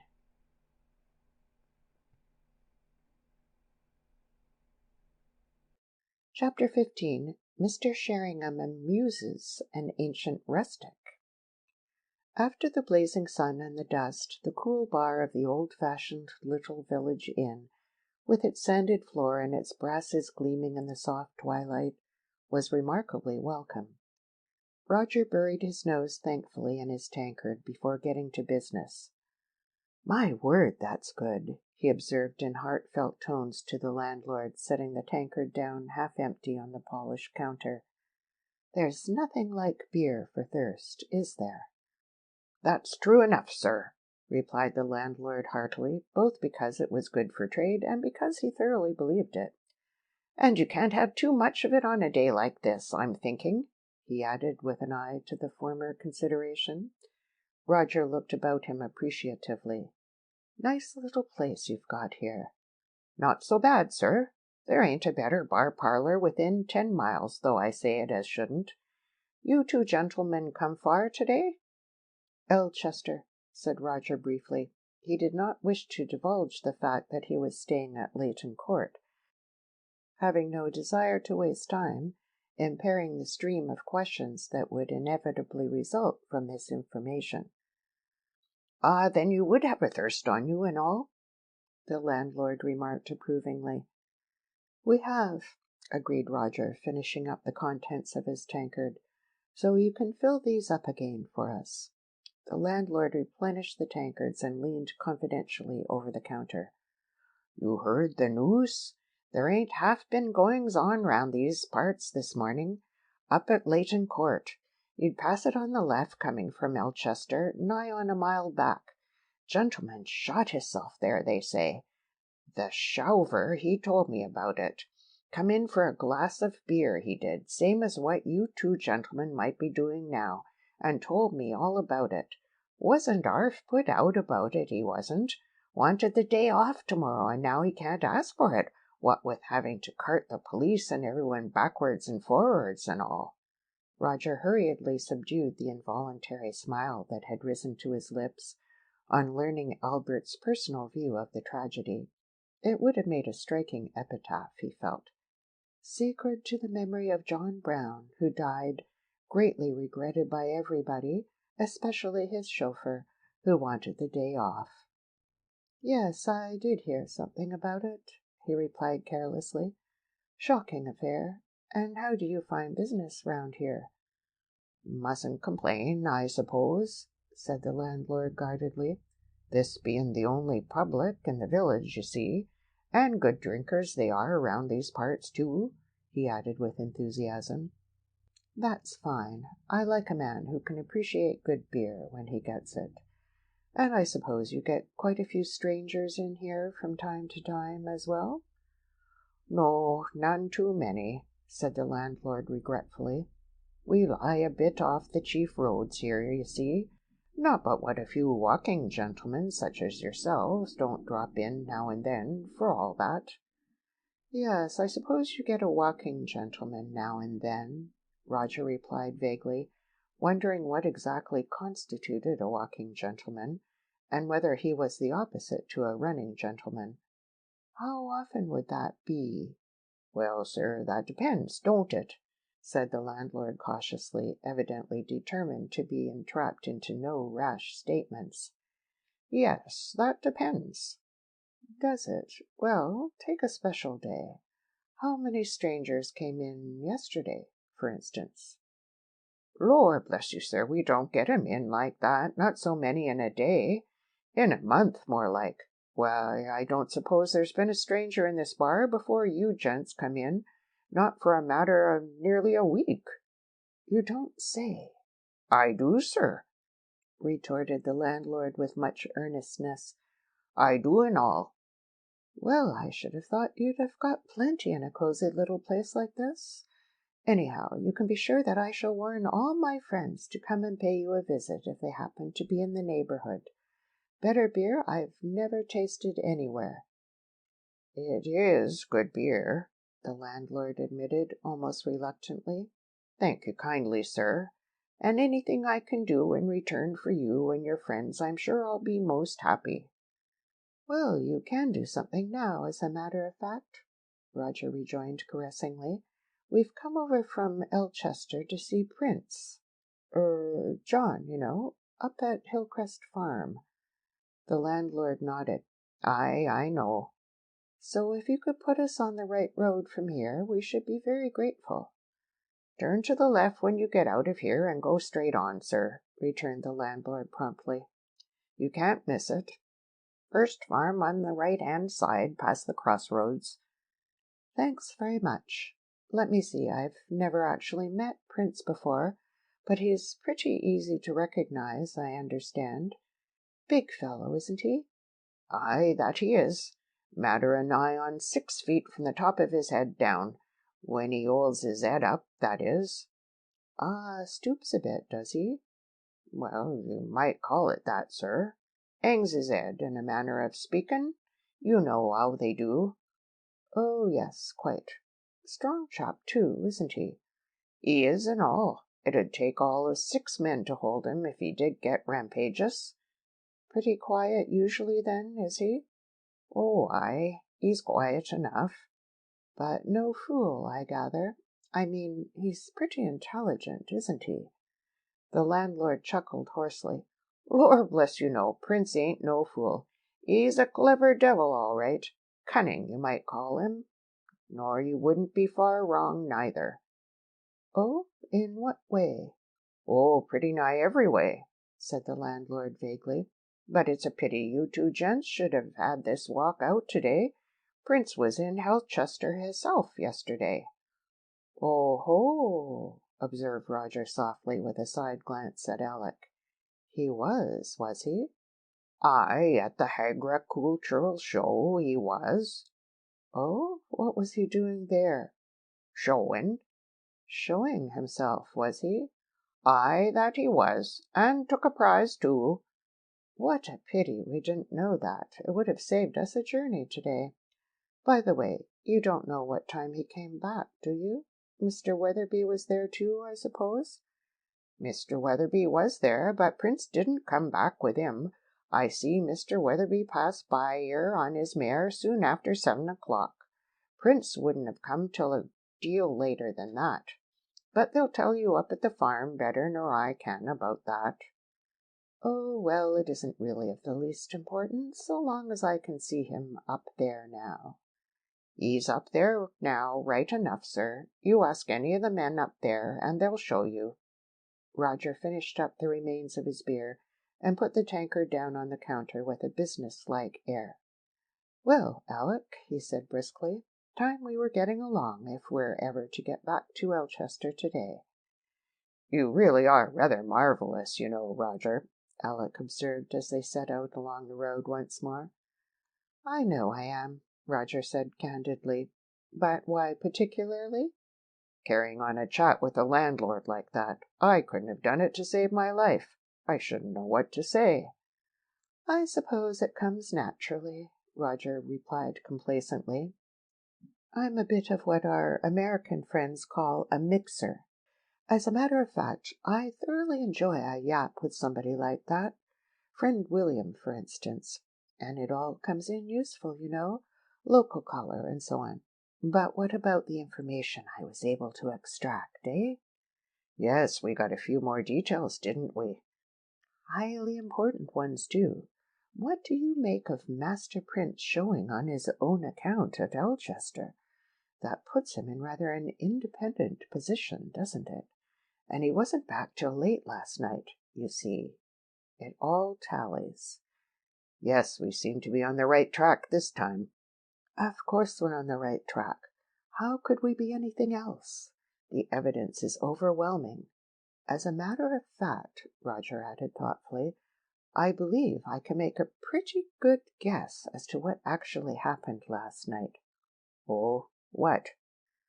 Why, friend Prince, naturally somewhat elated at winning a prize at the show, got drinking with some of the new pals he must have picked up here and had a couple of drops too much. On his way back he passes Layton Court and either rattles the side door and notices it ajar, in any case walks in and up to the French windows, which are open. Stanworth, who we know is mortally afraid of him, jumps at his appearance and threatens him with a revolver. In the struggle, Stanworth is shot, either on purpose or accidentally. That sobers friend Prince up more than a little, and with the cunning we know him to possess, he sets the stage for us to find the next morning. How's that? It's quite possible, Alec admitted. But what I want to know is, how are we going to tackle Prince now? Wait and see what happens. I shall get into conversation with him and try to get him to account for his movements last night. If he gets obstreperous, we shall simply have to lay him out, that's all. You'll come in useful there, by the way. Alec observed. In any case, Roger concluded enthusiastically, it's going to be dashed exciting. You can take my word for that. There was no mistaking Hillcrest Farm. It lay on the top of a sharp rise, just as the landlord had described it. The two instinctively slackened their steps as they approached, as if unconsciously reconnoitering the scene of battle. I don't want to enlist Weatherby just yet, Roger murmured. I think we ought to try and tackle him ourselves. And we don't want to give the alarm in any case, or arouse any suspicions. That's why I didn't put hundreds more questions to that landlord. What do you think? Oh, absolutely. What about asking that old chap if he knows where Prince is? Yes, I will. Roger strolled over towards the spot where an ancient rustic was clipping one of Mr. Weatherby's hedges. I want to speak to Mr. Prince, he confided to the ancient. Can you tell me where I shall find him? Sir? Queried the other, curving a large and horny hand round an equally large and horny ear. I want to speak to Mr. Prince, Roger repeated loudly. Where is he? The ancient did not move. Sir? He remarked stolidly. Prince! Bawled Roger. Where? Oh, Prince! He's in the next field alongside. Up t'other end I seed him, not above 5 minutes back. The horny palm ceased to function as an ear trumpet and became a receptacle for a spare shilling of Roger's, and the two moved on. In the side of the next field was set a sturdy gate. Roger swung himself easily over it, the light of battle in his eyes. Alec followed suit, and they advanced together up the center of the field. I can't see anyone here, can you? Roger remarked when they had gone some little distance.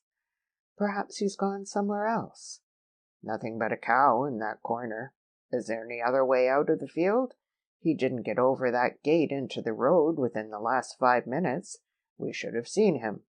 Roger halted and gazed round carefully. Yes, there's a... Hullo, what's the matter with that cow? She seems very interested in us. The cow, a large, powerful-looking animal, had indeed quitted its corner and was advancing purposefully in their direction. Its head was swaying curiously from side to side, and it was emitting a noise not unlike the hoot of a steamer. My God! Alec shouted suddenly. That isn't a cow, it's a bull! Run like hell! Roger needed no second invitation. He set off at top speed in the wake of the flying Alec. The bull, observing this disappointing procedure, thundered after them. It was an exciting race while it lasted. The result, some 6 seconds later, was as follows. 1. Mr. A. Grierson. 2. Mr. R. Sheringham. 3. Bull. Distance between first and second, 10 yards. Between second and third, 1 5-barred gate, taken by the second in his stride. Struth! Roger observed with feeling, and collapsed incontinently into a ditch. A hoarse and grating noise caused them to look up. The noise emanated from the ancient. He was laughing. Nearly had you that time, gents, he croaked joyfully. Ain't seen him go for anyone like that, not since he went for that Mr. Stanworth, or whatever he calls hisself, him from Layton Court. I ought to have warned ye. You want to be very careful of that there Prince John. End of chapter 15.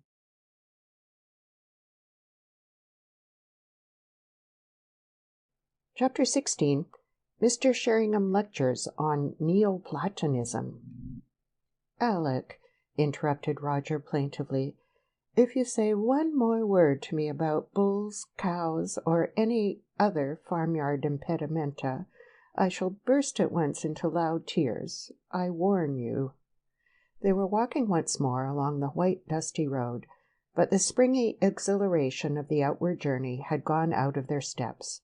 A short but pithy conversation with the ancient Rustic, conducted mostly in ear-splitting yells, had speedily shown the crestfallen Roger the precise nature of the wild goose, or should it be wild bull, he had been chasing. Alec, it might be noticed in passing, was not being at all kind about it. "If ever anything could have been more obvious," Roger pursued mournfully. "My reasoning was perfectly sound. It almost looks as if Mrs. William and that idiot of a landlord were trying deliberately to deceive me. Why couldn't they have said straight out that the disgusting animal was a bull and have done with it?" "I don't expect you gave them a chance," Alec remarked with an undisguised grin. Roger gave him a dignified look and relapsed into silence. But not for long. "So here we are, back again at the precise point we had reached before we ever came across that miserable piece of paper," he resumed unhappily. "A whole valuable hour wasted." "You've had some exercise, at any rate," Alec pointed out kindly. "Jolly good for you, too." "The point is, what are we going to do next?" "Go back to tea," said Alec promptly. "And talking about wasting valuable time, I believe that's all we're doing at all with regard to this business. If such a clear clue as that fizzles out in this way, why shouldn't the whole thing be equally a mare's nest? I don't believe there ever was a murder after all. Stanworth committed suicide." "Let's see," Roger went on, completely disregarding this interruption. "We were setting out to get on the trail of a mysterious stranger, weren't we? Well, that's where we shall have to take the thing up from. Luckily, I kept my wits about me enough to put a few questions about strangers to those two, and we drew a blank. We will now visit the station." "Oh, no," Alec groaned. "Tea!" "Station," returned Roger firmly, and station it was. But even the station did not prove any more fruitful. On the plea of making inquiries for a friend, Roger succeeded in extracting with some difficulty, from a very bucolic porter, the information that only half a dozen trains in a day stopped there. The place was indeed little more than a halt, and none at all after 7 o'clock in the evening. The earliest in the morning was soon after 6, and no passengers had been picked up so far as he knew. No, he hadn't seen a stranger arrive yesterday, leastways not to notice one like. "After all, it's only what we might have expected," Roger remarked philosophically as they set off homewards at last. "If the fellow came by train at all, he'd probably go to Elchester. He's no fool, as we know very well." Alec, now that the prospect of tea and shade was definitely before him, was ready to discuss the matter rather more amicably. "You're quite sure now that he is a stranger, then?" he asked. "You've given up the idea that it's anybody actually in this neighborhood?" "I'm nothing of the sort," Roger retorted. "I'm not sure of any blessed thing about him, except that he wears large boots, is strong, and is no ordinary criminal, and that he corresponds closely with the quite distinct mental picture I had formed of the late lamented Mr. John Prince. He may be a stranger to the neighborhood, and he may not. We know that he was still in it during the morning, because he managed to communicate with the occupants of the household. But as for anything more definite than that, we simply can't say, not knowing his motive. By Jove, I do wish we could discover that. It would narrow things down immensely." "I tell you something that never seems to have occurred to us," Alec remarked suddenly. "Why shouldn't it have been just an ordinary burglar, who got so panic-stricken when he found he'd actually killed his householder that he hadn't the nerve to complete what he came for, and simply hurried off? That seems to me as probable as anything, and it fits the facts perfectly." "Yes, we did rather touch on the burglar idea at the very beginning, didn't we? Do you realize that it was only 5 hours ago, by the way? It seems more like 5 weeks. But that was before the curious behavior of all these other people impressed itself upon us." "Upon you, you mean?" "I still think you're making ever so much too much of that side of it. There's probably some perfectly simple explanation if we only knew it. I suppose you mean Jefferson and Mrs. Plant?" "And Lady Stanworth." "And Lady Stanworth, then. Well, dash it all, you can't expect them to take us into their confidence, can you? And that is the only way in which their part can be cleared up. Not that it seems to me in the least worth clearing up. I don't see that it could possibly have anything to do with the murder. Good Lord, it's practically the same thing as accusing them of the murder itself. I ask you, my dear chap, can you imagine either Mrs. Plant or Lady Stanworth, we'll leave Jefferson out for the moment, actually plotting old Stanworth's murder? It's really too ludicrous. You ought to have more sense." "This particular topic always seems to excite you, Alexander," observed Roger mildly. "Well, I mean, it's so dashed absurd. You can't really believe anything of the sort." "Perhaps I don't. Anyhow, we'll shelve it till something more definite crops up. It's quite hot enough already without making each other still more heated. Look here, let's give the whole thing a rest till we get back. It will clear our brains. I'll give you a short lecture on the influence of the Platonic ethics on Hegelian philosophy instead, with a few sidelights on Neo-Platonism," which, in spite of Alec's spirited protests, he at once proceeded to do. In this way the time passed pleasantly and instructively till they had passed the lodge gates once more.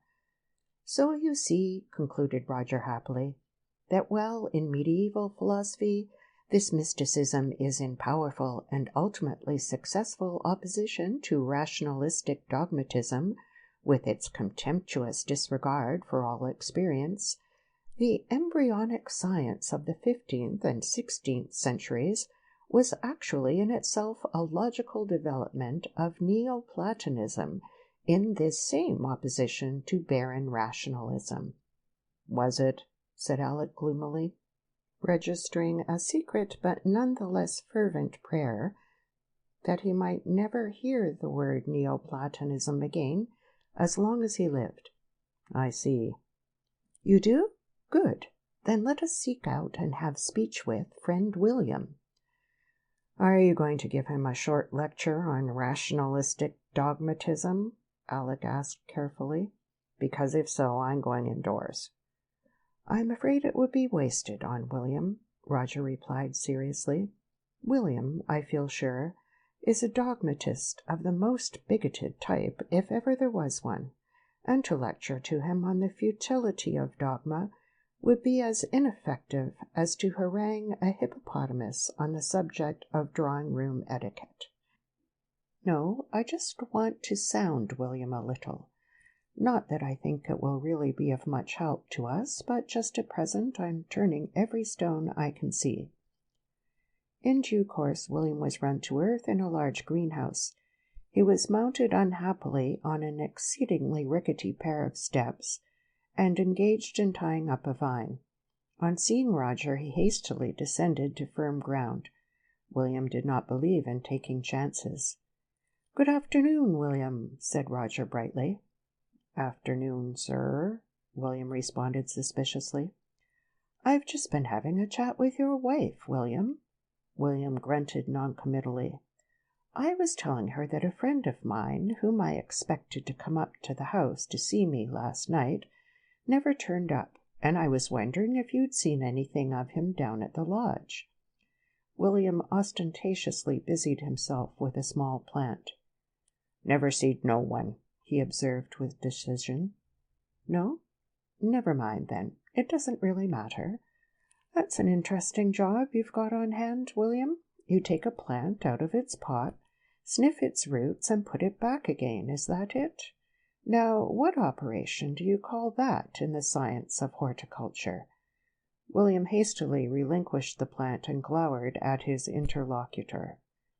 "Some folks mayn't have no work to do," he remarked darkly, "but other folks have." "Meaning yourself, I take it?" Roger said approvingly. "That's right. Work away. Nothing like it, is there? Keeps you cheerful and bright and contented. Great thing, work. I agree with you." A flicker of interest passed across William's countenance. "What did that there Mr. Stanworth want to shoot hisself for, eh?" he demanded suddenly. "I don't know, to tell you the truth," said Roger, somewhat taken aback at the unexpectedness of this query. "Why, haven't you got any ideas about it?" "I don't hold with it myself," said William primly. "Not with suicide." "You're absolutely right, William," Roger replied warmly. "If more people were like you, there'd be less suicides, undoubtedly. It's an untidy habit, to say the least." "It ain't acting right," William pursued firmly. "That's what it ain't." "You put it in a nutshell, William. It isn't. In fact, it's acting all wrong. By the way, William, somebody or other was telling me that a stranger had been seen about the grounds during the last day or two. You noticed him by any chance?" "Stranger? What sort of a stranger?" "Oh, the usual sort, a head and 4 pairs of fingers, you know. This particular one, they said, was a rather large man. Have you seen a rather large, strange man round the house lately?" William cogitated deeply. "I have and all." "Have you, though? When?" William cogitated again. "It'd be a matter of 8:30 last night," he announced at last. 8:30 it'd be, as near as anything. I was a-settin' out in front of the lodge, and up he walks, bold as brass, and nods at me and goes on up the drive." Roger exchanged glances with Alec. "Yes, William," he said warmly. "A man you'd never seen before? A fairly large man?" "A very large man," William corrected meticulously. "A very large man. Excellent. Go on. What happened?" "Well, I says to the missus, 'Who's that?' I says, a-walking up the drive as if he owned the place." William pondered. "As if he owned the place, I says," he repeated firmly. "And a very good thing to say, too. Well?" "Oh, him," she says, "he's the cook's brother," she says. "I was interjuiced to him at Elchester the other day," she says. "At least she says he's her brother," she says. A strange rasping noise in his throat appeared to indicate that William was amused. "At least she says he's her brother, she says," he repeated with much enjoyment. "Oh," Roger exclaimed, somewhat dashed. "Oh, did she? And did you see him again, William?" "That I did. Back he come nigh on a quarter of a hour later, and cook with him, a-hanging on his arm like what she ought to have known better not to have done," William rejoined, suddenly stern. "I don't hold with it myself, I don't," added this severe moralist. "Not at her age, I don't." His expression relaxed reminiscently. "At least, she says he's her brother, she says," he added, with a sudden rasp.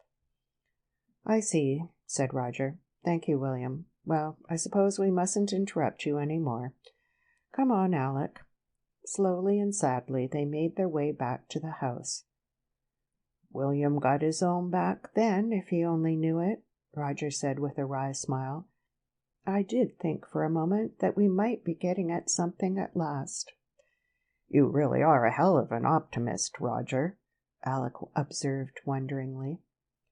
Their path took them past the library, and as they reached the bed in which the footprints had been discovered, Roger instinctively paused. The next moment he darted forward and stared with incredulous eyes at the bed. "Good Lord!" he exclaimed, clutching Alec's arm and pointing with an excited finger. "Look! They've gone, both of them. They've been smoothed out." "Great Scott, so they have!" The two gazed at each other with wide eyes. "So Jefferson did hear what we were talking about," Roger almost whispered. "I have an idea that things are going to get rather exciting very soon after all." End of chapter 16.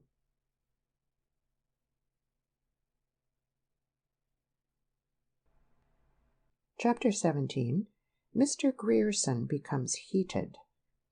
But however much Jefferson might guess of their activities, certainly nothing was visible in his manner as Roger and Alec entered the drawing-room 20 minutes late for tea. He greeted them in his usual curt, rather brusque way, and asked casually how they had managed to amuse themselves. Lady Stanworth was not present, and Mrs. Plant was seated behind the tea-tray. "Oh, we went for a stroll through the village, but it was too hot to be pleasant. Thanks, Mrs. Plant. Yes, milk and sugar, please. 2 lumps. You got through your business in Elchester all right? I saw you starting." "Yes, got off infernally late. Had to rush things. However, I managed to get everything done all right." "Have they arranged about the inquest yet, by the way?" Alec asked suddenly. "Yes, tomorrow morning at 11, here." "Oh, they're going to hold it here, are they?" said Roger. "Which room will you put them in? The library?" "No, I think the morning room's better." "Yes, I think it is." "Oh, I do wish it were over," Mrs. Plant remarked with an involuntary sigh. "You don't seem to be looking forward to the ordeal," Roger said quickly with a slight smile. "I hate the idea of giving evidence," Mrs. Plant replied almost passionately. "It's horrible." "Oh, come, it isn't as bad as all that. It's not like a law case, you know. There'll be no cross-examination or anything like that. The proceedings will be purely formal, I take it. Eh, Jefferson?" "Purely," Jefferson said, lighting a cigarette with deliberation. "Don't suppose the whole thing will last more than 20 minutes.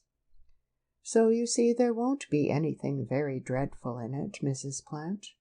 May I have another cup of tea, please?" "Well, I wish it were over, that's all," Mrs. Plant said with a nervous little laugh, and Roger noticed that the hand which held his cup shook slightly. Jefferson rose to his feet. "Afraid I shall have to leave you chaps to your own resources again," he remarked abruptly.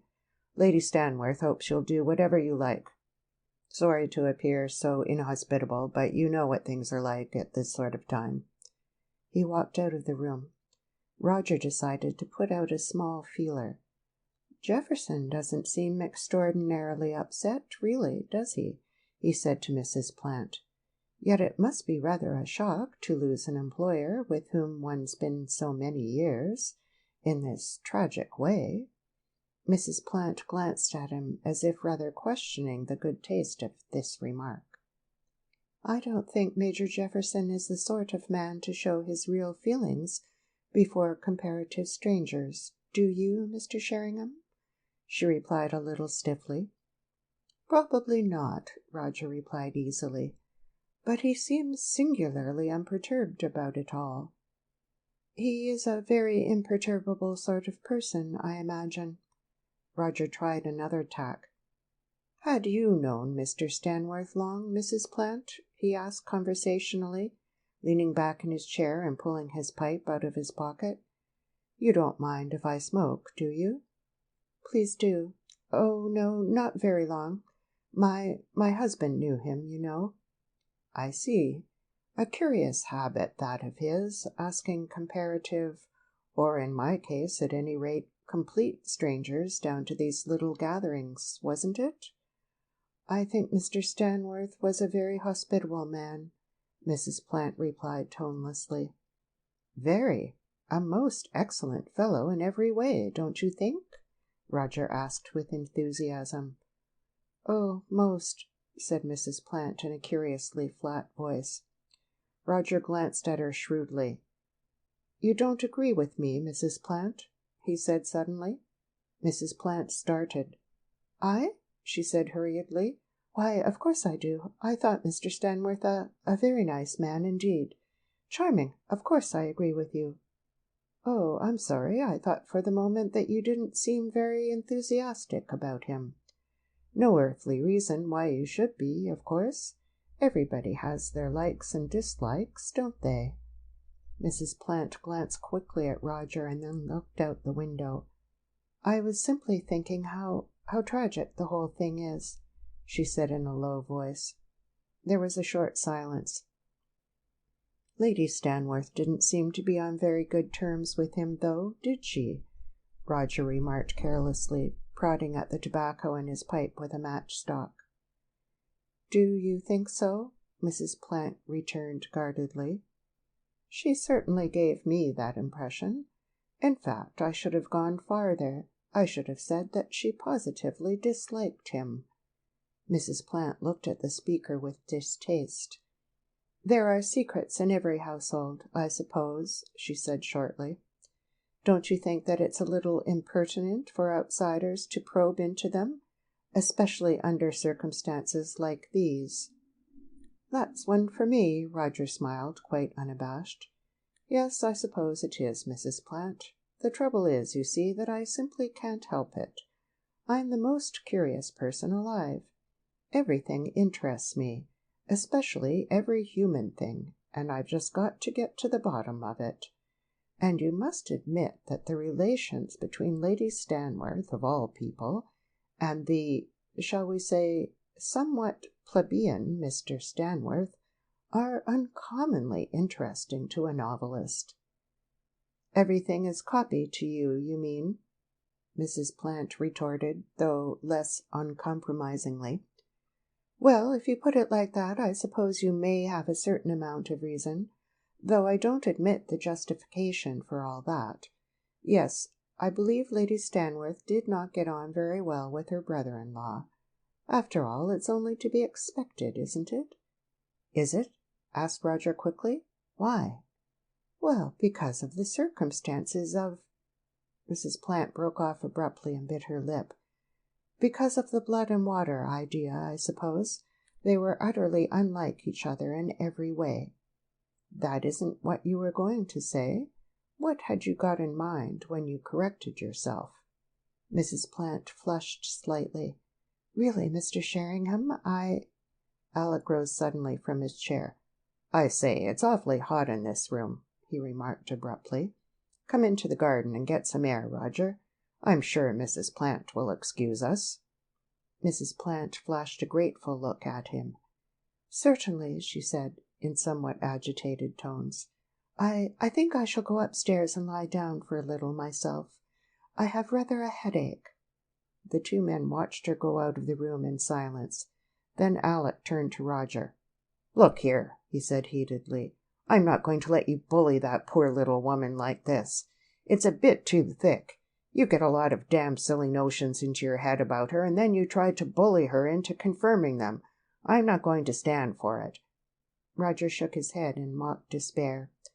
"Really, Alexander," he said tragically, "you are a difficult person, you know, extraordinarily difficult." "Well, it's getting past a joke," Alec retorted a little more calmly, though his face was still flushed with anger. "We can do what we want without bullying women." "And just when I was getting along so nicely," Roger mourned. "You make a rotten Watson, Alec. I can't think why I ever took you on in the part." "A jolly good thing for you that you did," Alec said grimly. "I can see fair play, at any rate. And trying to trick a woman who's got nothing to do with the thing at all into a lot of silly admissions is not playing the game." Roger took the other's arm and led him gently into the garden. All right," he said in the tones of one soothing a fractious child. "We'll try other tactics if you're so set on it. In any case, there's no need to get excited. The trouble is that you've mistaken your century, Alec. You ought to have lived 400 or 500 years ago. As a heavyweight succorer of ladies in distress, you could have challenged all comers with one lance tied behind your back. There. "Oh, it's all very well for you to laugh," returned the slightly mollified Alec, "but I'm perfectly right, and you know it. If we're going on with this thing, we're not going to make use of any dashed underhand sneaky little detective tricks. If it comes to that, why don't you tackle Jefferson if you're so jolly keen on tackling someone?" for the simple reason that the excellent Jefferson would certainly not give anything away, my dear Alec, whereas there's always the chance that a woman will. But enough, we'll confine ourselves to sticks and stones and leave the human element out of account, or the feminine part of it at any rate. But for all that, Roger added wistfully, I would like to know what's going on amongst that trio. Humph, Alec grunted disapprovingly. They paced for a time in silence up and down the edge of the lawn, which ran parallel with the back of the house.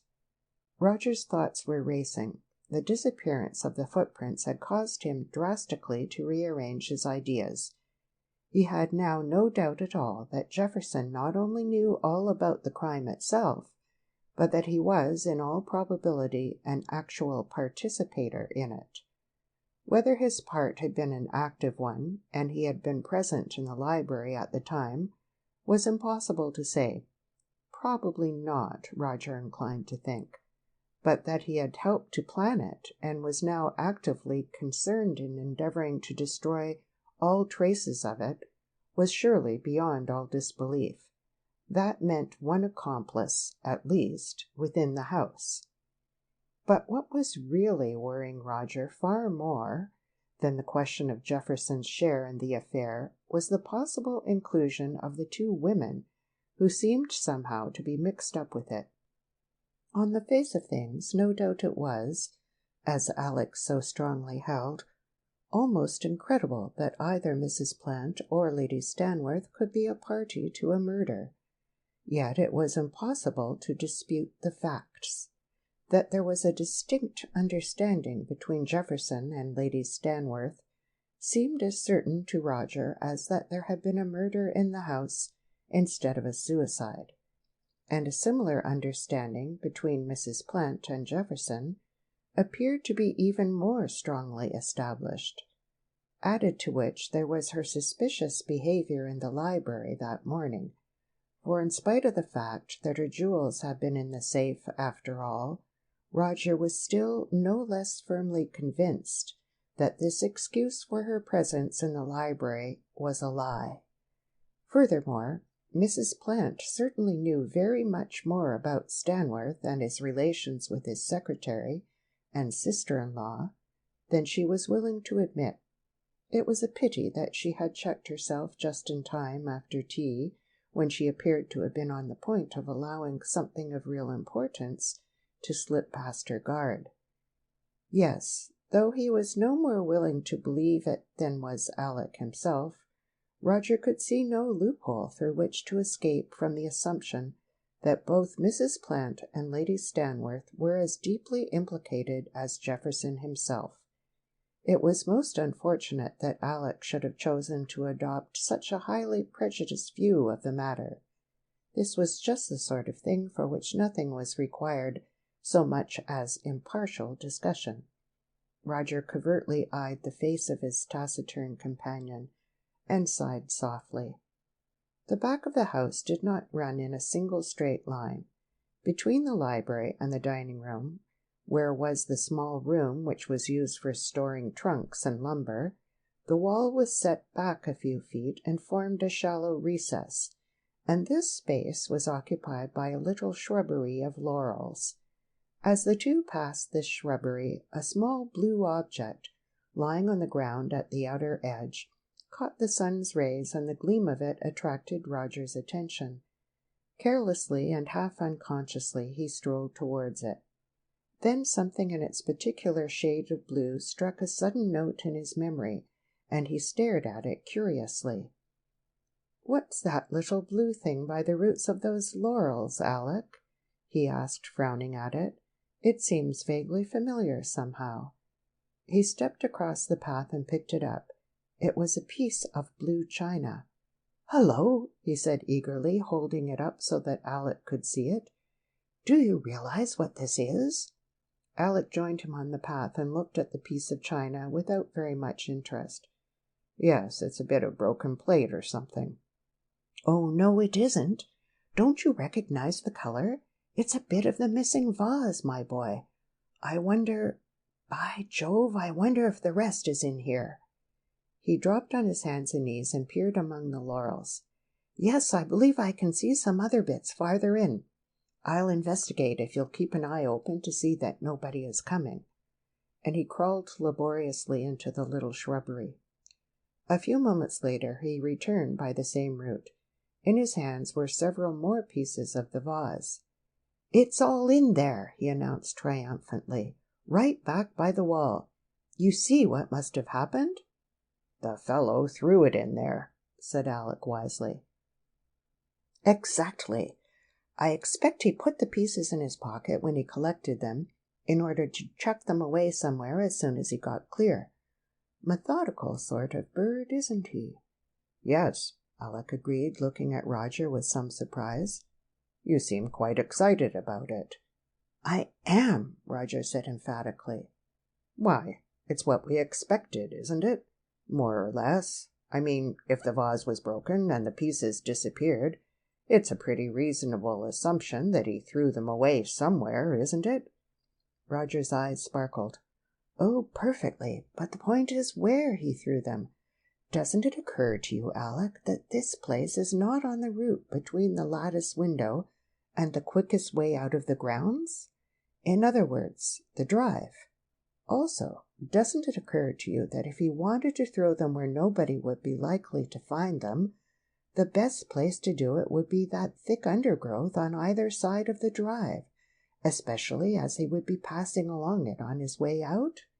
Don't those points seem rather significant to you?" "Well, perhaps it is a little curious, now you come to mention it." "A little curious," Roger repeated disgustedly. "My dear chap, it's one of the most significant things we've struck yet. What's the inference? I don't say it's correct, by the way, but what is the inference?" Alec pondered. "That he was in a deuce of a hurry?" "That he was in a deuce of a fiddlestick. He'd have gone on straight down the drive, if that is all. No, the inference, to my way of thinking, is that he never was going down the drive at all." "Oh, where was he going then?" "Back into the house again. Alec, it's beginning to look as if that mysterious stranger of ours may be going the same way as Mr. John Prince." End of chapter 17.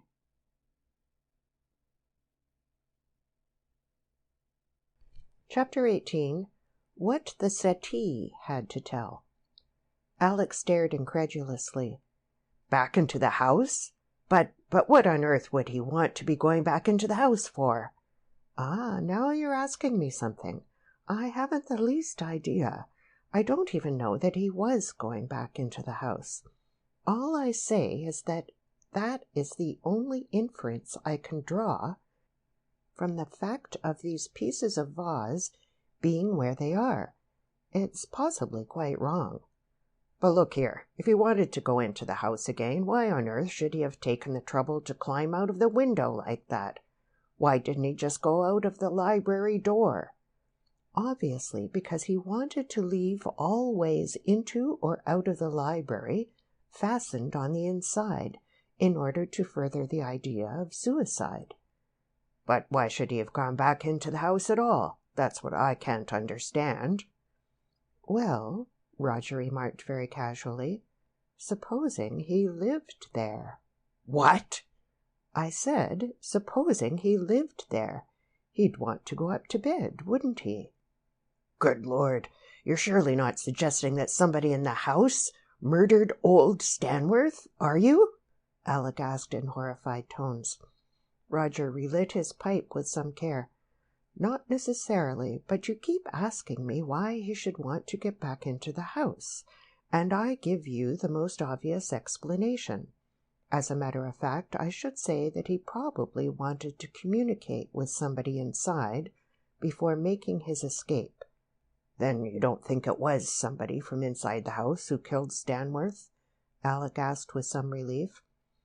"Heaven only knows," Roger replied laconically. "No, perhaps on second thoughts I don't. We mustn't forget that Jefferson couldn't find those keys this morning. Unless that was a blind, by Jove, I never thought of that. Or he might have forgotten something important and wanted to get at the safe again. not realizing that he'd put the keys back in the wrong pocket. "I suppose," Alex said slowly, "that Jefferson is the only person inside the house that you would suspect of having done it?" "No, I'm hanged if he is," Roger retorted with energy. "Oh, who else, then?" "I'm suspecting everybody at present. Put it like that. Everybody and everything within these 4 walls." "Well, look here, don't forget your promise, mind. No decisive steps to be taken without me, eh?" "Yes, but look here, Alec," Roger said seriously. "You really mustn't stand out unnecessarily if I might want to take steps that don't altogether meet with your approval. We're playing a very grave game, you know, and we can't treat it as a joy trip and only do the bits we like and leave out all the nasty part." "Yes," Alex said a little reluctantly. "I see that. I won't make a fuss about anything unnecessarily. But we must go on working together." "Right," Roger answered promptly. "That's a bargain, then. Well, look here. There's one thing we ought to have done earlier, but it quite slipped my memory. We must have a look for that possible second cartridge case. Personally, I don't believe there is one.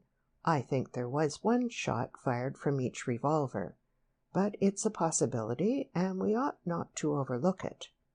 "Rather a tall order, isn't it? It might be anywhere in the whole grounds." "Yes, but there's only one place that it's any use to search, the library. If we can't find it there, we'll give it up."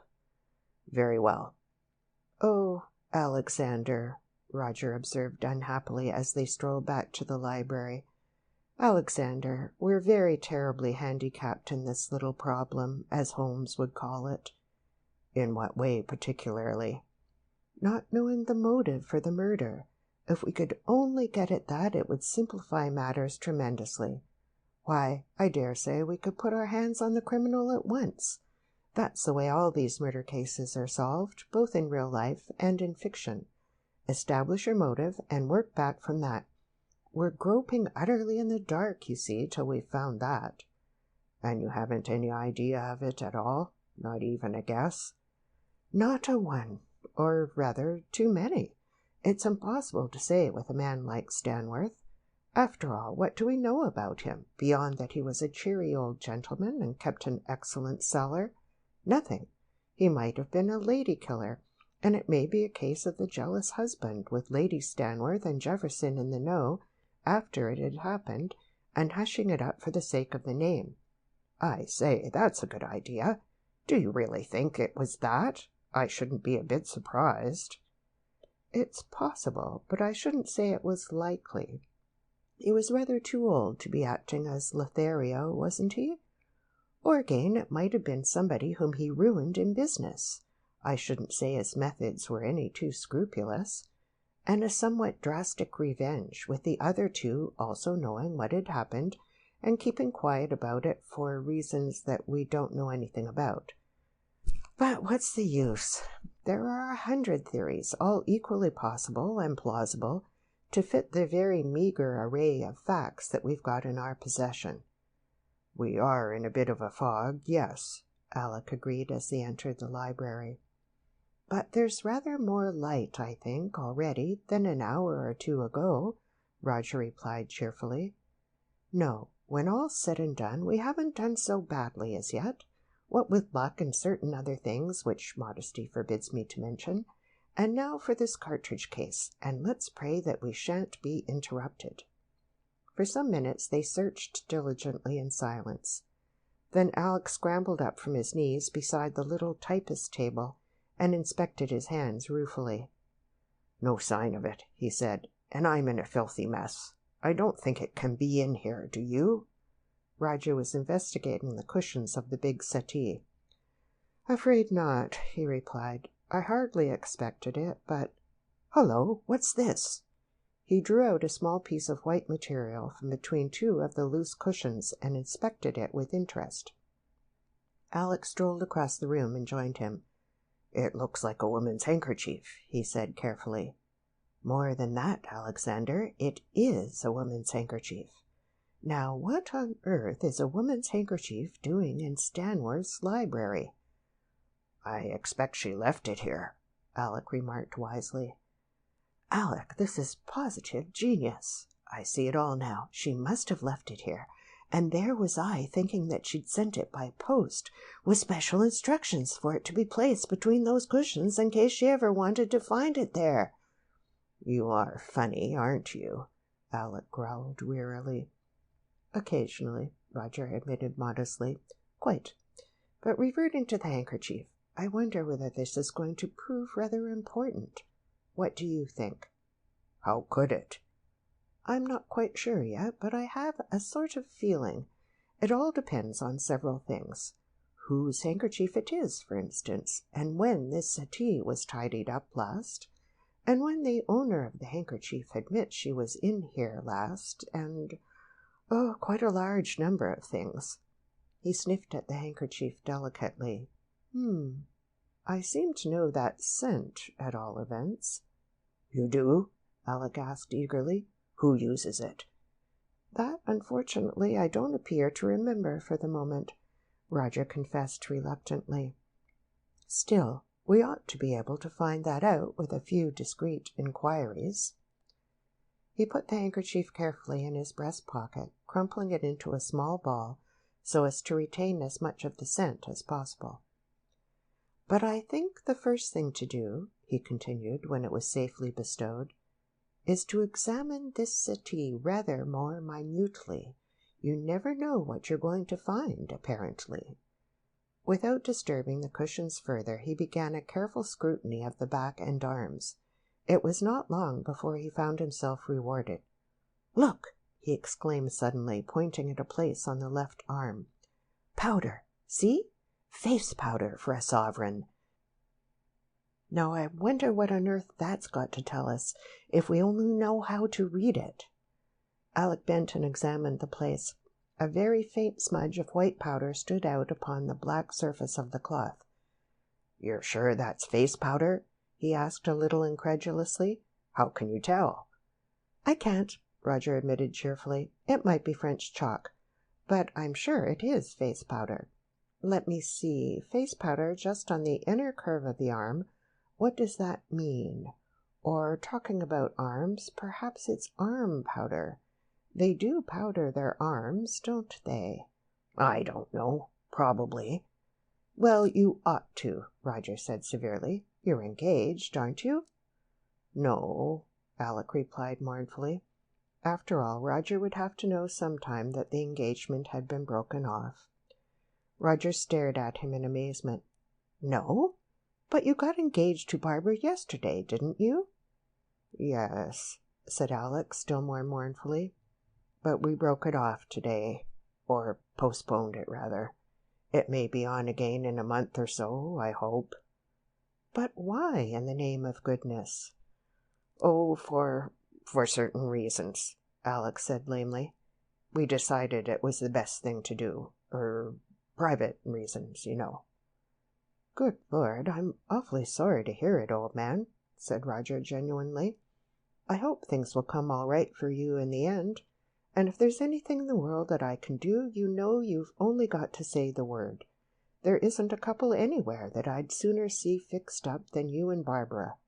You're quite the nicest two people I know." Roger was in the habit of disregarding the convention that a man should never, under any circumstances, display emotion in the presence of another man, just as heartily as he violated all other conventions. Alec flushed with pleasure. "Thanks awfully, old chap," he said gruffly. "I knew I could rely on you, but really there isn't anything you could possibly do, and things will come out all right, I feel sure." "Well, I sincerely hope so, or I'll wring young Barbara's neck for her," said Roger, and both men knew that the topic was closed, until or unless Alec himself chose to reopen it. "And about this powder?" Alec prompted. Yes, I hadn't finished with the settee, had I? Well, let's see if there's anything more to be found first." He bent over the couch again, only to look up the next instant. "See this?" he said, indicating a long fair hair in the angle between the arm and the back. "There has been a woman sitting here recently. This confirms the face powder. What an extraordinarily lucky thing that we thought of searching the place for that cartridge case. It would never have done to have missed this. I have an idea that this woman is going to be more useful to us than 50 cartridge cases."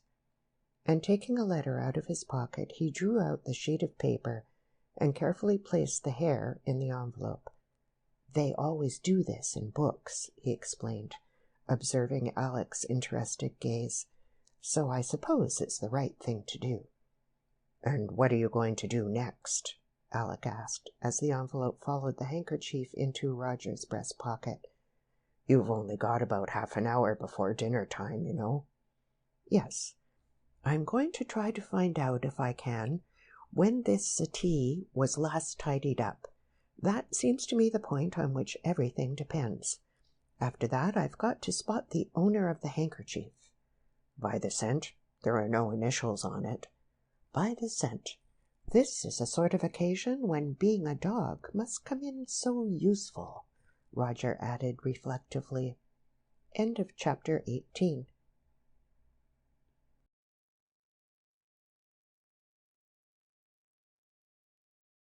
Chapter 19. Mr. Sheringham loses and wins the same bet. At the top of the stairs the two parted, Alec going to his own room and Roger to his. Arrived there, the latter did not proceed immediately with his changing. For some moments he leaned, deep in thought, on the window-sill overlooking the garden. Then, as if he had come to a decision, he crossed the room briskly and rang the bell. A cheerful, plump young person answered it and smiled questioningly. Roger was always a favourite with servants, if not always with gardeners. "Oh, hello, Alice. I say, I seem to have lost my fountain pen. You haven't seen it about anywhere, have you?" The girl shook her head. "No, sir, that I haven't. It wasn't in here when I did the room this morning, I'm sure." That's a nuisance. I've missed it since last night. The last time I remember having it was in the library a short time before dinner. I wonder if I can have left it in there. Do you do the library?" "Oh, no, sir. I only do the bedrooms. Mary does the downstairs rooms." "I see. Well, do you think I could have a word with Mary if she's not too busy? Perhaps you could send her up here?" "Yes, sir. I'll tell her at once." "Thank you, Alice." In due course Mary made her appearance. "I say, Mary," Roger remarked confidentially, "I've lost my fountain pen, and Alice tells me that she hasn't come across it in here. Now, the last time I had it was in the library yesterday, sometime between tea and dinner. I've been looking round for it in there, but I can't see it. I suppose you haven't tidied up the library since then, or seen anything of it?" "Yes, sir. I tidied up the library last night while they were in at dinner, and little did I think when I was doing it that—" "Yes, quite so," Roger put in soothingly. "Shocking business. But what did the tidying up consist of, Mary? I mean, if it was only cursory, you might not have noticed the pen. What did you do exactly?" "Well, sir, I put the chair straight and tidied up the cigarette ends in the hearth and emptied the ashtrays." "What about the settee? I remember sitting on the settee with the pen in my hand." "It wasn't there then, sir," Mary said with decision. "I took up all the cushions and shook them, and there wasn't anything there. I should have noticed it if there had been." "I see. You did the settee quite thoroughly, in fact. Brushed it and all that sort of thing?"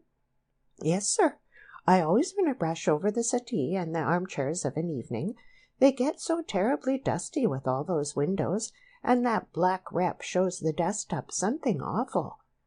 "Well, thank you, Mary. I suppose I must have left it somewhere else after all. By the way, you haven't done the library at all today, have you?" "No, sir," Mary replied with a little shiver. "Nor wouldn't like to, not alone at all events. Creepy, I should call it, sir, with that poor gentleman sitting there all night like a—" "Yes, yes," said Roger with mechanical haste. "Shocking. Well, I'm sorry to have brought you all this way for nothing, Mary, but if you ever come across it, you might let me know. "Yes, sir," Mary said with a pleasant smile. "Thank you, sir."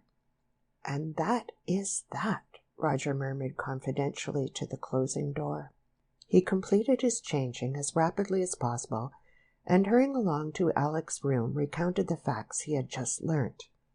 "So you see," he concluded, "that woman must have been in the library some time after dinner. Now, who was it? Barbara was with you in the garden, of course, so she's out of the running. That leaves Mrs. Shannon, Mrs. Plant, and Lady Stanworth. If it was somebody in the house, by the way," he added thoughtfully, "I never thought of that." Alec paused in the act of tying his black tie to look round interrogatively. "But what's all this getting at?" he asked. "Is there any particular reason why one of those three shouldn't have been in the library yesterday evening?"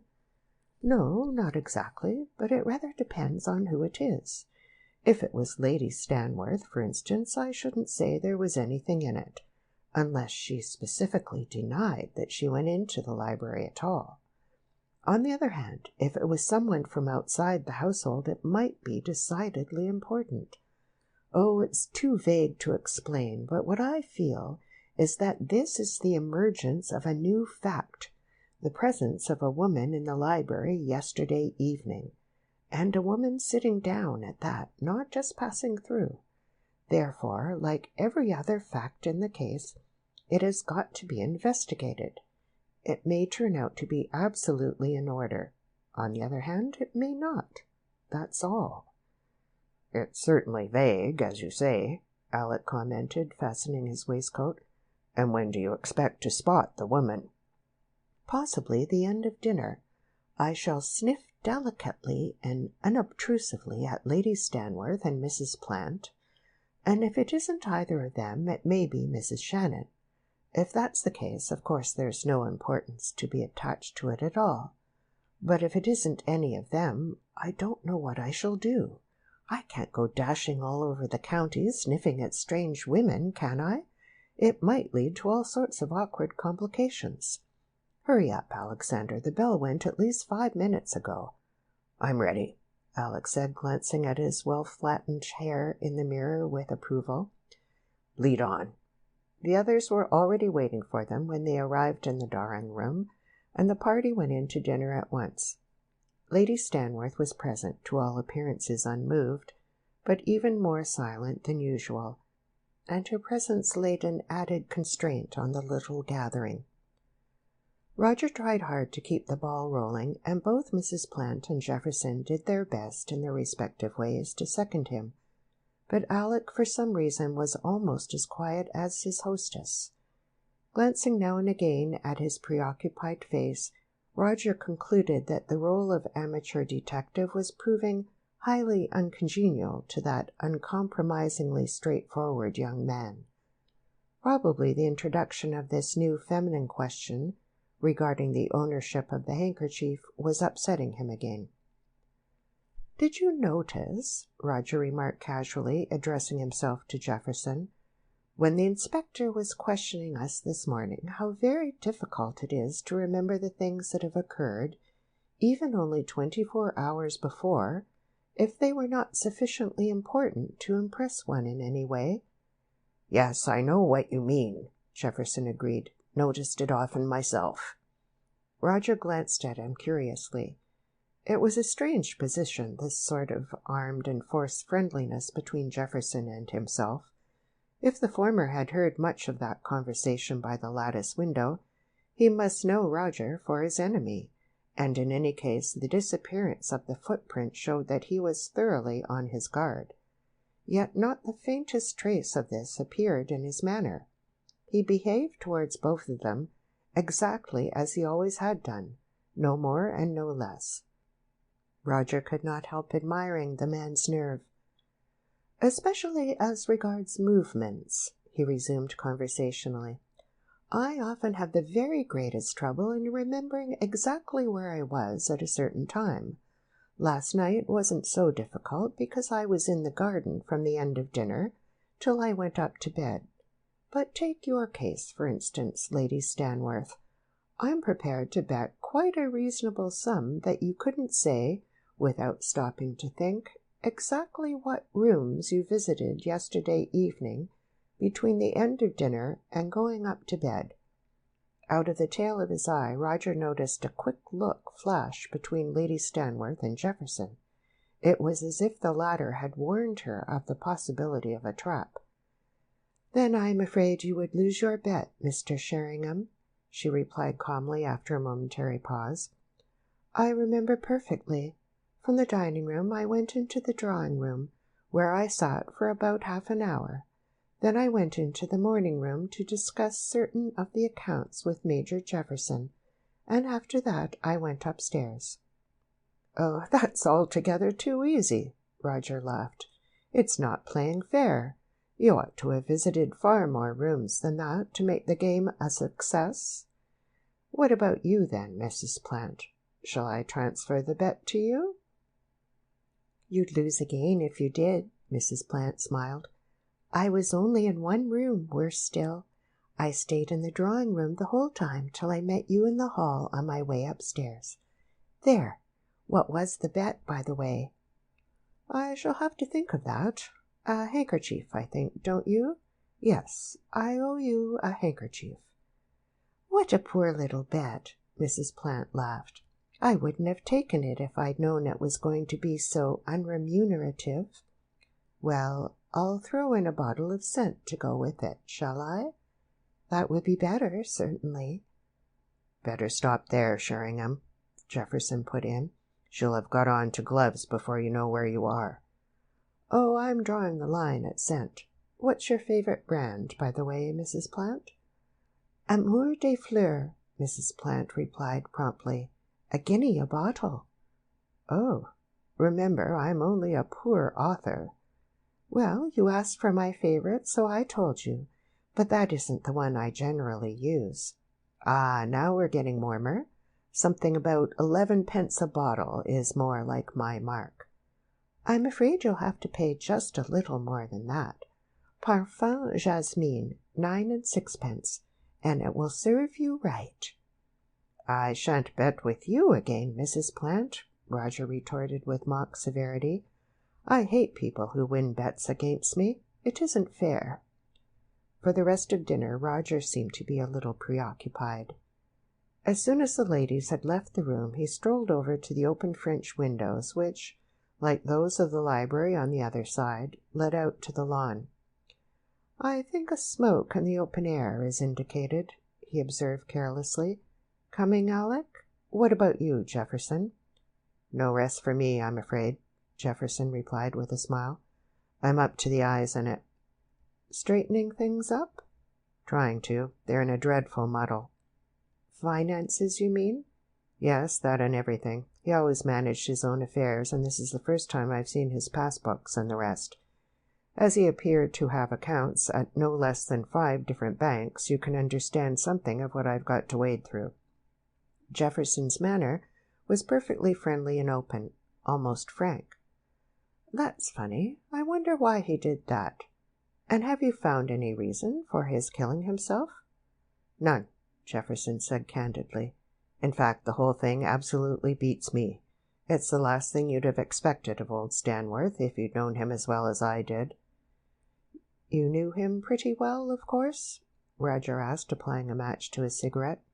"I should say so. I was with him longer than I like to remember," Jefferson replied with a little laugh that sounded somewhat bitter to Roger's suspicious ears.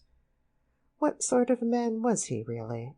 I thought him quite a good sort, but then I'd probably only seen one side of him." "Oh, everyone has their different sides, don't they?" Jefferson parried. "I don't suppose Stanworth was very unlike anyone else." "Why did he employ an ex-prize fighter as a butler?" Roger asked suddenly, looking the other straight in the face. But Jefferson was not to be caught off his guard. "Oh, a whim, I should think," he said easily. "He had plenty of whims like that." "It seems funny to meet with a butler called Graves in real life," Roger said with a little smile. "They're always called Graves on the stage, aren't they?" "Oh, that isn't his real name. He's really called Bill Higgins, I believe. Mr. Stanworth couldn't face the name of Higgins, so he called him Graves instead. It's a pity. Higgins is an admirably original name for a butler. Besides, it harmonizes much more with the gentleman's general air of ruggedness, doesn't it? Well, what about this breath of air we promised ourselves, Alec? See you later, no doubt, Jefferson? Jefferson nodded amicably, and the two strolled out onto the lawn. It was only just beginning to get dusk, and the light was still strong. "I've found out who the handkerchief belongs to, Alec," Roger said in a low voice. "Have you? Who?" "Mrs. Plant. I was almost certain before we sat down to dinner, but what she said clinched it. That scent is jasmine right enough." "And what are you going to do?" Roger hesitated. "Well, you heard what she said," he replied almost apologetically. "She didn't actually deny it, because I never asked her, but she wouldn't admit to being in the library at all yesterday evening." "But surely it's a perfectly innocent thing to be in the library," Alec protested. "Why, Stanworth wasn't even there. He was out in the garden with you. Why shouldn't she have been in the library?" "And equally, why shouldn't she acknowledge it?" Roger retorted quickly. "It may have slipped her memory. That's nothing.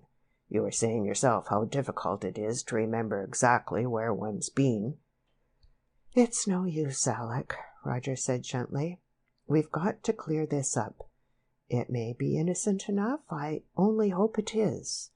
On the other hand, it may be exceedingly important for us to find out just exactly why Mrs. Plant was in that library, and what she was doing there. You must see that we can't leave it as it is." "But what do you propose to do? Tackle her about it?" "Yes, I'm going to ask her point blank if she was in the library last night or not, and see what she says." "And if she denies it?" Roger shrugged his shoulders. "That remains to be seen," he said shortly. "I don't like it," Alec frowned. "In fact, I hate it. It's a beastly position. Look here, Roger," he said with sudden earnestness. "Let's chuck the whole thing. Let's assume, as the police are doing, that old Stanworth committed suicide, and leave it at that. Shall we?" "You bet we won't," Roger said grimly. "I'm not going to leave a thing half threshed out like that, especially not such an interesting thing as this. You can back out if you like. There's no reason for you to be mixed up with it if you don't want. But I'm most decidedly going on with it." "Oh, if you do, I shall too," Alec replied gloomily. "But I'd much rather we both chucked it." "That's out of the question," Roger said briskly. "Couldn't dream of it. Well, if you're going to stick to it with me, you'd better be present at my chat with Mrs. Plant. Let's stroll round to the drawing-room and see if we can find an excuse to speak with her alone." "All right, then," Alec agreed unhappily, "if we must." Luck was on their side. Mrs. Plant was alone in the drawing-room. Roger drew a chair up so as to face her squarely and commented casually on Lady Stanworth's absence. Alec turned his back on them and gazed moodily out of the window, as if washing his hands of the whole affair. "Lady Stanworth?" Mrs. Plant repeated. "Oh, she's gone in to help Major Jefferson, I think, in the morning room." Roger looked at her steadily. "Mrs. Plant," he said in a low voice, "you're quite certain you won that bet of ours at dinner, aren't you?" "Certain?" asked Mrs. Plant uneasily. "Of course I am. Why?" "You didn't forget any room that you went into yesterday evening, by any chance?" Roger pursued firmly. "The morning room, the storeroom, or the library, for instance?" Mrs. Plant stared at him with wide eyes. "What do you mean, Mr. Sheringham?" she asked in somewhat heightened tones. "Of course I didn't forget." "You went into none of those rooms, then?" "Certainly not." "The bet was a bottle of scent and a handkerchief, wasn't it?" Roger remarked musingly, feeling in his pocket. "Well, here's the handkerchief. I found it where you left it, on the couch in the library. End of chapter 19.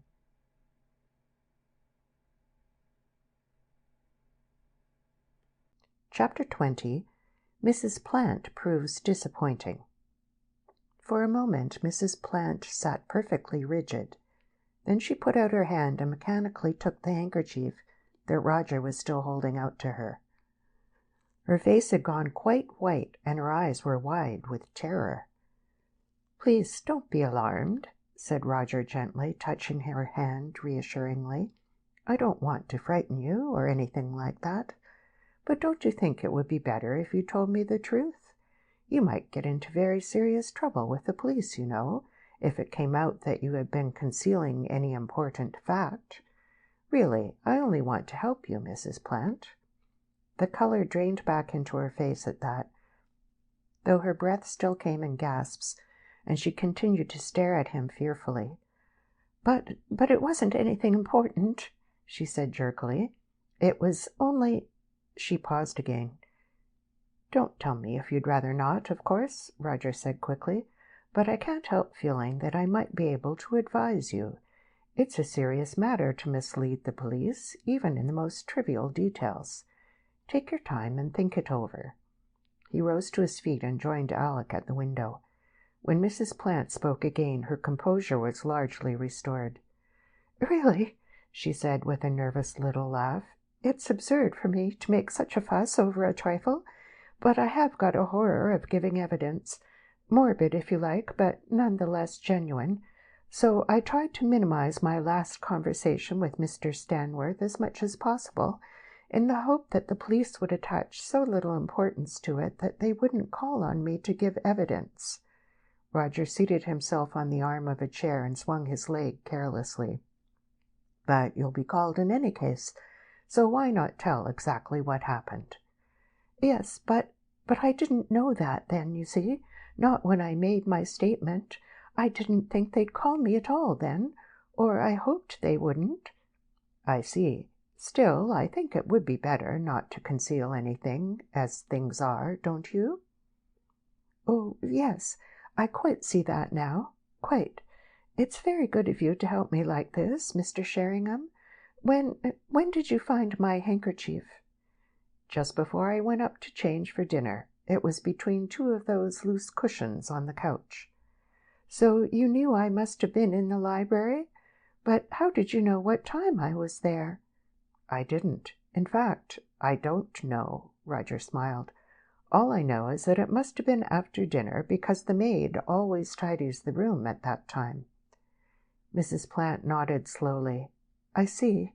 Yes, that was clever of you. I didn't leave anything else there, did I?" she added again with that nervous little laugh. "No, nothing else," Roger replied smoothly. "Well, have you thought it over?" "Oh, of course I'll tell you, Mr. Sheringham. It's really too ridiculous. You remember when you passed us in the hall? Well, Mr. Stanworth was speaking to me about some roses he'd had sent up to my room, and then I asked him if he'd put my jewels in his safe for me as I—" "But I thought you said this morning that you asked him that the other day," Roger interrupted. Mrs. Plant laughed lightly. She was quite herself again. "Yes, I did, and I told the inspector it was yesterday morning. Wasn't it dreadful of me? That's why I was so upset when you told me this afternoon that I should have to give evidence. I was so afraid they'd ask me a lot of questions and find out that I was in the library after all, when I hadn't said anything about it, and that I had told the inspector a lie about the jewels. In fact, you frightened me terribly, Mr. Sheringham. I had dreadful visions of passing the rest of my days in prison for telling fibs to the police." "I'm very sorry," Roger smiled. "But I didn't know, did I?" "Of course you didn't. It was my own fault. Well, anyhow, Mr. Stanworth very kindly said he'd be delighted to put them away safely for me, so I ran upstairs to get them and brought them down into the library. Then I sat on the couch and watched him put them in the safe. That's all that happened, really, and I quite see now how absurd it was of me to conceal it." Said Roger thoughtfully. Well, it certainly isn't vastly important in any case, is it? And that's all? Every bit, Mrs. Plant replied firmly. Now, what do you advise me to do? Admit that I made a mistake when I was with the inspector and tell the truth? Or just say nothing about it? It may be very silly of me, but I really can't see that it makes the least difference either way. The incident is of no importance at all. Still, it's best to be on the safe side, I think. If I were you, I should take the inspector aside before the proceedings open tomorrow and tell him frankly that you made a mistake and that you took your jewels in to Mr. Stanworth in the library last night before saying good night to him. Mrs. Plant made a wry face. Very well, she said reluctantly. I will. It's horrid to have to admit that one was wrong, but you're probably right. Anyhow, I'll do that. I think you're wise, Roger replied, getting to his feet again. Well, Alec, what about that stroll of ours? I'm afraid it will have to be a moonlit one now. He paused in the doorway and turned back. Good night, Mrs. Plant, if I don't see you again. I expect you will be turning in fairly early. Sleep well, and don't let things worry you, whatever you do. I'll try not to, she smiled back. Good night, Mr. Sheringham, and thank you very much indeed.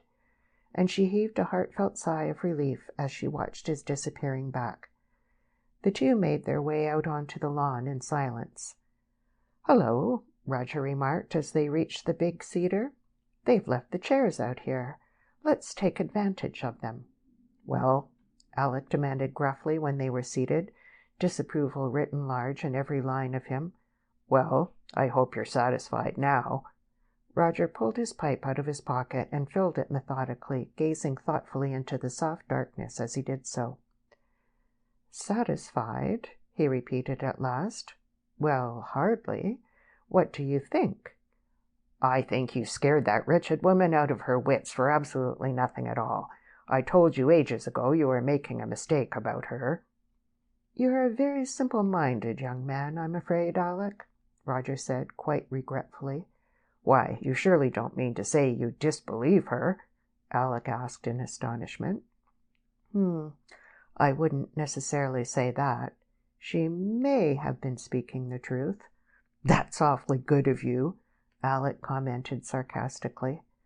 But the trouble is that she certainly wasn't speaking the whole of it. She's got something up her sleeve, has that lady, whatever you choose to think, Alec. Didn't you notice how she tried to pump me? How did I know what time she'd been in there? Had she left anything else there? When did I find the handkerchief? No, her explanation sounds perfectly reasonable, I admit, as far as it goes. But it doesn't go nearly far enough. It doesn't explain the powder on the arm of the couch, for instance. And I noticed it in her that she doesn't powder her arms. But there's one thing above all that it leaves entirely out of the reckoning. Oh, Alec asked ironically, and what may that be? The fact that she was crying when she was in the library, Roger replied simply. How on earth do you know that? Said the dumbfounded Alec. Because the handkerchief was just slightly damp when I found it. Also, it was rolled up in a tight little ball, as women do when they cry. Oh, said Alec blankly. So you see, there is still a lot for which Mrs. Plant did most certainly not account, isn't there? As to what she did say, it may be true, or it may be not.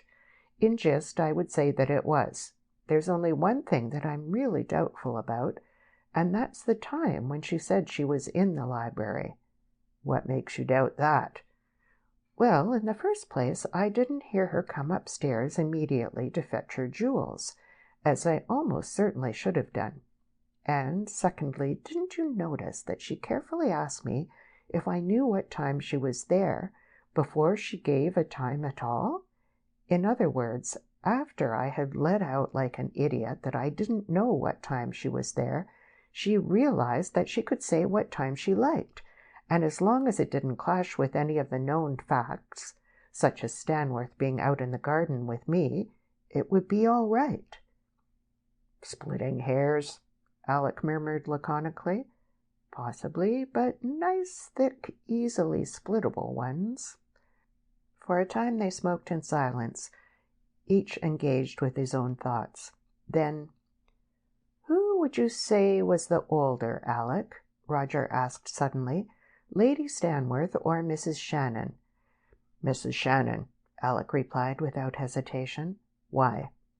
"I was just wondering, but Lady Stanworth looks older. Her hair is getting quite grey. Mrs. Shannon's is still brown." "Yes, I know Mrs. Shannon looks the younger of the two, but I am sure she's not, for all that." "Well, what age would you put Jefferson at?" "Lord, I don't know. He might be any age. About the same as Lady Stanworth, I should imagine. What on earth are you asking all this for?" "Oh, just something that was passing through my mind. Nothing very important." They relapsed into silence once more. Suddenly Roger slapped his knee. "By Jove!" he ejaculated. "I wonder if we dare." "What's up now?" "I've just had a brainwave. Look here, Alexander Watson, it seems to me that we've been tackling this little affair from the wrong end." "How's that?" "Why, we've been concentrating all our energies on working backwards from suspicious circumstances and people. What we ought to have done is to start farther back and work forwards." "Don't quite get you." "Well, put it another way. The big clue to any murder must, after all, be supplied by the victim himself. People don't get murdered for nothing, except by a chance burglar, of course, or a homicidal maniac, and I think we can dismiss both of those possibilities here. What I mean is, find out all you can about the victim, and the information ought to give you a lead towards his murderer. You see? We've been neglecting that side of it altogether. What we ought to have been doing is to collect every possible scrap of information we can about old Stanworth. Find out exactly what sort of a character he had, and all his activities, and then work forwards from that. Get me?" "That seems reasonable enough," Alec said cautiously. "But how could we find out anything? It's no good asking Jefferson or Lady Stanworth. We should never get any information out of them." "No, but we've got the very chance lying close to our hand to find out pretty nearly as much as Jefferson knows," Roger said excitedly. "Didn't he say that he was going through all Stanworth's papers and accounts and things in the morning room? What's to prevent us having a look at them, too?" "You mean nip in when nobody's about and go through them?" "Exactly. Are you game?" Alec was silent for a moment. "Hardly done, is it?" he said at last. "Fellow's private papers and all that. I mean, what?" "Alec, you sponge-headed parrot!" Roger exclaimed in tones of the liveliest exasperation. "Really, you are a most maddening person. Here's a chap murdered under your very nose, and you're prepared to let the murderer walk away scot-free because you think it isn't done to look through the wretched victim's private papers. How remarkably pleased Stanworth would be to hear you, wouldn't he?" "Of course, if you put it like that," Alec said doubtfully. "But I do put it like that, you goop. It's the only way there is of putting it. Come, Alec, do try and be sensible for once in your life." "All right, then," Alec said, though not with any vast degree of enthusiasm. "I'm game." "That's more like it. Now, look here. My bedroom window is in the front of the house, and I can see the morning-room window from it. You go to bed in the ordinary way, and sleep too, if you like, all the better in case Jefferson should take it into his head to have a look in at you, and I'll sit up and watch for the morning-room light to go out. I'm safe enough in any case, as I can always pretend to be working. I'll put my things out, in fact. Then I'll wait for an hour after it's out to give Jefferson plenty of time to get to sleep, and then I'll come along and rouse you, and we'll creep down at our leisure. How about that?" "Sounds all right," Alec admitted. "Then that's settled," Roger said briskly. "Well, I think the best thing for you to do is to go to bed at once, yawning loudly and ostentatiously. It will show that you have gone, for one thing, and also it will show that we're not powwowing together out here. We've got to remember that those three, in spite of their fair words and friendliness, are bound to be regarding us with the greatest suspicion. They don't know how much we know, And of course they daren't give themselves away by trying to find out. But you can be sure that Jefferson has warned the others about that footprint, and I expect that as soon as our backs were turned just now, Mrs. Plant ran into the morning room and recounted our conversation to them. That's why I pretended to be taken in by her explanation." The bowl of Alec's pipe glowed red in the darkness. "You're still convinced, then, in spite of what she said, that those three are in league together?" he asked after a moment's pause. "Run along to bed, little Alexander," said Roger kindly, "and don't be childish." End of chapter 20.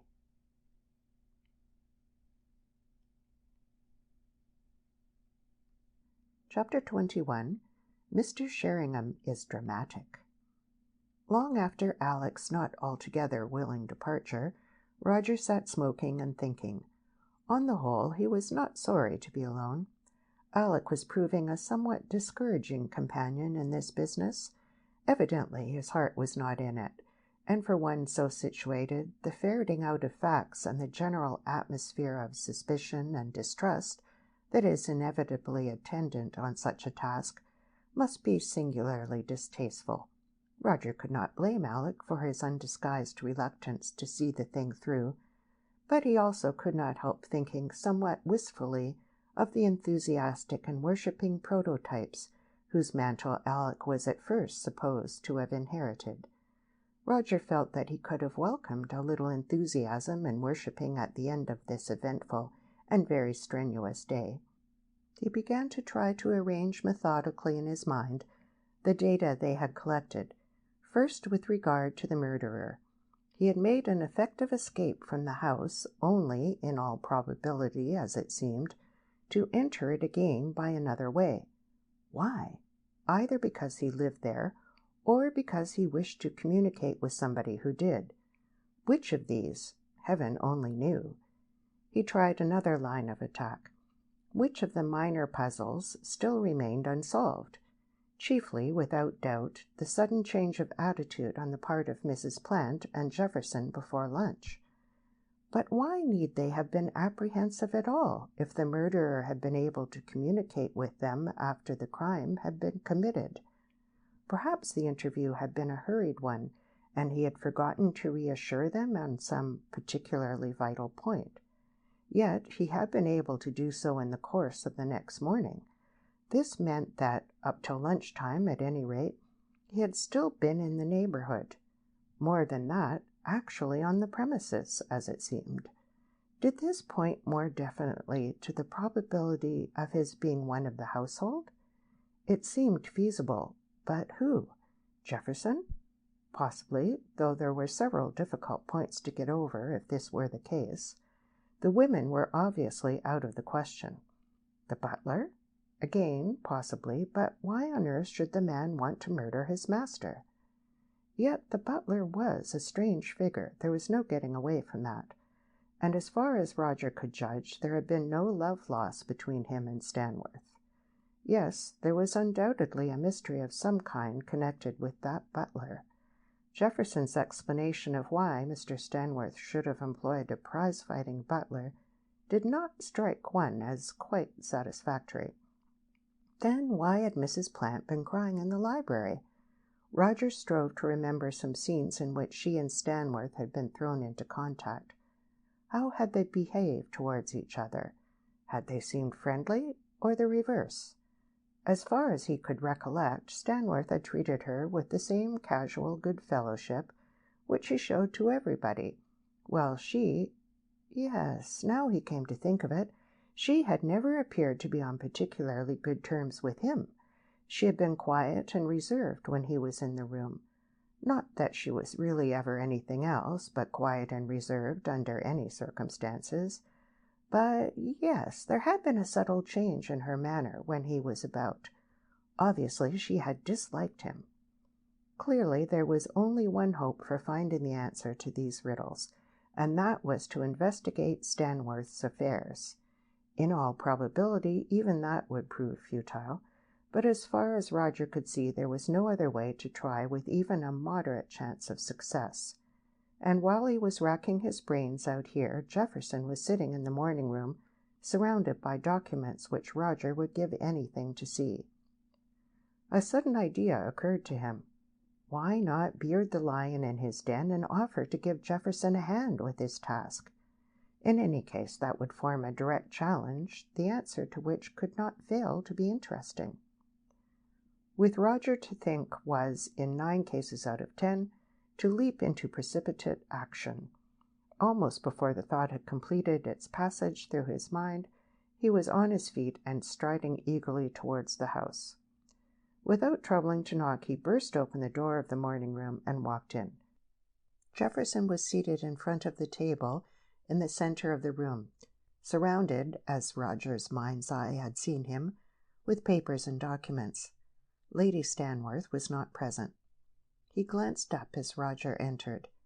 "Hello, Sheringham," he said in some surprise. "Anything I can do for you?" "Well, I was smoking out there in the garden with nothing to do," Roger remarked with a friendly smile, "when it occurred to me that instead of wasting my time like that, I might be giving you a hand here. You said you were up to the eyes in it. Is there anything I can do to help?" "Damn good of you," Jefferson replied a little awkwardly, "but I don't really think there's anything. I'm trying to tabulate a statement of his financial position. Something like that is sure to be wanted when the will's proved, or whatever the rigmarole is." "Well, surely there's something I can do to help you out, isn't there?" Roger asked, sitting on a corner of the table. "Add up tremendous columns of figures, or something like that?" Jefferson hesitated and glanced round at the papers in front of him. "Well," he said slowly, "of course if there's anything particularly private in Stanworth's affairs," Roger remarked airily. Jefferson looked up quickly. "Private? There's nothing particularly private about them. Why should there be?" "Then make use of me, by all means, my dear chap. I'm at a loose end, and only too glad to give you a hand." "Of course, if you put it like that, I should be only too pleased," Jefferson replied, though not without a certain reluctance. I was just wondering what would be the best job for you to tackle." "Oh, anything that comes along, you know." "Well, look here, I tell you what you might do," Jefferson said suddenly. "I want a statement made out showing his holdings in the various companies of which he was a director, with the approximate value of the shares, their yield for the last financial year, his director's fees, and all the rest of it. Manage that, could you?" "Like a shot," said Roger with great cheerfulness, concealing his disappointment at the comparative unimportance of the task allotted to him. Such details as these could be obtained from any work of reference on the subject. He had hoped for a little insight into something that was rather less public property. Still, half a bun was better than no cake, and he settled down at the opposite end of the table and set to work willingly enough on the data with which Jefferson supplied him. From time to time he tried to peep surreptitiously at some of the documents in which the latter was immersed, but Jefferson was guarding them too jealously, and Roger could obtain no clear idea of their contents. An hour later he sat back in his chair with a sigh of relief. "There you are, and a very charming and comprehensive statement, too." "Thanks very much," Jefferson said, taking the statement which Roger was holding out to him. "Damn good of you, Sheringham. Saved me a lot of trouble. And you've done it in about a quarter of the time I should have taken. Not my sort of line, this game." "So I should imagine," Roger observed with studied carelessness. "In fact, it's always surprised me that you should have taken a job like this secretaryship on at all. I should have put you down as a typical open-air man, if you'll allow me to say so. The type of Englishman that won our colonies for us, you know." "No option," Jefferson said with a return to his usual curt manner. "Not my choice, I assure you. Had to take what I could jolly well get." "Rotten, I know," Roger replied sympathetically, watching the other curiously. In spite of himself and what he felt he knew, he could not help a mild liking for this abrupt, taciturn person, a typical soldier of the wordless, unsocial school. It struck Roger at that moment that Jefferson, whom he had been inclined to regard at first as something of a sinister figure, was in reality nothing of the sort. The man was shy, exceedingly shy, and he endeavored to hide this shyness behind a brusque, almost rude manner, and, as always in such a case, this had produced an entirely mistaken first impression of the man himself behind the manner. Jefferson was downright, but it was the downrightness of honesty, Roger felt, not of villainy. Roger began, half unconsciously, to rearrange some of his ideas. If Jefferson was concerned in Stanworth's death, then it would be because there was a very excellent reason for that death. All the more reason to probe into Stanworth's affairs. "Going to stay down here long, Jefferson?" he asked with an obvious yawn. "Not very. Just got to finish off this job I'm on now. You turn in. Must be getting pretty late." Roger glanced at his watch. "Close on 12. Right, I think I will, if you're sure there's nothing else I can do." "Nothing, thanks. I shall have a go at it before breakfast myself. Got to get cleared up in here by 11. Well, good night, Sheringham, and many thanks." Roger sought his room in a state of some perplexity. This new conclusion of his with regard to Jefferson was going to make things very much more complicated instead of more simple. He felt a strong sympathy with Jefferson all of a sudden. He was not a clever man. Certainly he was not the brains of the conspiracy. What must his feelings be when he knew, as indeed he must know, that Roger was tracking out things that would, in 99 cases out of 100, and with only very ordinary luck, have remained undiscovered forever? How must he regard the net which he could see spread to catch him, and with him whom? Roger dragged a chair up to the open window and sat down with his feet on the sill. He felt he was getting maudlin. This had every appearance of a thoroughly cold-blooded crime, and here he was feeling sorry already for one of its chief participants. Yet it was because Jefferson, as he saw now that the scales had suddenly fallen from his eyes, was such a fine type of man, the tall, thin, small-headed type that is the real pioneer of our race, and because he himself genuinely liked all three members of that suspicious trio, that Roger, without necessarily giving way to maudlin sentiment, was yet unable to stifle his very real regret that everything should point so decisively to their guilt. Still, it was too late to back out now. He owed it to himself, if not even to them, to see the thing through. Roger could sympathize more fully now with Alec's feelings on the matter. Curious that he should, after all, have come round in the end to that much derided point of view of Alec's. He began to review the personal element in the light of this new revelation. How did it help? If Jefferson was an honest man, and would only kill because nothing short of killing would meet some unknown case, then what was most likely to have produced such a state of affairs? What is the mainspring that actuates 3/4 of such drastic deeds? Well, the answer to that was obvious enough: a woman. How did that apply in this case? Could Jefferson be in love with some woman whose happiness or peace had been threatened in some mysterious way by Stanworth himself? And if so, who was the woman? Lady Stanworth? Mrs. Plant? Roger uttered an involuntary exclamation. Mrs. Plant! That, at any rate, would fit in with some of the puzzling facts. The powder on the arm of the couch, for instance, and the wet handkerchief. Roger's imagination began to ride free. Mrs. Plant was in the library with Stanworth. He was bullying her or something. Perhaps he was trying to force some course of action upon her which was repugnant to her. In any case, she weeps and implores him. He is adamant. She hides her face against the arm of the couch and goes on weeping. Jefferson enters, sees at a glance what is happening, and kills Stanworth in the madness of his passion with as little compunction as one would feel towards a rat. Mrs. Plant looks on in horror, tries to interfere, perhaps, but without effect. As soon as the thing is done, she becomes as cool as ice and sets the stage for suicide. Roger jumped to his feet and leaned out over the sill. "It fits," he murmured excitedly. "It all fits in." Glancing downwards, he noticed that the morning-room light had been extinguished, and made a note of the time. It was past 1. He sank back in his chair and began to consider whether the other pieces of the puzzle would slip as neatly into this general scene. The safe incident, the change of attitude, Lady Stanworth, and so on. No, this was not going to be quite so easy.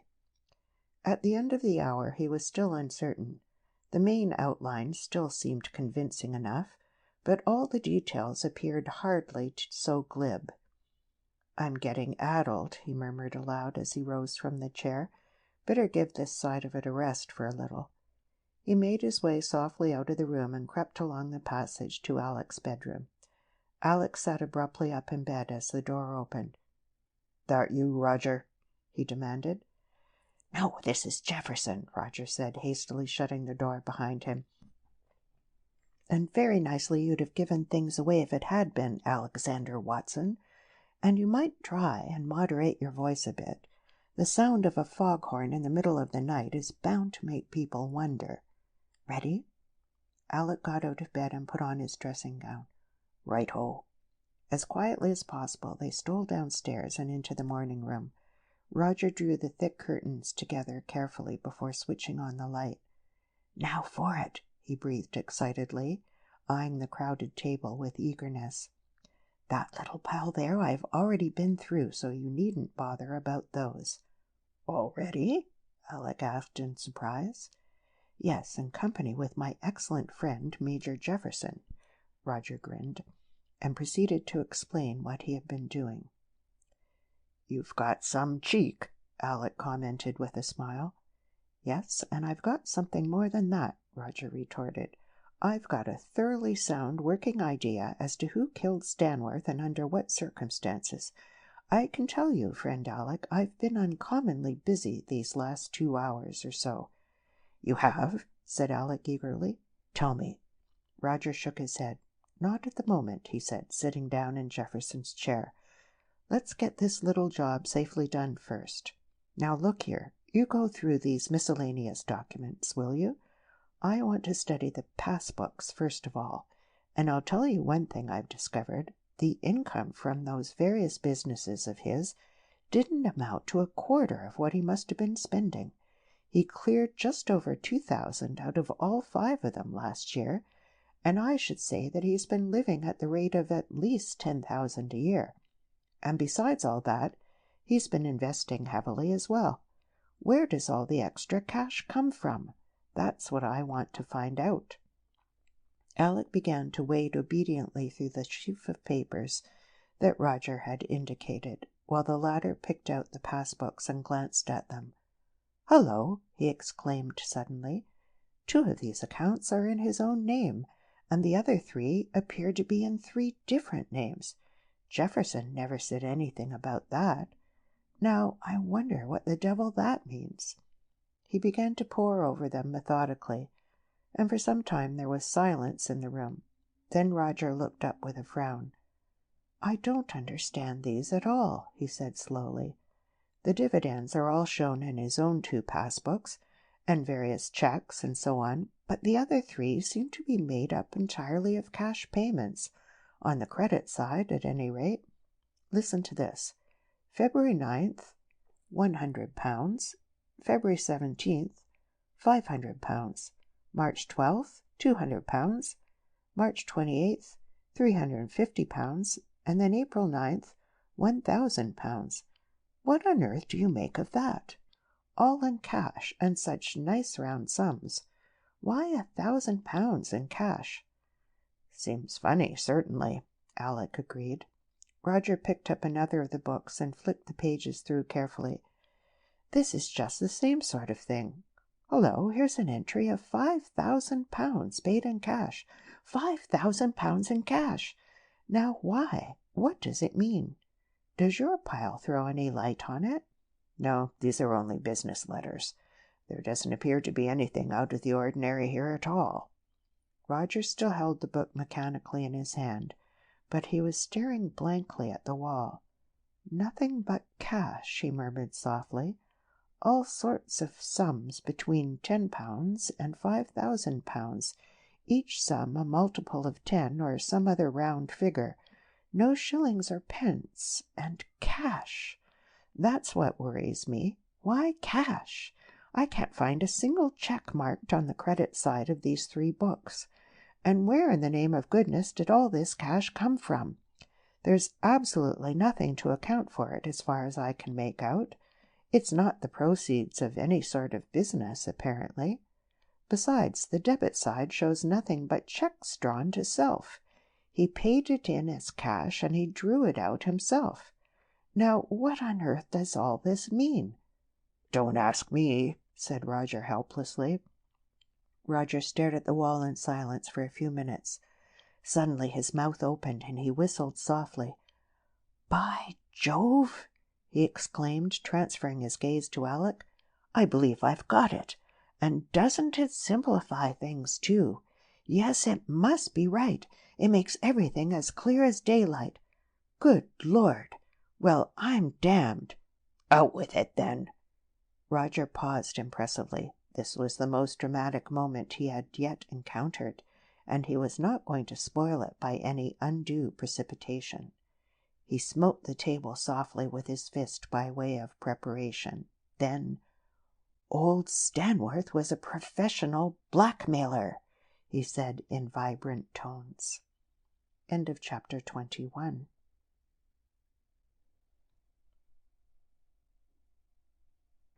Chapter 22. Mr. Sheringham Solves the Mystery.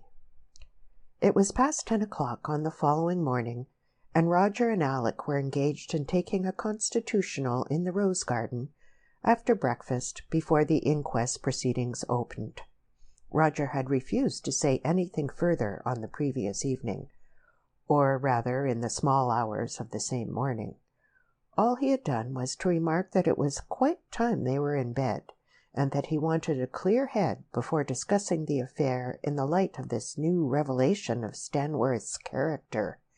He remarked this not once but many times, and Alec had perforce to be contented with it. Now, with pipes in full blast, they were preparing to go further into the matter. Roger himself was complacently triumphant. "Mystery?" he repeated in answer to a question of Alec's. "There isn't any mystery now. I've solved it." "Oh, I know the mystery about Stanworth is cleared up," said Alec impatiently. To tell the truth, Roger in this mood irritated him not a little.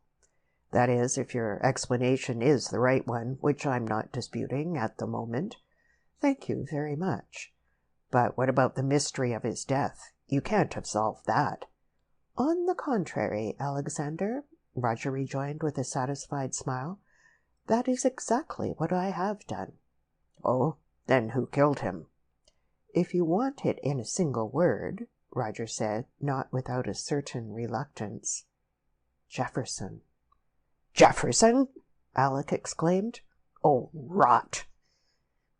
Roger glanced at him curiously. "Now that's interesting," he commented. "Why do you say rot like that?" "Because—" Alec hesitated. "Oh, I don't know. It seems such rot to think of Jefferson committing a murder, I suppose. Why?" "You mean you don't think it's the sort of thing he would do?" "I certainly don't," Alec returned with emphasis. "Do you know, Alec, I'm beginning to think you're a better judge of character than I am. It's a humiliating confession, but there you are. Tell me, have you always thought that about Jefferson, or only just recently?" Alec considered. "Ever since this business cropped up, I think. It always seemed fantastic to me that Jefferson could be mixed up with it, and the 2 women as well, for that matter. No, Roger, if you're trying to fix it on Jefferson, I'm quite sure you're making a bad mistake." Roger's complacency was unshaken. "If the case were an ordinary one, no doubt," he replied. "But you've got to remember that this isn't. Stanworth was a blackmailer, and that alters everything. You may murder an ordinary man, but you execute a blackmailer." That is, if you don't kill him on the spur of the moment, carried away by madness or exasperation. You'd do that sort of thing on your own account, wouldn't you?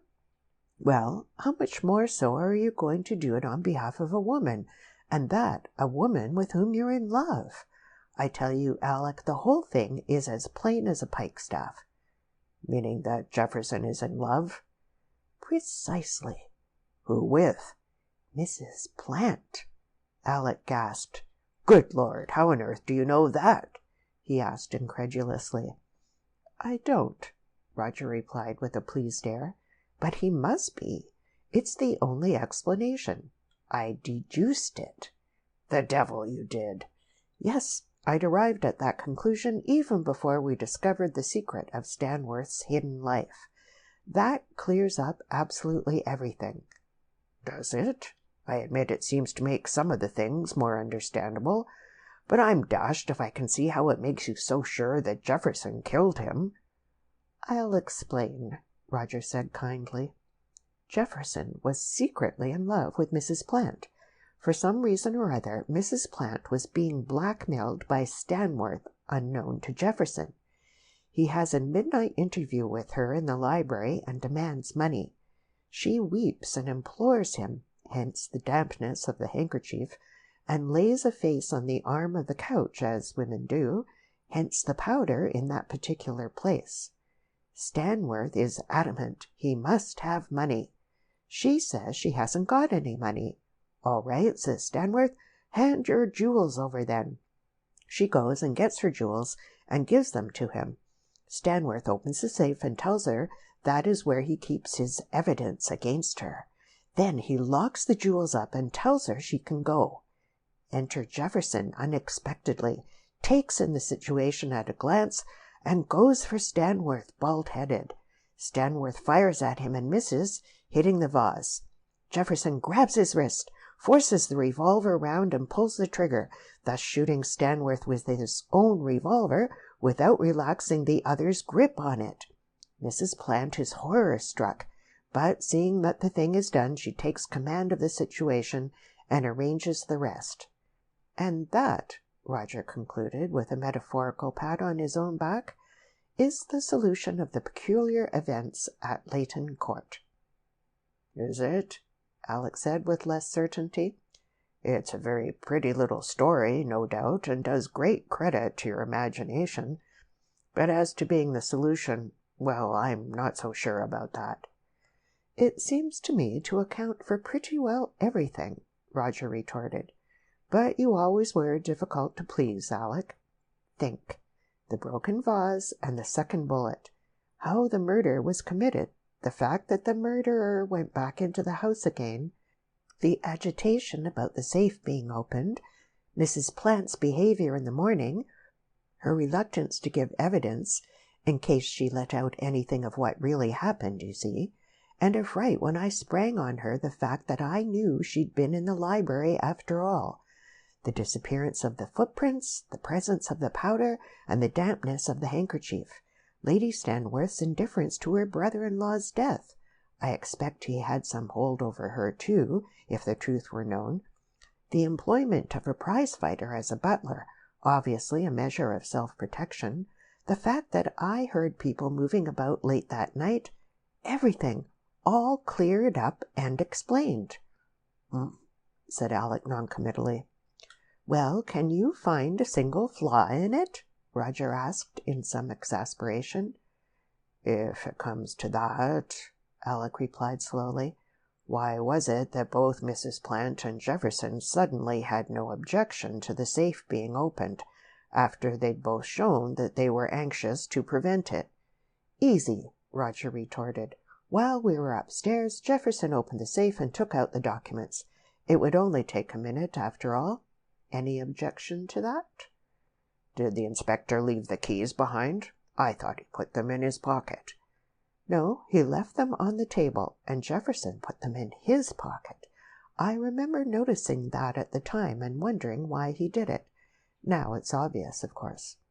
Well, what about that little pile of ashes in the library hearth? You suggested that it might be the remains of some important documents, and you thought that Jefferson looked uncommonly relieved at the idea." "My mistake at the time," Roger said promptly. "As for the ashes, they might have been anything. I don't attach any importance to them." "But you did," Alec persisted obstinately. "Yes, excellent but sponge-headed Alexander," Roger explained patiently, "because I thought at first that they were important. Now I see that I was mistaken, and they aren't. Are you beginning to grasp the idea?" "Well, tell me this, then," Alec said suddenly.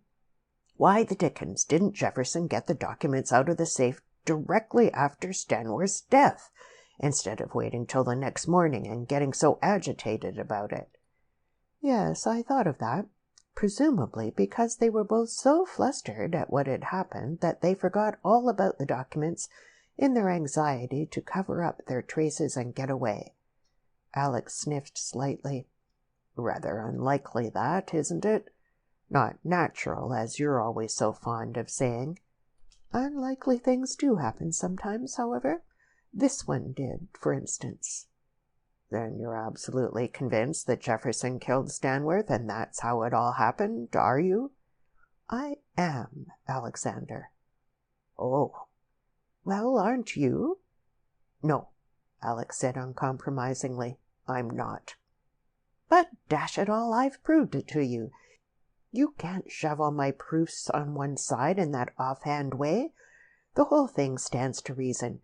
You can't get away from it."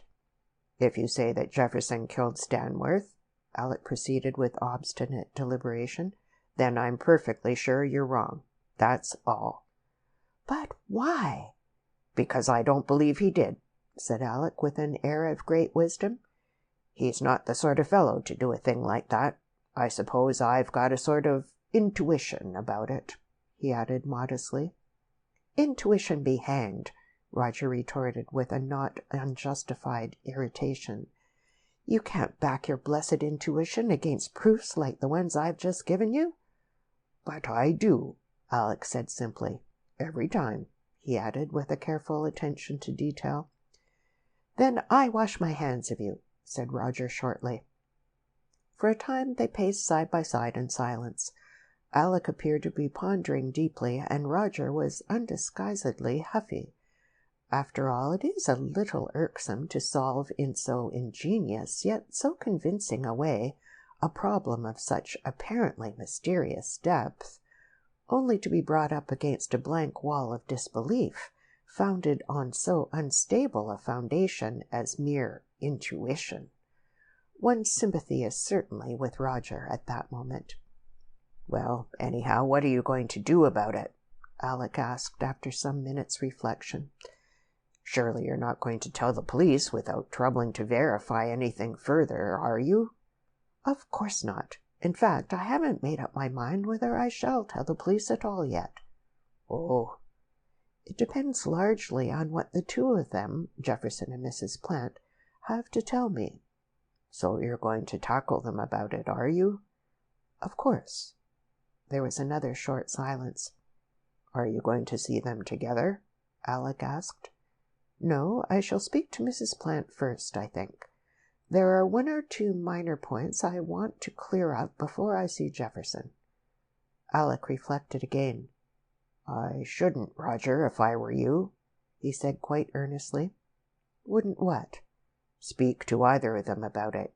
You're not at all sure whether you're really right or not. After all, it's only guesswork from beginning to end, however brilliant guesswork." "Guesswork?" Roger repeated indignantly. "There isn't any guesswork about it. It's—" "Yes, I know. You're going to say it's deduction. Well, you may be right or you may not. The thing's too deep for me. But shall I tell you what I think about it? I think you'd be wise to drop the whole thing just as it is. You think you've solved it, and perhaps you have. Why not be content with that?" "But why this change of mind, Alexander?" "It isn't a change of mind. You know I've never been keen on it from the very beginning. But now that Stanworth's turned out to be such a skunk, why—" "Yes, I see what you mean," Roger said softly. "You mean that if Jefferson did kill Stanworth, he was perfectly right to do so, and we ought to let him get away with it. Don't you?" "Well," Alex said awkwardly, "I wouldn't go so far as to say that, but—" "But I don't know that I wouldn't," Roger interrupted. "That's why I said just now that I hadn't decided whether I'd tell the police or not. It all depends on whether things did happen as I imagine or not. But the thing is, I must find out." "But must you?" Alex said slowly. "As things are at present, whatever you may think, you don't actually know. And if you do find out for certain, it seems to me that you'll be deliberately saddling yourself with a responsibility which you might wish then that you hadn't been so jolly eager to adopt." "If it comes to that, Alec," Roger retorted, "I should have said that to take no steps to find out the truth, now we're so near it, is deliberately to shirk that very responsibility. Wouldn't you?" Alec was silent for a moment. "Hang that," he said with sudden energy. "Leave things as they are, Roger. There are some things of which it's better that everyone should remain in ignorance. Don't go and find out a lot of things that you give anything afterwards not to have discovered." Roger laughed lightly. "Oh, I know it's the right thing to say. Who am I to take the responsibility of judging you? No, it is not for me to do so. I will hand you over to the police, which means that you will inevitably be hanged. It's a pity, because my personal opinion is that your case is not murder, but justifiable homicide, and I know that a jury, directed by a judge with his eye on the asinine side of the law, would never be allowed to take that view. That's why I so much regret having myself to place a halter round your neck by handing you over to the police. But how is such a one as me to judge you? That's what they always say in storybooks, isn't it? But don't you worry, Alec. I'm not a spineless nincompoop like that, and I'm not in the least afraid of taking the responsibility of judging a case on its own merits. In fact, I consider that I'm very much more competent to do so than are 12 thick-headed rustics, presided over by a somnolent and tortuous-minded gentleman in an out-of-date wig. No, I'm going to follow this up to the bitter end, and when I've got there, I'll take counsel with you as to what we're going to do about it." "I wish to goodness you'd leave it alone, Roger," said Alec, almost plaintively. End of chapter 22.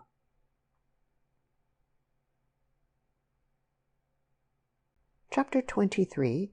Mrs. Plant Talks. The inquest, in spite of the snail-like deliberation demanded by all legal processes, did not occupy more than an hour and a half. The issue was never in the least doubt, and the proceedings were more or less perfunctory. Fortunately, the coroner was not of a particularly inquisitive disposition, and was quite satisfied with the facts as they stood.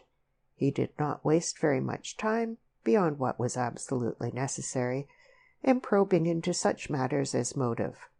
Only the minimum possible number of witnesses were called, and though Roger listened carefully, no new facts of any description came to light. Mrs. Plant gave her evidence clearly and without a tremor. Lady Stanworth's statuesque calm was as unshaken as ever. Jefferson was in the witness box longer than anyone else, and told his story in his usual abrupt, straightforward manner. "You'd never think, to see and hear him, that his whole evidence is nothing but a pack of lies, would you?"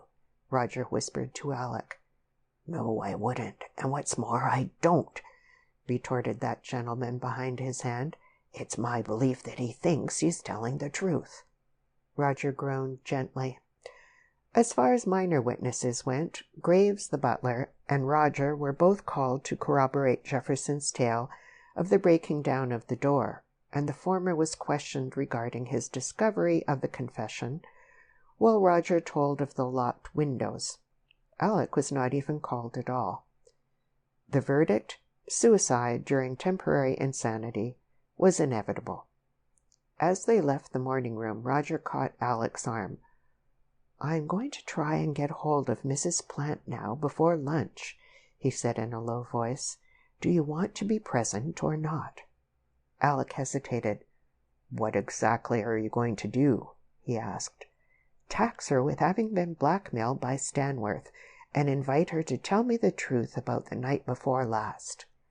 "Then I don't want to be there," Alec said with decision. "The whole thing absolutely sickens me." Roger nodded approvingly. "I think it's better that you shouldn't be, I'm bound to say. And I can tell you afterwards what happened." "When shall I see you, then?" "After lunch. I'll have a word with you before I tackle Jefferson." He edged away from Alec and intercepted Mrs. Plant, who was on the point of ascending the staircase. Jefferson and Lady Stanworth were still talking with the coroner in the morning room. "Mrs. Plant," he said quietly, "can you spare me a few minutes? I want to have a little chat with you." Mrs. Plant glanced at him sharply. "But I'm just going to finish my packing," she objected. "What I have to say is very much more important than packing," Roger returned weightily, unconsciously regarding her from beneath lowered brows. Mrs. Plant laughed nervously. "Dear me, Mr. Sheringham, you sound very impressive. What is it that you want to speak to me about?" "If you will come out into the garden where we shall not be overheard, I will tell you." For a moment she hesitated, with a longing glance up the staircase, as if she wished to escape from something peculiarly unwelcome. Then, with a little shrug of her shoulders, she turned into the hall. "Oh, very well," she said with an assumption of lightness. "If you really make such a point of it." Roger piloted her out through the front door, picking up a couple of folding garden chairs as he passed through the hall. He led the way into a deserted corner of the rose garden that could not be overlooked from the house, and set up his chairs so that they faced one another. "Will you sit down, Mrs. Plant?" he said gravely. If he had been trying to work up an atmosphere with a view to facilitating further developments, Roger appeared to have succeeded. Mrs. Plant seated herself without a word and looked at him apprehensively. Roger sat down with deliberation and gazed at her for a moment in silence. Then, "It has come to my knowledge that you were not speaking the truth to me yesterday about your visit to the library, Mrs. Plant," he said slowly. Mrs. Plant started. "Really, Mr. Sheringham!" she exclaimed, flushing with indignation and rising hurriedly to her feet. "I fail to understand what right you have to insult me in this gross way. This is the second time you have attempted to question me, and you will allow me to say that I consider your conduct presumptuous and impertinent in the highest degree. I should be obliged if you would kindly refrain from making me the target for your abominable lack of manners in future." Roger gazed up at her, unperturbed. "You were really there," he continued impressively, "for the purpose of being blackmailed by Mr. Stanworth." Mrs. Plant sat down so suddenly that it seemed as if her knees had collapsed beneath her. Her hands gripped the sides of her chair till the knuckles were as white as her face. "Now, look here, Mrs. Plant," Roger said, leaning forward and speaking rapidly. "There's been something very funny going on here, and I mean to get to the bottom of it. Believe me, I don't mean you any harm. I'm absolutely on your side if things are as I believe them to be, but I must know the truth. As a matter of fact, I think I know pretty well everything already, but I want you to confirm it for me with your own lips. I want you to tell me the plain, unvarnished truth of what happened in Stanworth's library the night before last." "And if I refuse?" almost whispered Mrs. Plant through bloodless lips. Roger shrugged his shoulders. "You leave me with absolutely no alternative. I shall have to tell the police what I know and leave the rest in their hands." "The police?" "Yes, and I assure you I am not bluffing. As I said, I think I know almost everything already. I know, for instance, that you sat on the couch and begged Mr. Stanworth to let you off, that you cried, in fact, when he refused to do so. Then you said you hadn't any money, didn't you? And he offered to take your jewels instead. Then, oh, but you see, I'm not pretending to know what I don't." Roger's bow, drawn thus at a venture, had found its target. Mrs. Plant acknowledged the truth of his deductions by crying incredulously, "But how do you know all this, Mr. Sheringham? How can you possibly have found it out?" "We won't go into that at the moment, if you don't mind," Roger replied complacently. "Let it suffice that I do know. Now I want you to tell me in your own words the whole truth about that night. Please leave out nothing at all. You must understand that I can check you if you do so, and if you deceive me again—" He paused eloquently. For a few minutes Mrs. Plant sat motionless, gazing into her lap. Then she raised her head and wiped her eyes. "Very well," she said in a low voice. "I will tell you. You understand that I am placing not only my happiness, but literally my whole future in your hands by doing so?" "I do, Mrs. Plant," Roger said earnestly, "and I assure you I will not abuse your confidence, although I am forcing it in this way." Mrs. Plant's eyes rested on a bed of roses close at hand. "You know that Mr. Stanworth was a blackmailer?" she said. Roger nodded. "On a very large scale, indeed." "Is that so? I did not know it, but it does not surprise me in the least." Her voice sank. "He found out somehow that before I was married I— "There's not the least need to go into that sort of detail, Mrs. Plant," Roger interposed quickly. "All that concerns me is that he was blackmailing you. I don't want to know why." Mrs. Plant flashed a grateful look at him. "Thank you," she said softly. "Well, I will just say that it was in connection with an incident which happened before I was married. I have never told my husband about it. It was all past and done with before I ever met him, because I knew that it would break his heart, and we are devotedly in love with each other," she added simply.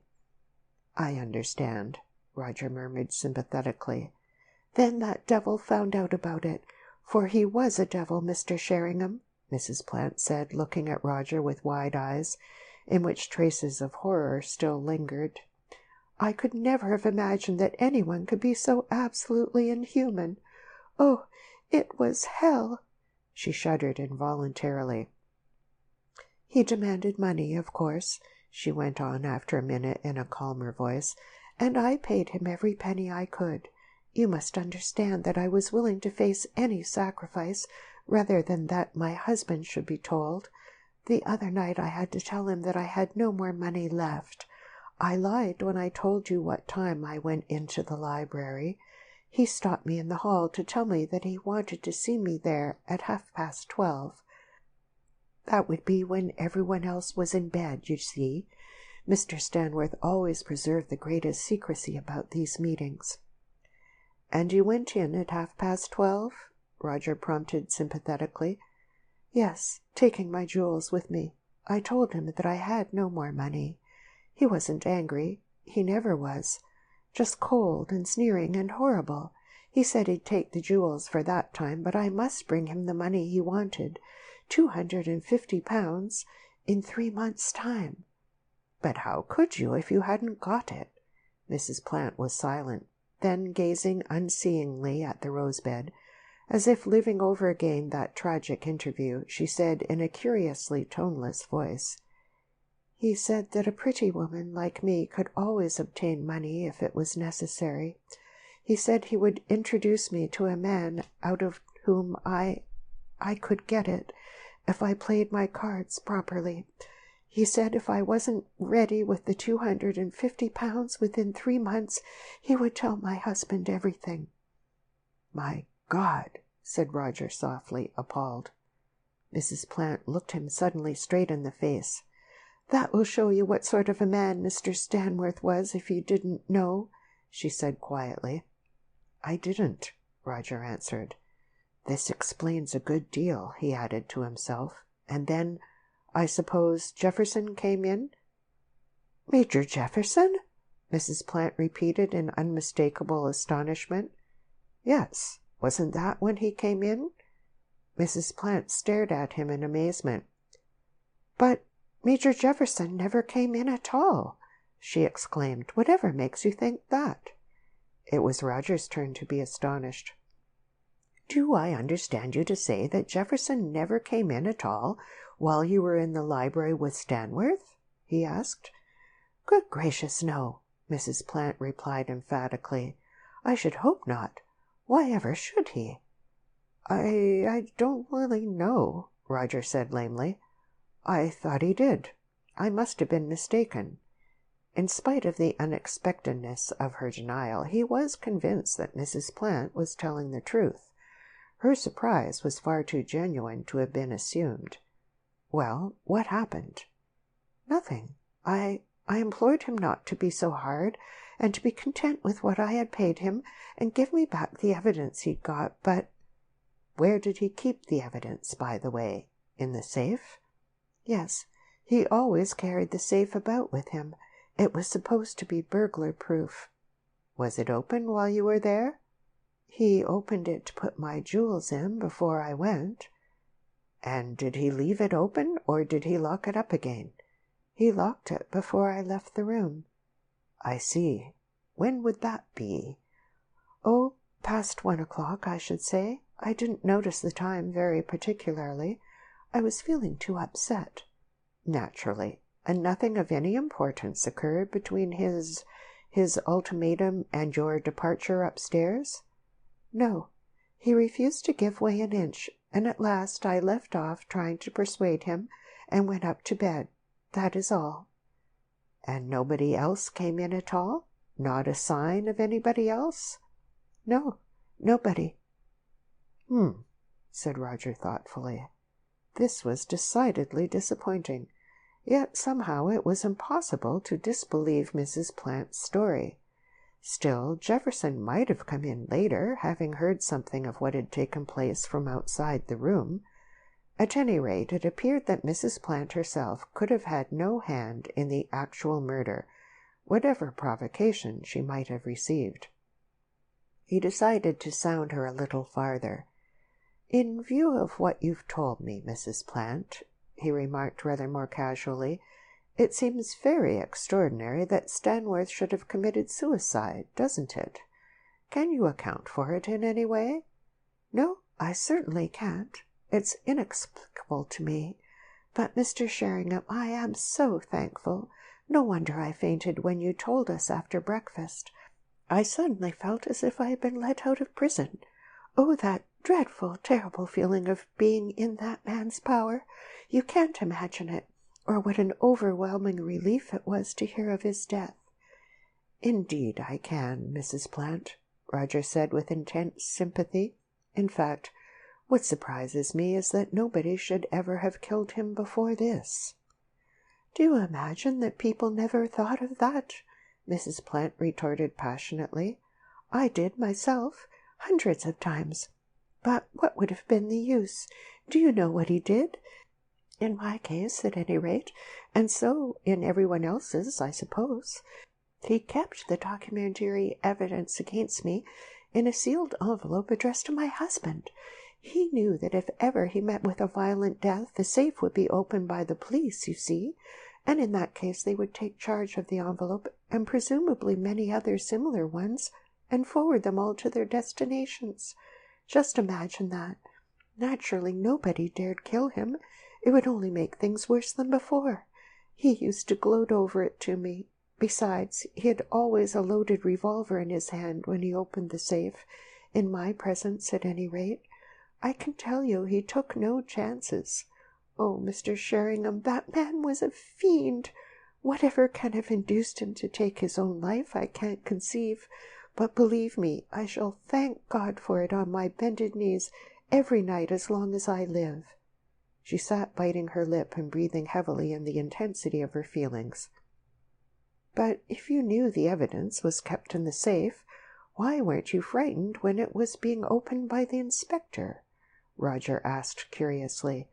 "I remember glancing at you, and you certainly didn't seem to be in the least perturbed about it." "Oh, that was after I'd had his letter, you see," Mrs. Plant explained readily. "I was before, of course, terribly frightened, but not afterwards, although it did seem almost too good to be true. Hullo, isn't that the lunch bell? We had better be going indoors, hadn't we? I think I have told you all that you can want to know." She rose to her feet and turned towards the house. Roger fell into step with her. "Letter?" he said eagerly. "What letter?" Mrs. Plant glanced at him in surprise. "Oh, don't you know about that? I thought you must do, as you seem to know everything. Yes, I got a letter from him saying that for certain private reasons he had decided to take his own life, and that before doing so he wished to inform me that I need have no fears about anything, as he had burnt the evidence he held against me. You can imagine what a relief it was." "Jumping Moses!" Roger exclaimed blankly. "That appears to bash me somewhat sideways." "What did you say, Mr. Sheringham?" asked Mrs. Plant curiously. Roger's dazed and slightly incoherent reply is not recorded. End of chapter 23.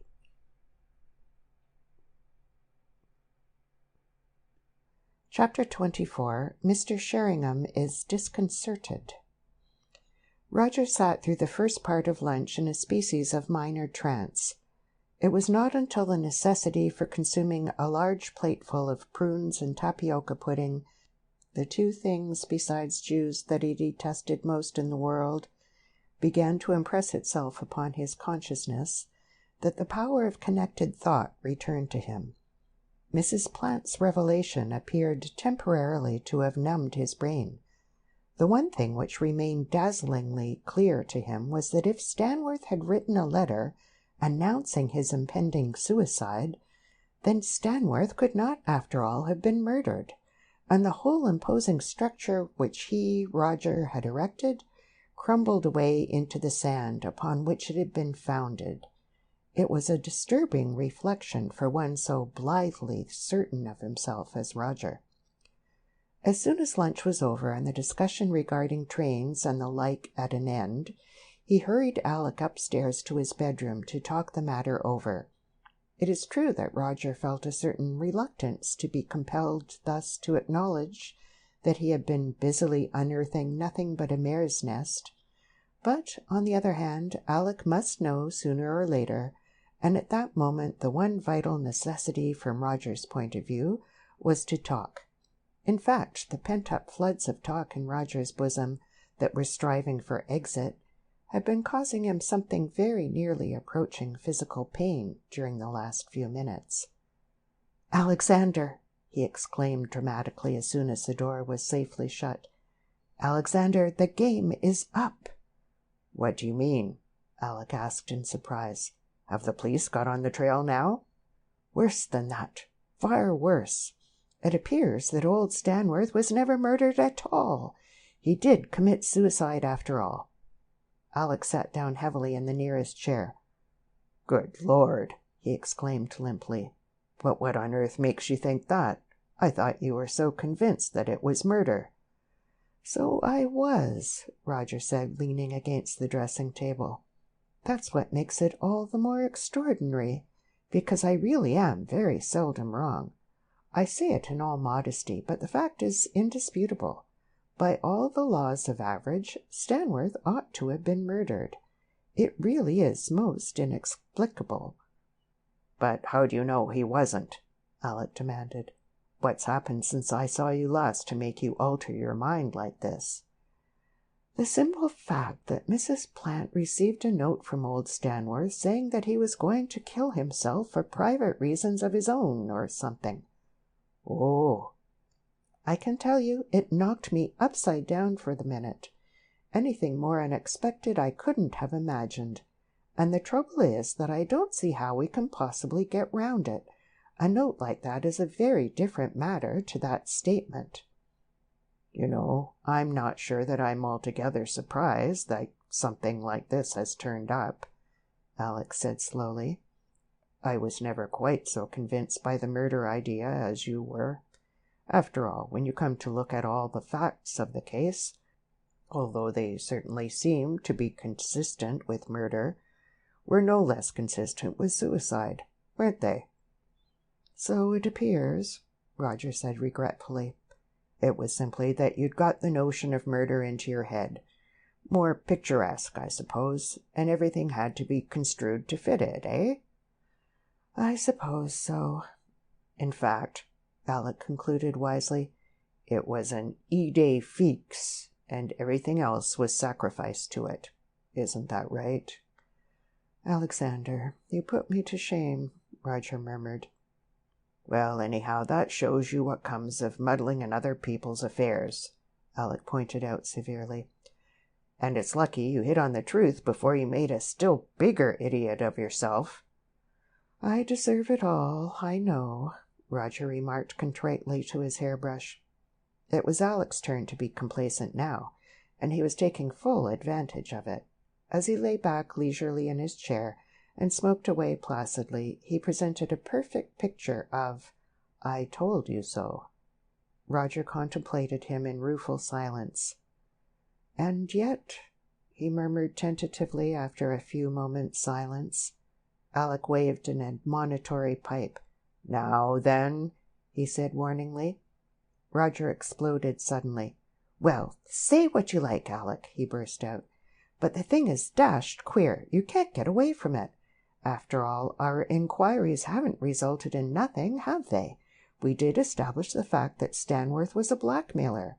I forgot to tell you that, by the way. We were perfectly right. He had been blackmailing Mrs. Plant, the swine, and jolly badly, too. Incidentally, she hadn't the least idea that his death might be anything else than suicide, and Jefferson didn't come into the library while she was there, so I was wrong in that particular detail. I'm satisfied she was telling the truth, too. But as for the rest, well, I'm dashed if I know what to think. The more I consider it, the more difficult I find it to believe that it was suicide after all, and that all those other facts could have been nothing but mere coincidences. It isn't reasonable." "Yes, that's all very well," Alec said sagely, "but when a fellow actually goes out of his way to write a letter saying that—" "By Jove, Alec," Roger interrupted excitedly, "you've given me an idea. Did he write it?" "What do you mean?" "Why, mightn't it have been typed? I haven't seen the thing yet, you know, and when she mentioned a letter, it never occurred to me that it might not be a handwritten one. If it was typed, then there's still a chance." He walked rapidly towards the door. "Where are you going to now?" Alec asked in surprise. "To see if I can get a look at this blessed letter," Roger said, turning the handle. "Mrs. Plant's room is down this passage, isn't it?" With a quick glance up and down the passage, Roger hurried along to Mrs. Plant's bedroom and tapped on the door. "Come in," said a voice inside. "It's me, Mrs. Plant," he replied softly. "Mr. Sheringham. Can I speak to you a minute?" There came the sound of rapid footsteps crossing the floor, and Mrs. Plant's head appeared at the door. "Yes?" she asked, not without a certain apprehension. "What is it, Mr. Sheringham?" "You remember that letter you mentioned this morning? From Mr. Stanworth, I mean. Have you still got it, by any chance, or have you destroyed it?" He held his breath for her reply. "Oh, no. Of course I destroyed it at once. Why?" "Oh, I just wanted to test an idea. Let me see." He thought rapidly. "It was pushed under your door or something, I suppose?" "Oh, no. It came by post."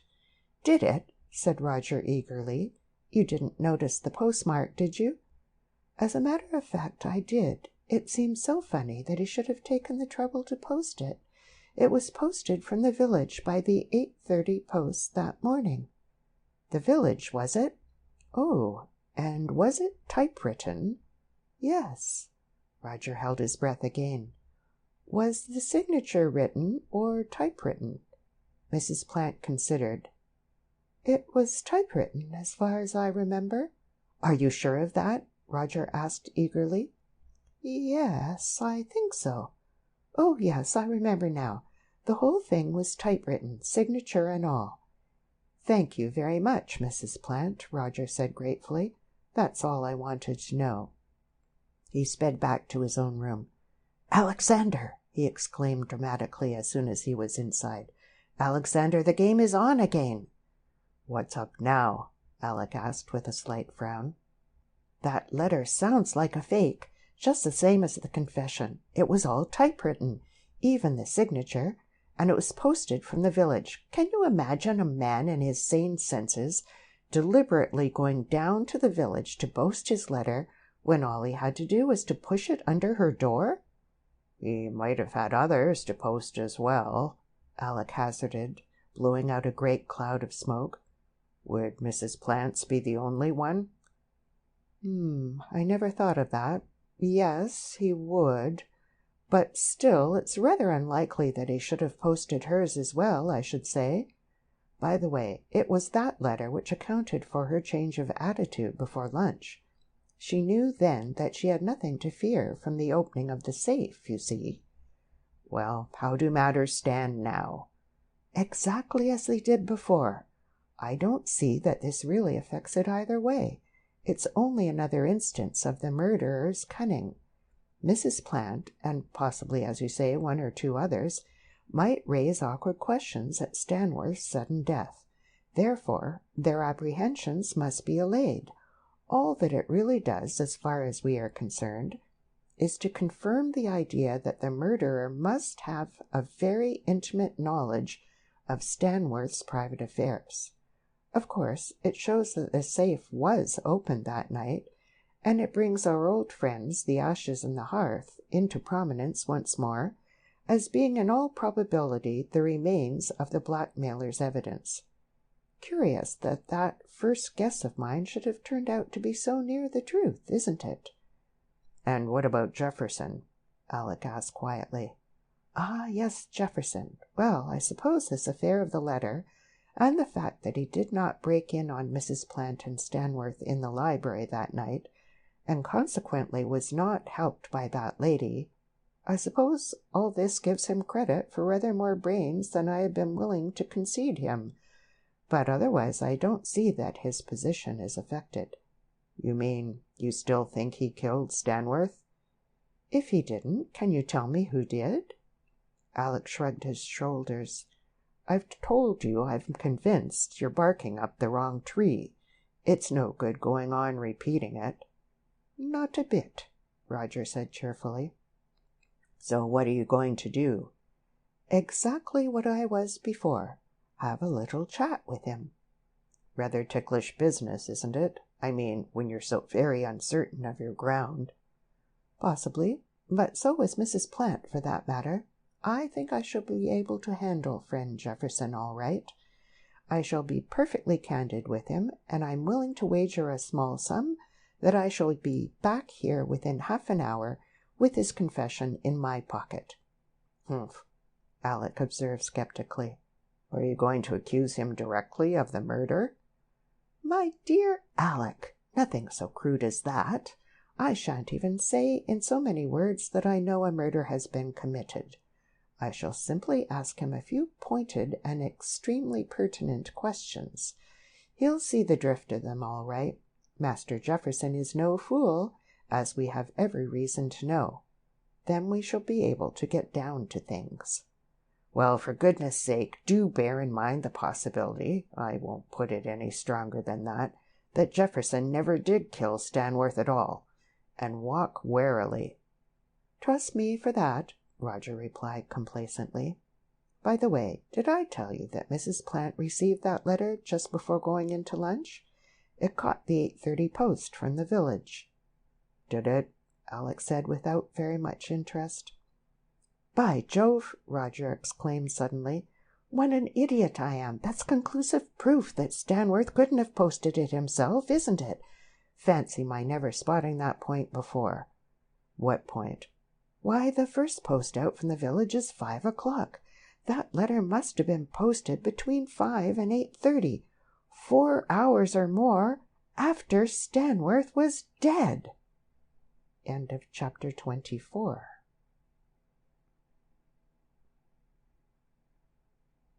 Chapter 25.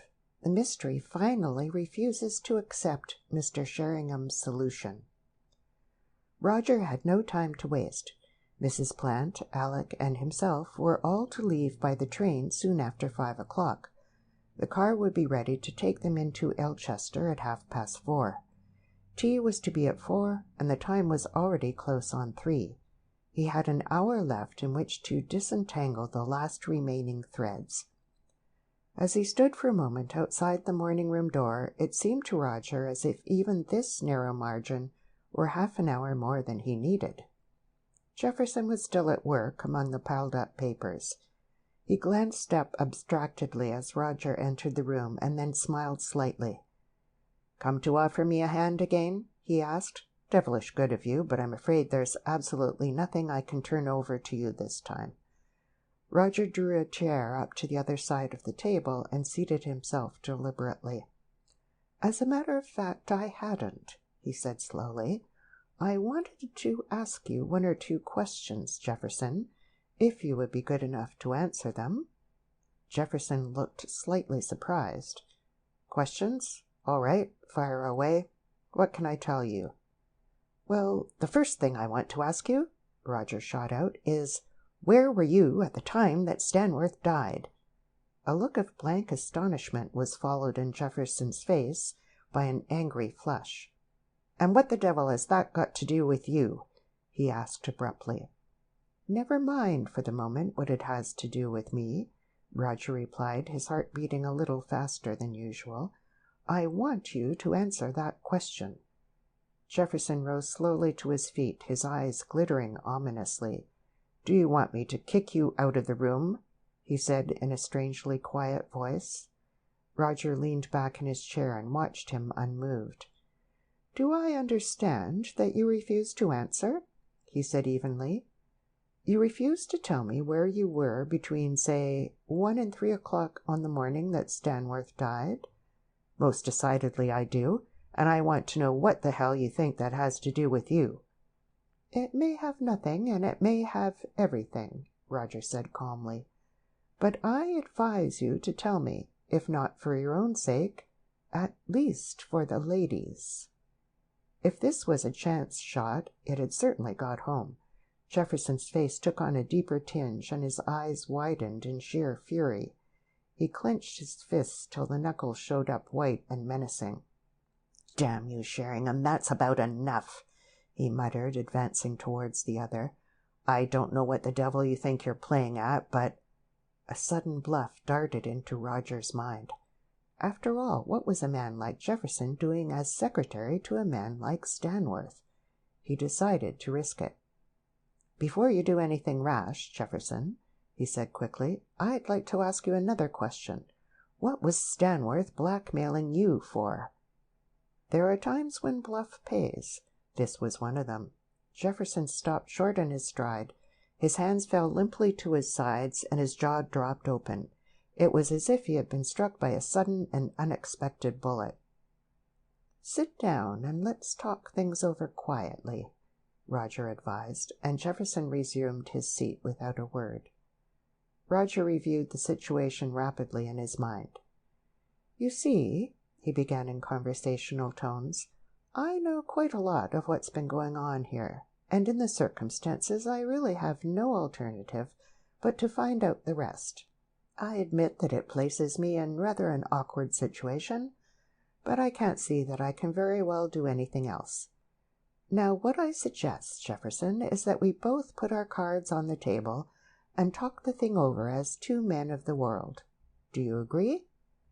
Jefferson frowned. "You don't appear to give me much option, do you? Though what it has to do with you, I'm really hanged if I can see." It was on Roger's lips to retort that Jefferson would very probably be hanged if he didn't, but fortunately he was able to control himself. "I should have thought that would have been obvious," he said smoothly. "I can hardly leave things as they are, can I? Still, we'll pass over that for the present. Now, Stanworth was, as I know, a blackmailer, and there can be no doubt as to that affecting the situation in no small degree." "What situation?" Jefferson asked in puzzled tones. Roger glanced at him shrewdly. "The situation," he said firmly. "I think we both understand to what I am referring." "I'm blessed if I do," Jefferson retorted. "Of course, if you take up that attitude—" Roger said tentatively. Still, perhaps it's a little early to get down to brass tacks, he added after a moment's pause. We'll confine ourselves to the other aspect for a time, shall we? Now, Stanworth, I take it, had some definite hold over you.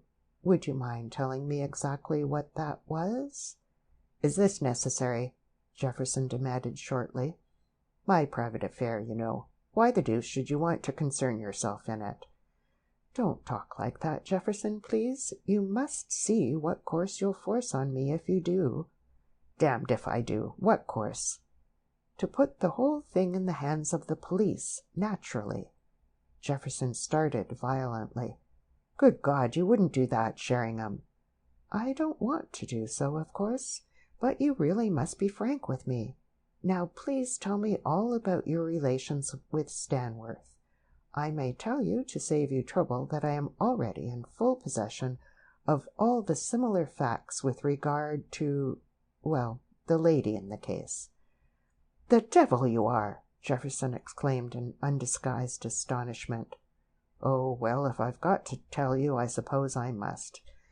Though what in the name of goodness it can have to... However... He leaned back in his chair and began to fiddle abstractedly with the papers in front of him. It was this way. My regiment was in India. A pal of mine and I were both in love with the same girl. No bad blood or anything like that. Good friends all the time. He got her. Wanted to get married at once, but very hard up, of course. We all were. He'd got a lot of debts, too. Damned fool went and drew a check on another man's account. Forged it, if you like. Absurd thing to do, bound to come out.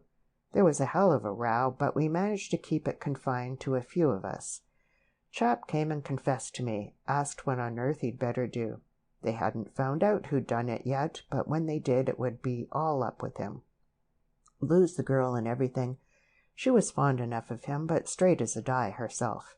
Couldn't have stood the disgrace. Well, what could I do? Couldn't stand by and see all this happen. Went to the colonel and told him I'd done the blessed thing.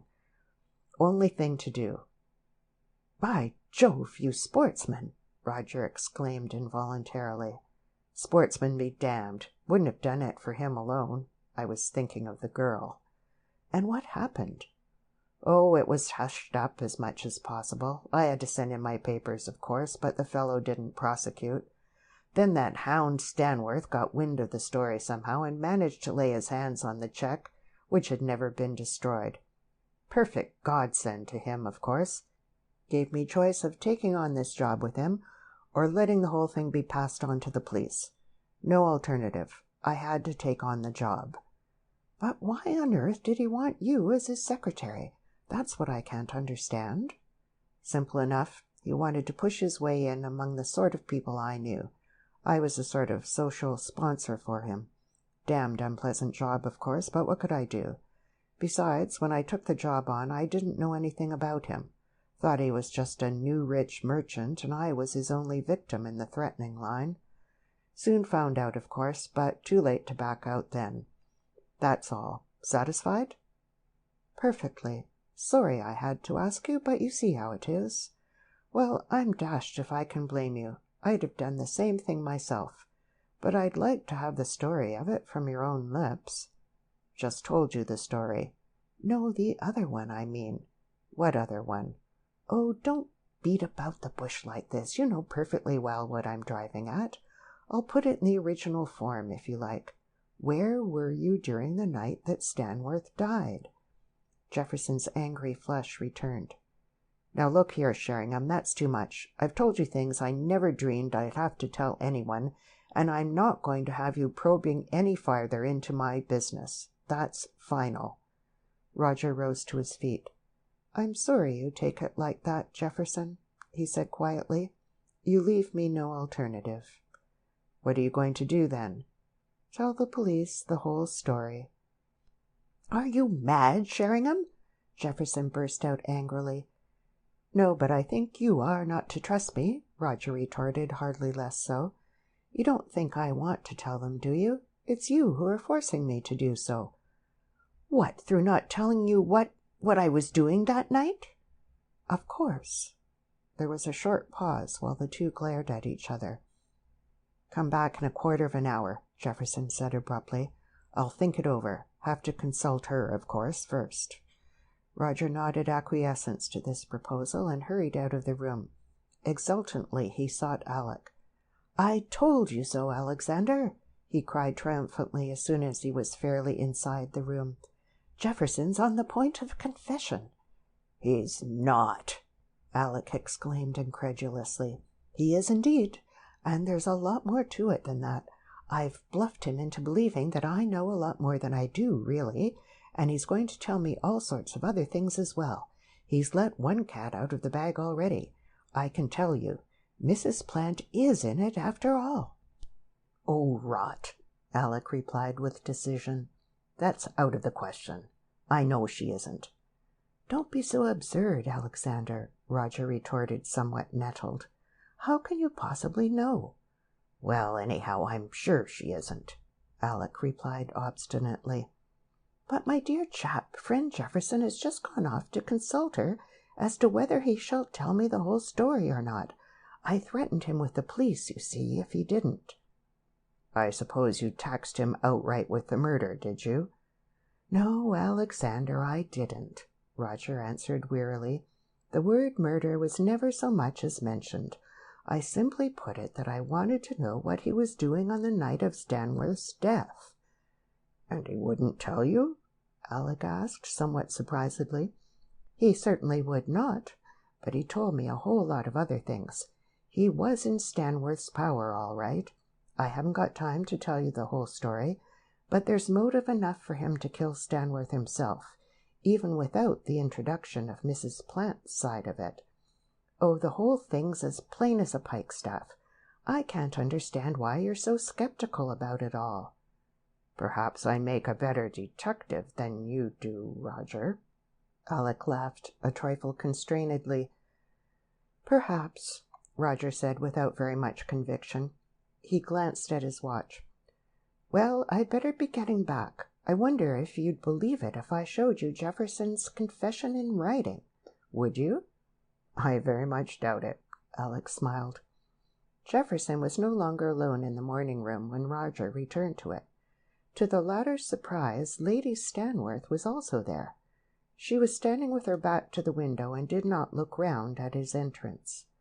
Roger shut the door carefully behind him and looked inquiringly at Jefferson. That gentleman did not waste time. "We've talked the matter over," he said curtly, "and decided to tell you what you want to know." Roger could hardly repress an exclamation of surprise. Why should Jefferson have imported Lady Stanworth into the matter? Obviously she must be involved, and deeply too.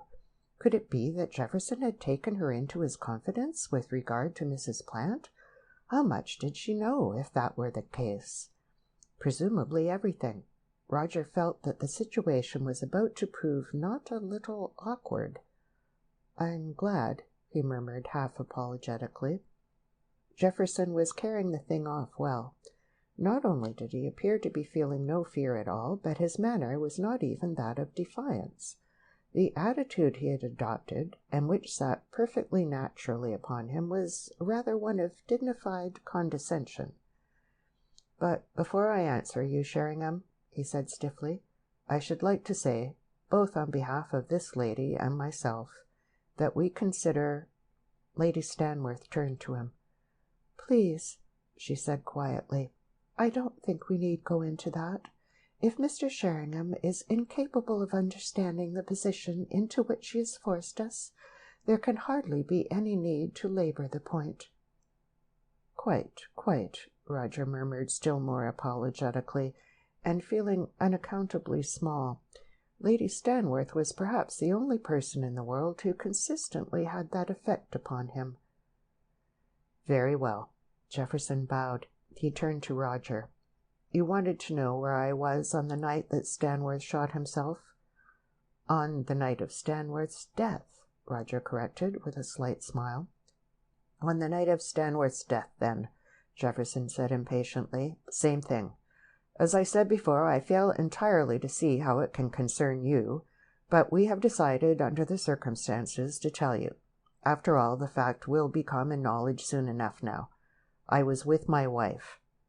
"Your wife?" Roger echoed, scarcely able to believe his ears. "That is what I said," Jefferson replied coldly. "Lady Stanworth and I were married secretly nearly 6 months ago." End of chapter 25. Chapter 26. Mr. Grierson Tries His Hand. For some moments Roger was incapable of speech. This disclosure was so totally unexpected, so entirely the reverse of anything that he had ever imagined, that at first it literally took his breath away. He could only stand and stare, as if his eyes were about to pop out of his head, at the two entirely unmoved persons who had sprung this overwhelming surprise upon him. "Is that what you wish to know?" Jefferson asked courteously. "Or would you wish my wife to confirm it?" "Oh, no, no need at all," Roger gasped, doing his best to pull himself together. I should like to apologize to you for the apparent impertinence of my questions, and to congratulate you, if you will allow me to do so." "Very kind," Jefferson muttered. Lady Stanworth, or Lady Jefferson, as she was now, bowed slightly. "If you don't want me any more, Harry," she said to her husband, "there are 1 or 2 things I have to do." "Certainly," Jefferson said, opening the door for her. She passed out without another glance at Roger. "Look here, Jefferson," exclaimed the latter impulsively as soon as the door was closed again. "I know you must be thinking me the most appalling bounder, but you must believe that I shouldn't have tackled you in that way if I hadn't got very solid and serious reasons for doing so. As things have turned out, I can't tell you at present what those reasons are, but really it's something of the greatest possible importance." "Oh, that's all right, Sheringham," Jefferson returned with gruff amiability. "Guess you must have something up your sleeve. Bit awkward, though. Ladies and all that, you know," he added vaguely. "Beastly," Roger said sympathetically. "As a matter of fact, that's a development that had never occurred to me at all, you and Lady Stanworth being married. If anything, it makes things very much more complicated than before." "Bit of a mystery or something on hand, eh?" Jefferson asked with interest. "Very much so," Roger replied, gazing thoughtfully out of the window. "Connected with Stanworth and his activities, you understand," he added. "Ah," Jefferson observed comprehendingly. "Then I'd better not ask any questions. Don't want to learn anything more about that side of things. Seen too many poor devils going through it already." "No, but I tell you what," Roger said, wheeling suddenly about. "If you could answer a few more questions for me, I should be more than grateful. Only as a favor, of course, and if you refuse I shall understand perfectly. But you might be able to help me clear up a very tricky state of affairs." "If it's anything to do with helping somebody Stanworth got hold of, I'll answer questions all night," Jefferson replied with vigor. "Go ahead." "Thanks very much. Well, then, in the first place, will you tell me some details regarding your wife's relations with Stanworth? It doesn't matter if you object, but I should be very glad if you could see your way to do so." "But I thought you said you knew that story." Roger did not think it necessary to explain that the lady to whom he had been referring was not Lady Jefferson. "Oh, I know most of it, I think," he said airily, "but I should like to hear it all from you, if I could. I know that she was in Stanworth's power, of course," he added, making a shot in the twilight, "but I'm not quite clear as to the precise way." Jefferson shrugged his shoulders. "Oh, well, as you seem to know so much, you'd better have the whole thing straight. Stanworth nosed out something about her father. His brother was in love with her, and Stanworth gave her the option of marrying him or having her father shown up. He could have had the old Earl put in the dock, I believe. Naturally, she chose the brother, who, by the way, didn't know anything about Stanworth's activities, so I understand. Quite an amiable, rather weak sort of a fellow. And since then, of course, Stanworth had the whip hand over her?" Jefferson winced. "Yes," he said shortly. Even after her father died, she wouldn't want the family shown up." "I see," said Roger thoughtfully. So Lady Stanworth had little enough reason to love her brother-in-law, and since Jefferson fell in love with her, her cause would naturally become his. Truly he had motive and to spare for ridding the world of such a man. Yet, although Jefferson and his wife might easily have concocted the story of his whereabouts that night, Roger already felt just as convinced of the former's innocence as he was before of his guilt. The man's manner seemed somehow to preclude altogether the idea of subterfuge. Had he really killed Stanworth, Roger was sure that he would have said so by the time that matters had reached this length, bluntly and simply, just as he had told the story of his own downfall. But in spite of his convictions, Roger was not such a fool as not to put the obvious questions that occurred to him. "Why was your marriage secret?" he asked. "Did Stanworth know about it?"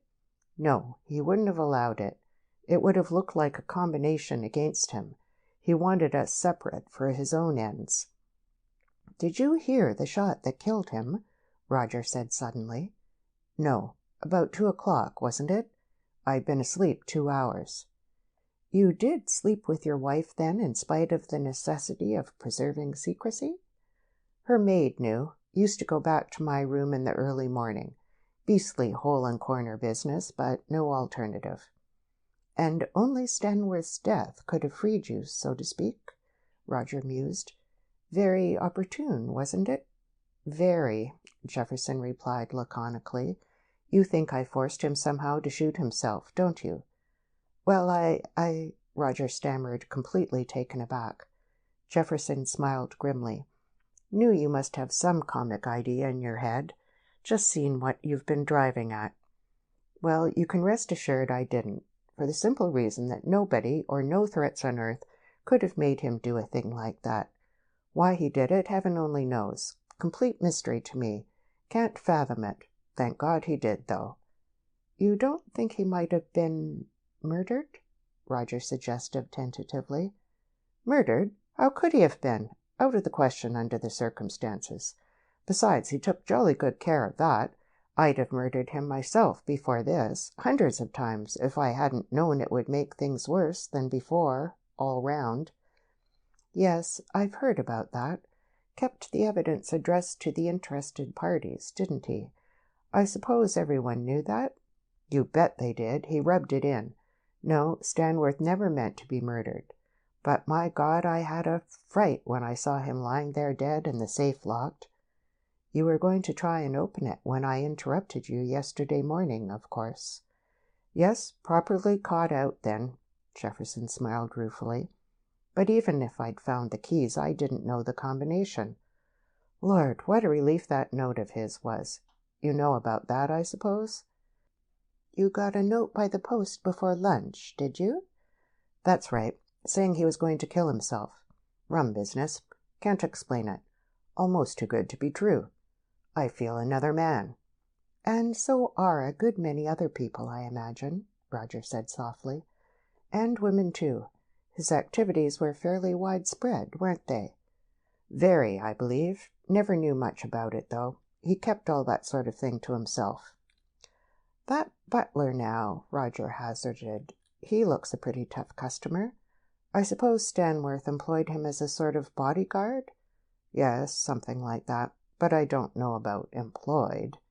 "What do you mean?" "He was no more employed than I was. That is to say, we got a salary and we did our work, but it wasn't a sort of employment either of us could leave." Roger whistled softly. "Oh-ho!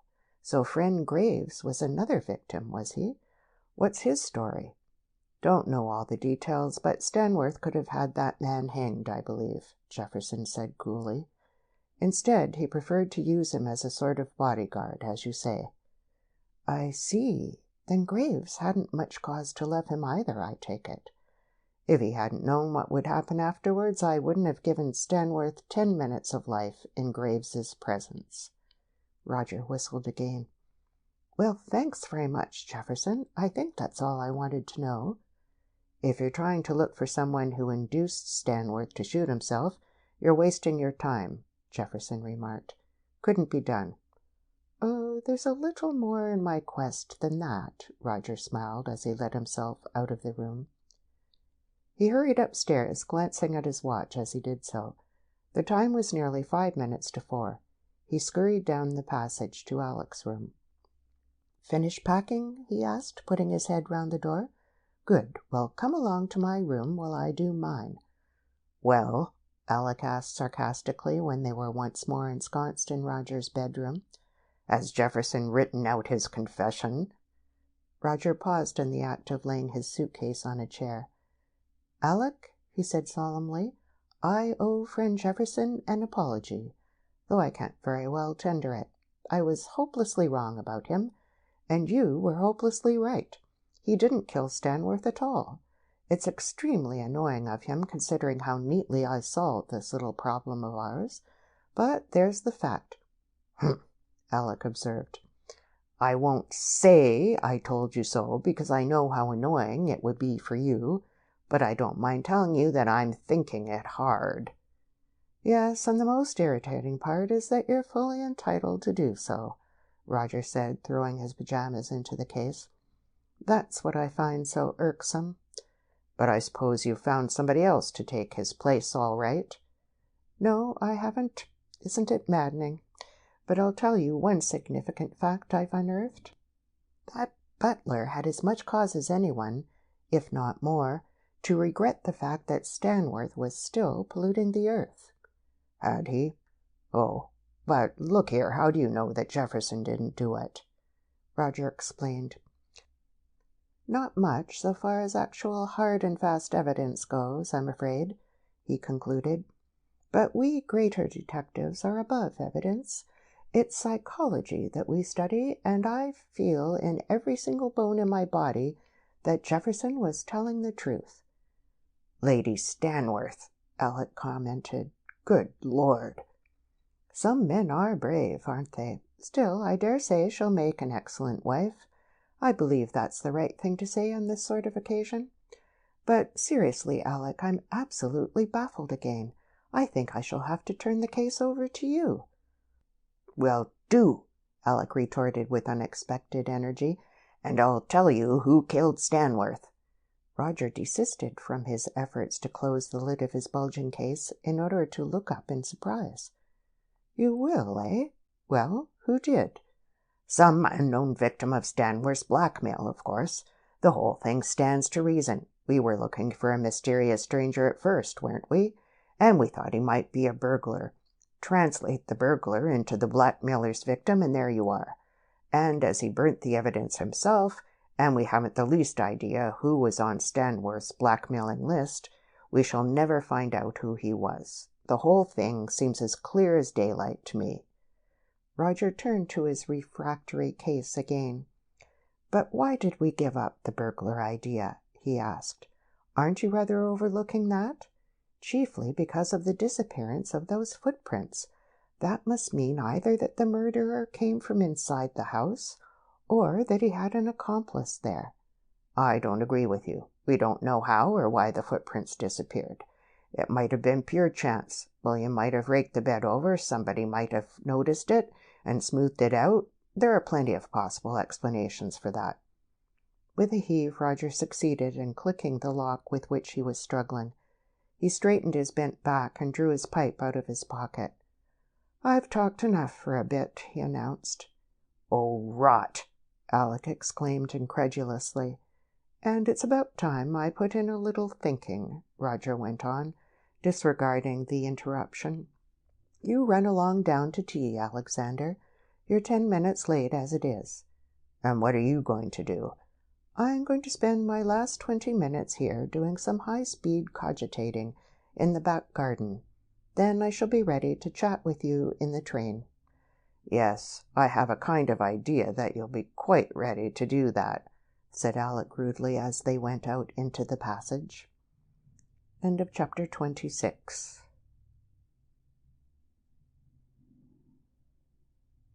Chapter 27. Mr. Sheringham hits the mark.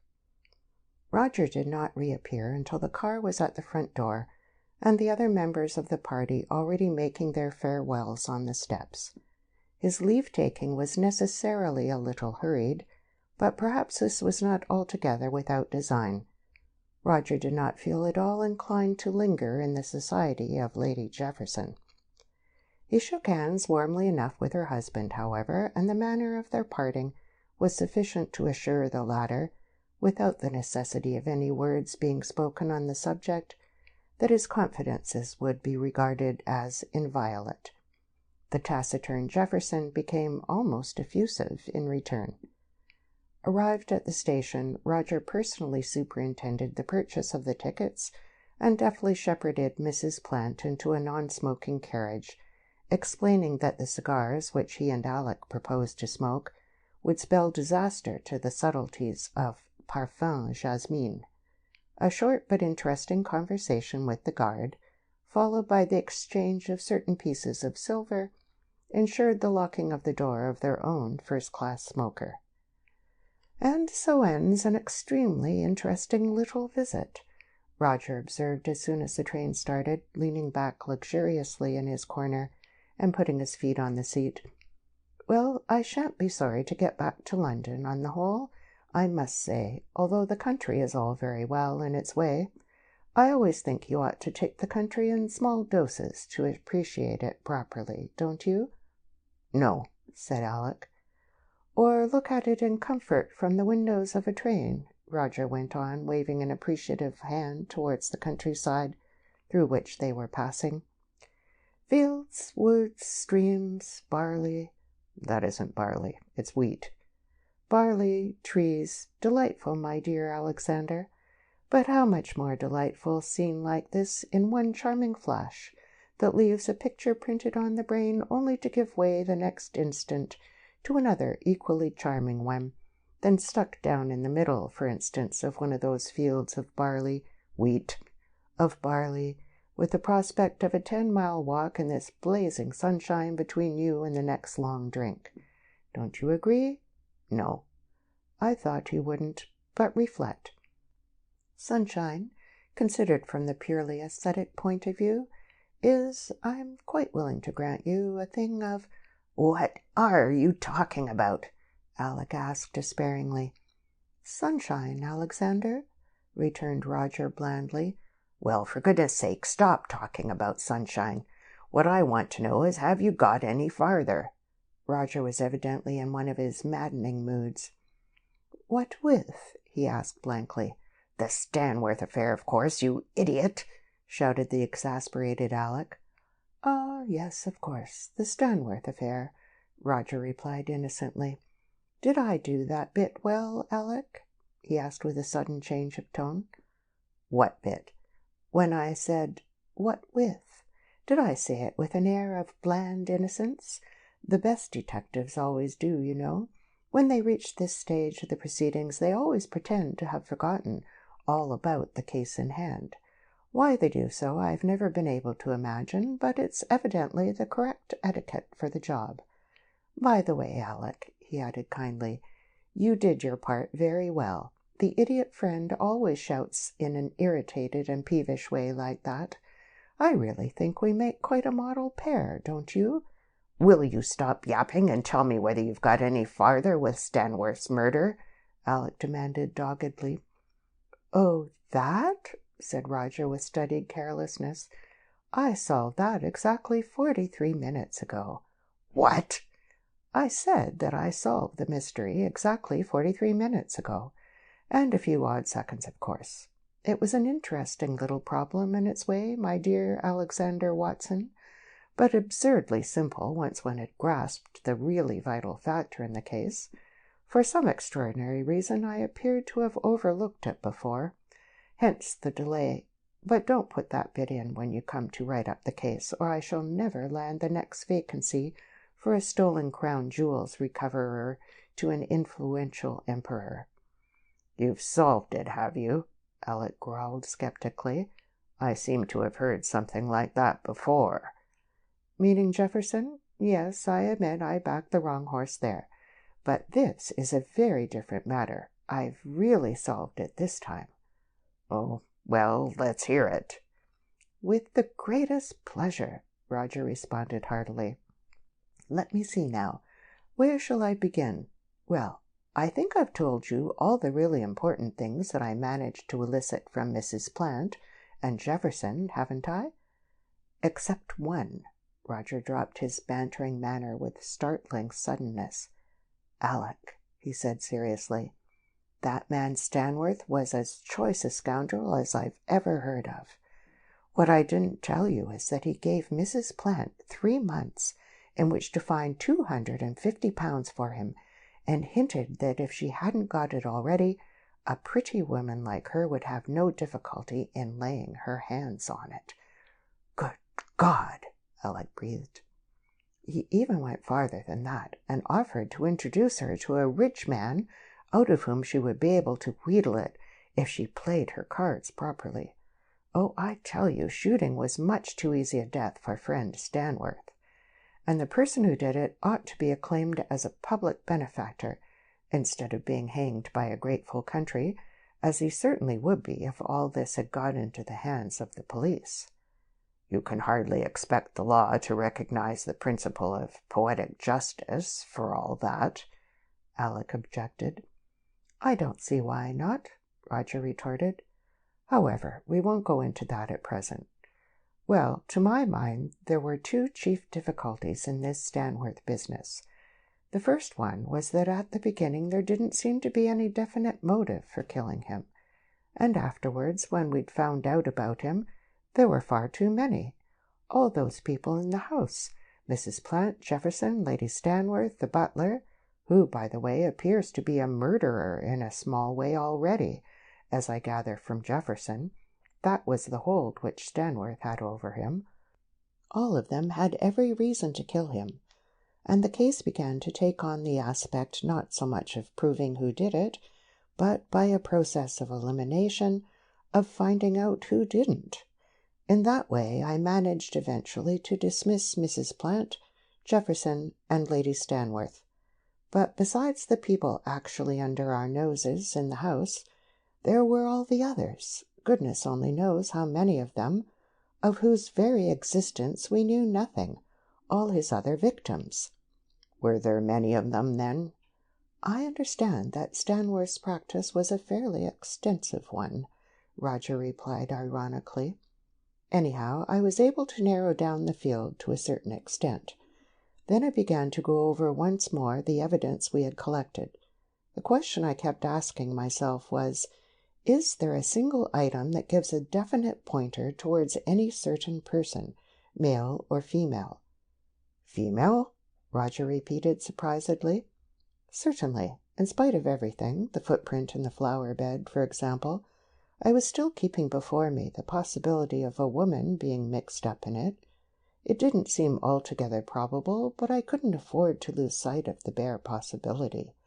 And it's lucky I did, for it was just that which finally put me on the right track."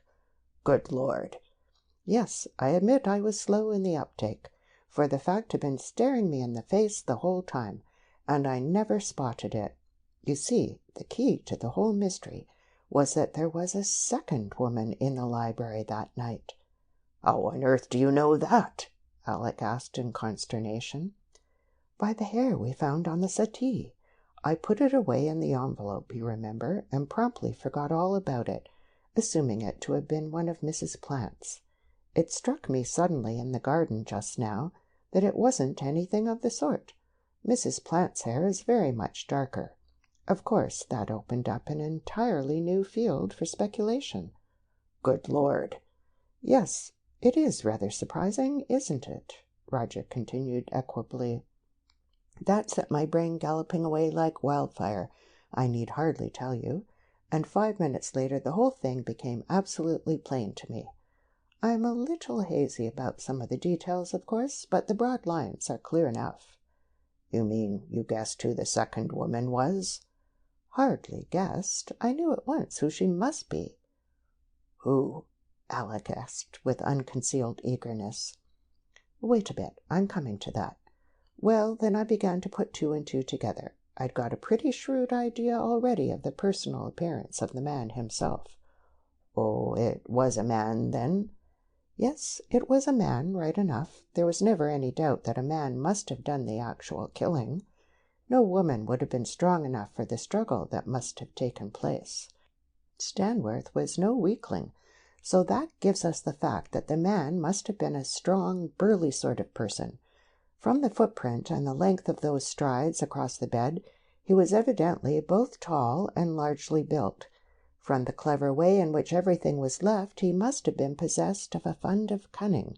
From the manner in which he left that window fastened behind him, it was clear that he was thoroughly accustomed to handling lattice windows. Well, what does all that give us? It looked obvious to me. Alec was staring intently at the speaker, following every word with eager attention. "I think I see what you're getting at," he said slowly.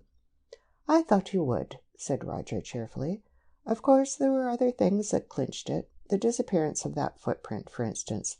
That must have been done by somebody who knew what he was doing, and somebody who heard me say that I was going to fit every male boot in the house into the mark. You remember. Of course, it was that which made me so sure at first about Jefferson, because I jumped to the conclusion that it must have been Jefferson whom we saw edging out of the library door. After that, I more or less had Jefferson on the brain."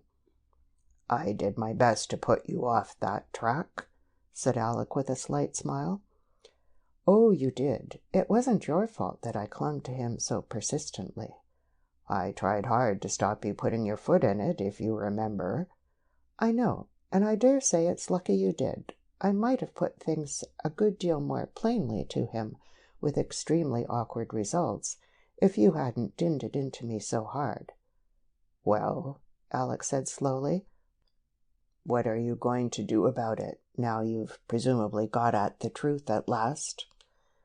"Do about it? Forget it, of course. I told you my views just now when I said the man who killed Stanworth ought to be acclaimed as a public benefactor. As that is unfortunately out of the question, the next best thing is to forget as diligently as possible that Stanworth did not, after all, shoot himself, as everybody else believes." Said Alec, gazing out of the window. "I wonder, you're really sure of that?" "Absolutely," said Roger with decision. "Anything else would be ludicrous under the circumstances. We won't discuss that side of it again." There was a little pause. The second woman," Alec said tentatively. "How were you able to identify her so positively?" Roger drew the envelope out of his breast pocket, opened it, and carefully extracted the hair. He laid it across his knee for the moment and contemplated it in silence. Then, with a sudden movement, he picked it up and threw it through the open window. "There goes a vital piece of evidence," he said with a smile. "Well, for one thing, there was nobody else in the house with just that particular shade of hair, was there?" "I suppose not," Alec replied. There was another silence, rather longer this time. Then Roger, glancing curiously across at his companion, remarked very airily, "Just to satisfy my natural curiosity, Alec, why exactly did you kill Stanworth?" End of chapter 27.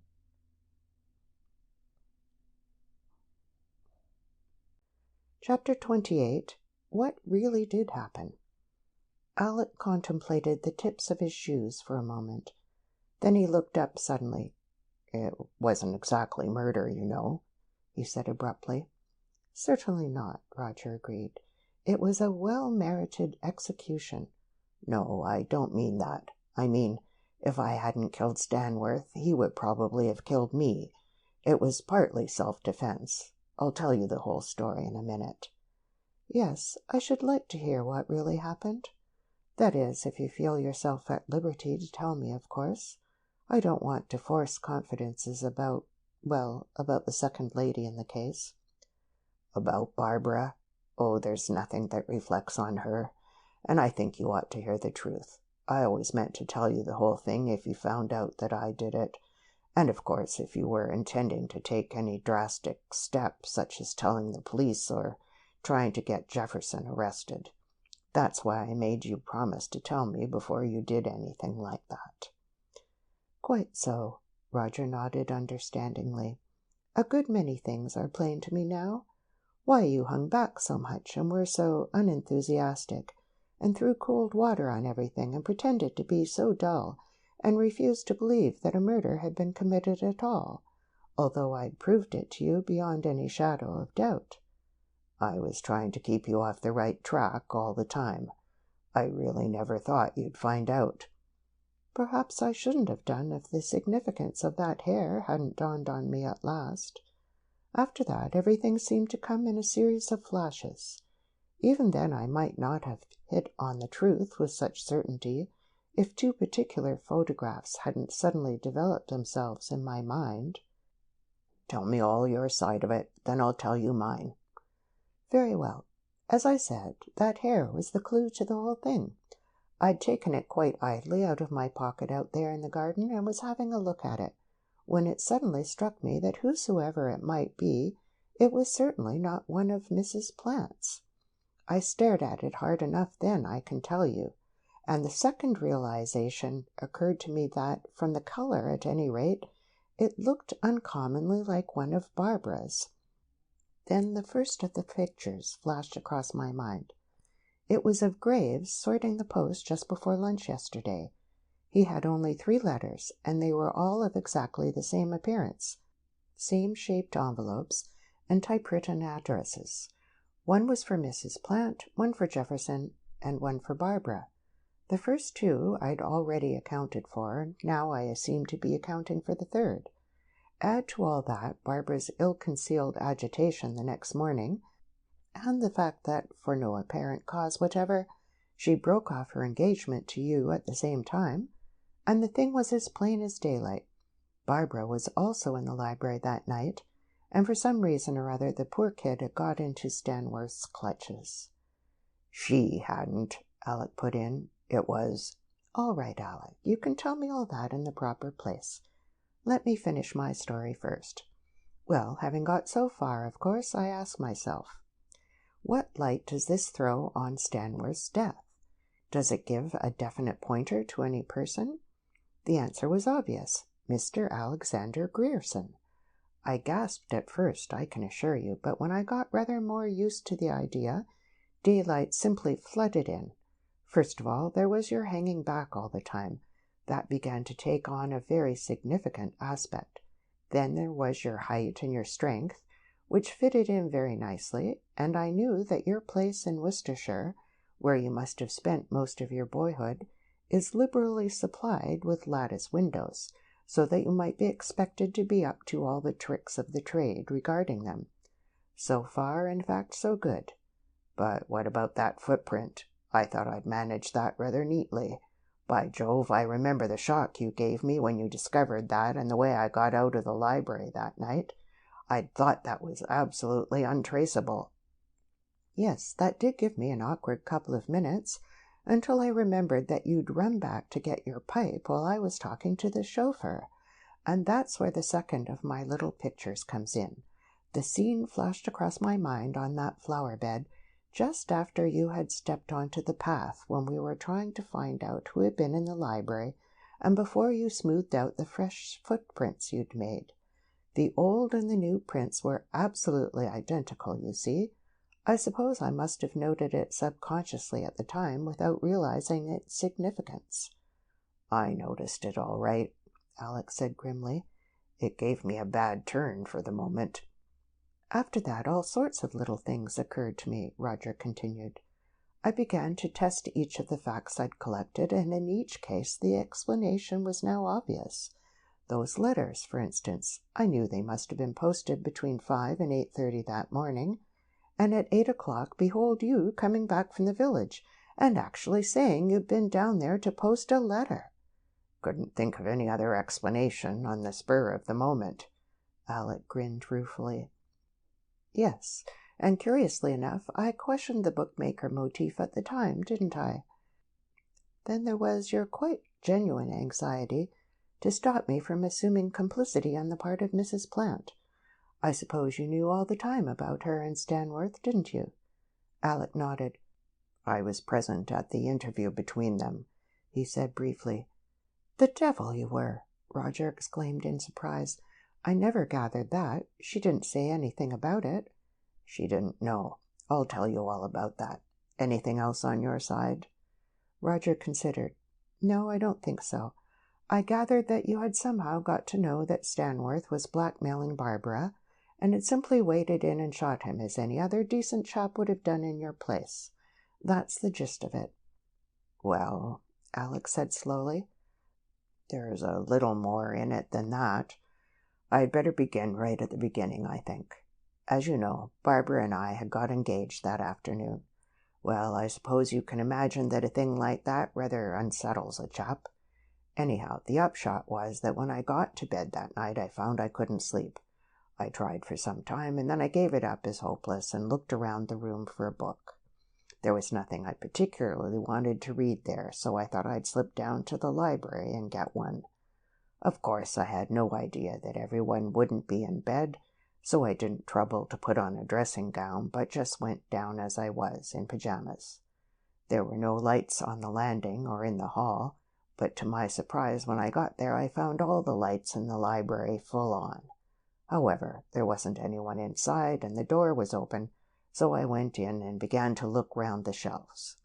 Then I heard unmistakably feminine footsteps approaching, and hardly wishing to be caught like that, I nipped behind those thick curtains in front of the sash window, and sat down on the seat to wait till the person, whoever it might be, had gone.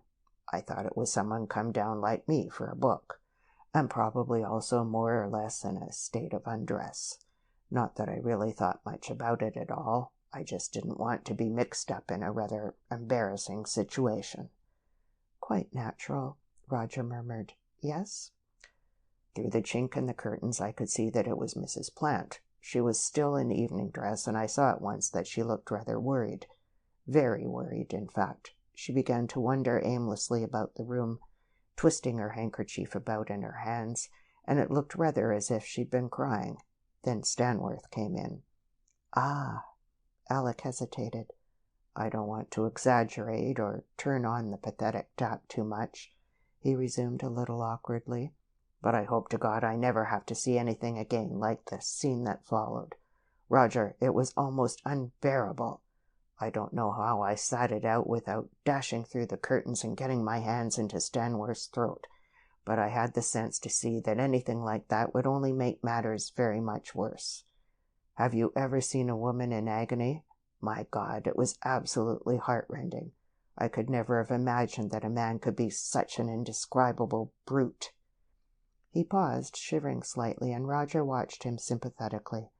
He was beginning to realize just how terrible that scene must have been, if it could move the stoical Alec to such a display of emotion.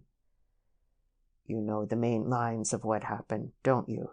Alec went on rather more calmly, so I needn't go into details. The wretched woman begged and wept, but it had no more effect upon Stanworth than if he had been a stone image.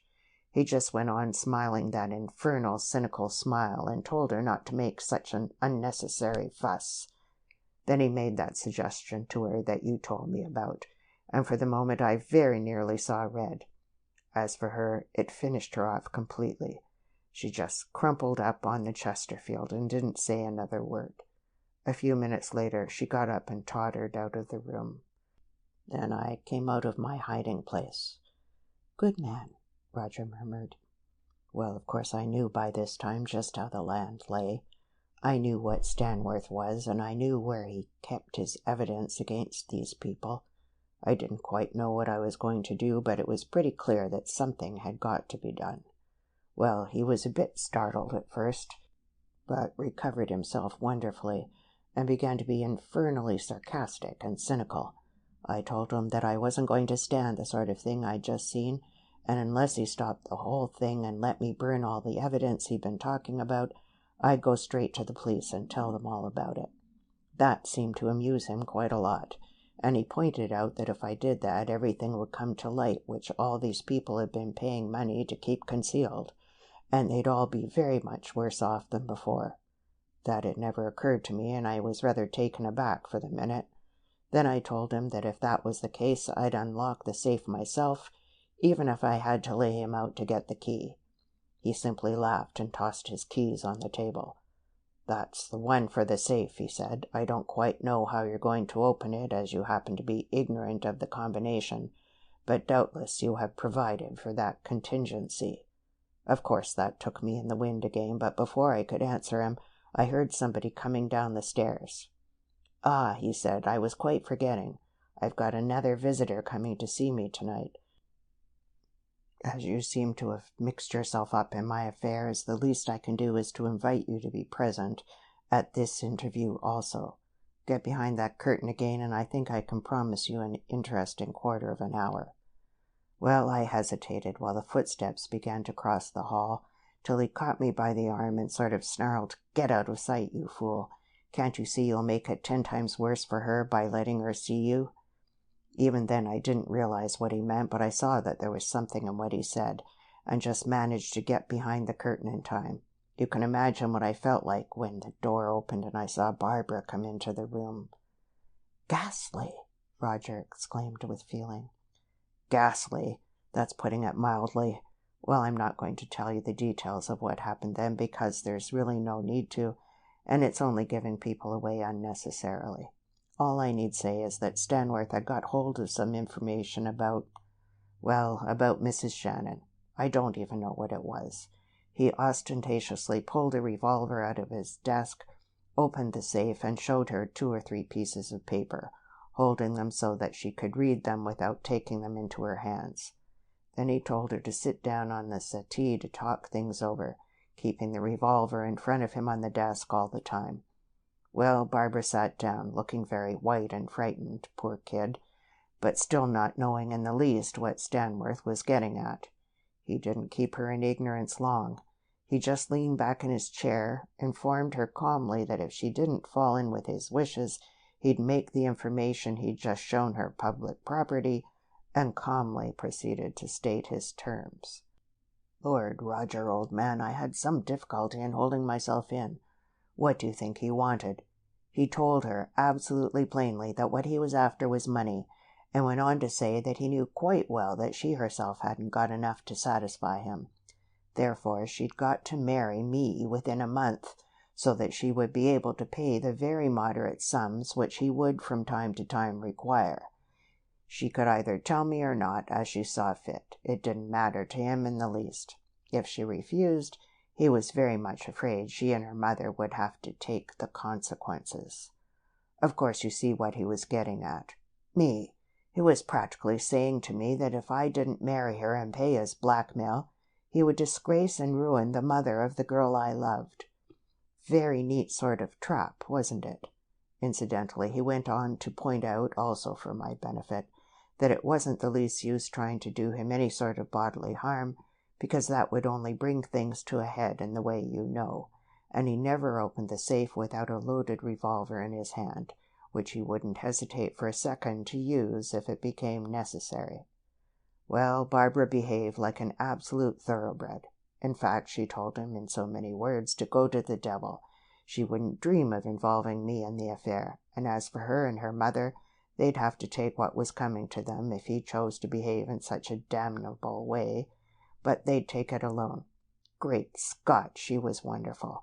She practically defied him to do his worst, and said that she was going to break off her engagement to me the very next morning. Then she sailed out of the room with her head in the air, leaving him sitting there. No tears, no entreaties, simply the most overwhelming contempt. Roger, she was just marvelous. "I can believe you," Roger said simply. "What happened then?" "I came out again. I think I meant to kill Stanworth then if I got a chance to do so without making a worse mess of things.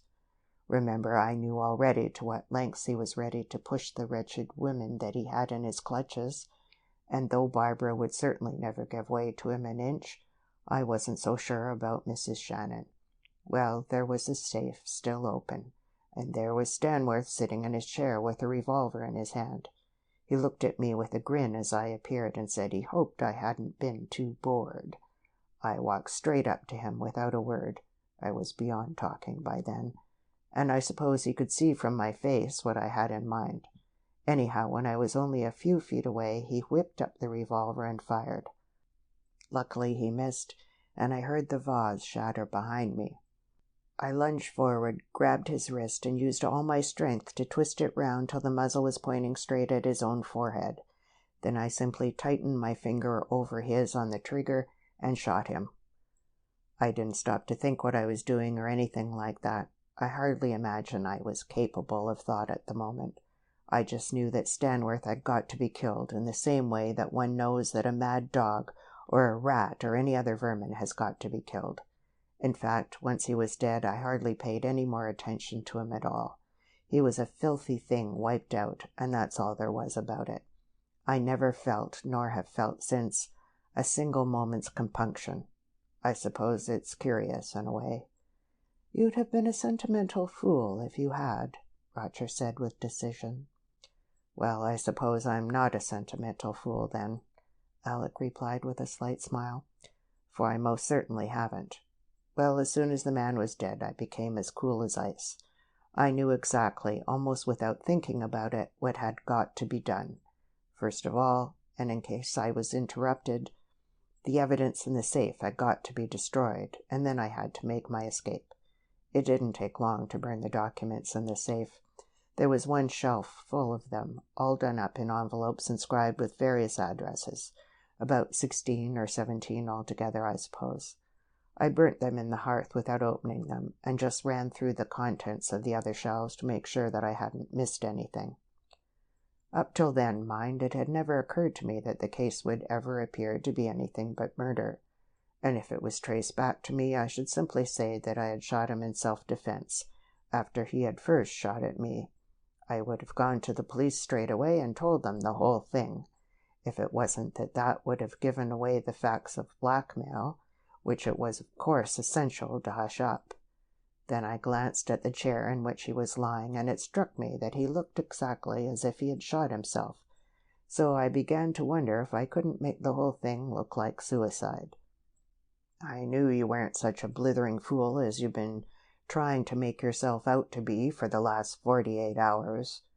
Roger interjected. Yes? Well, the whole finished effect didn't occur to me at once.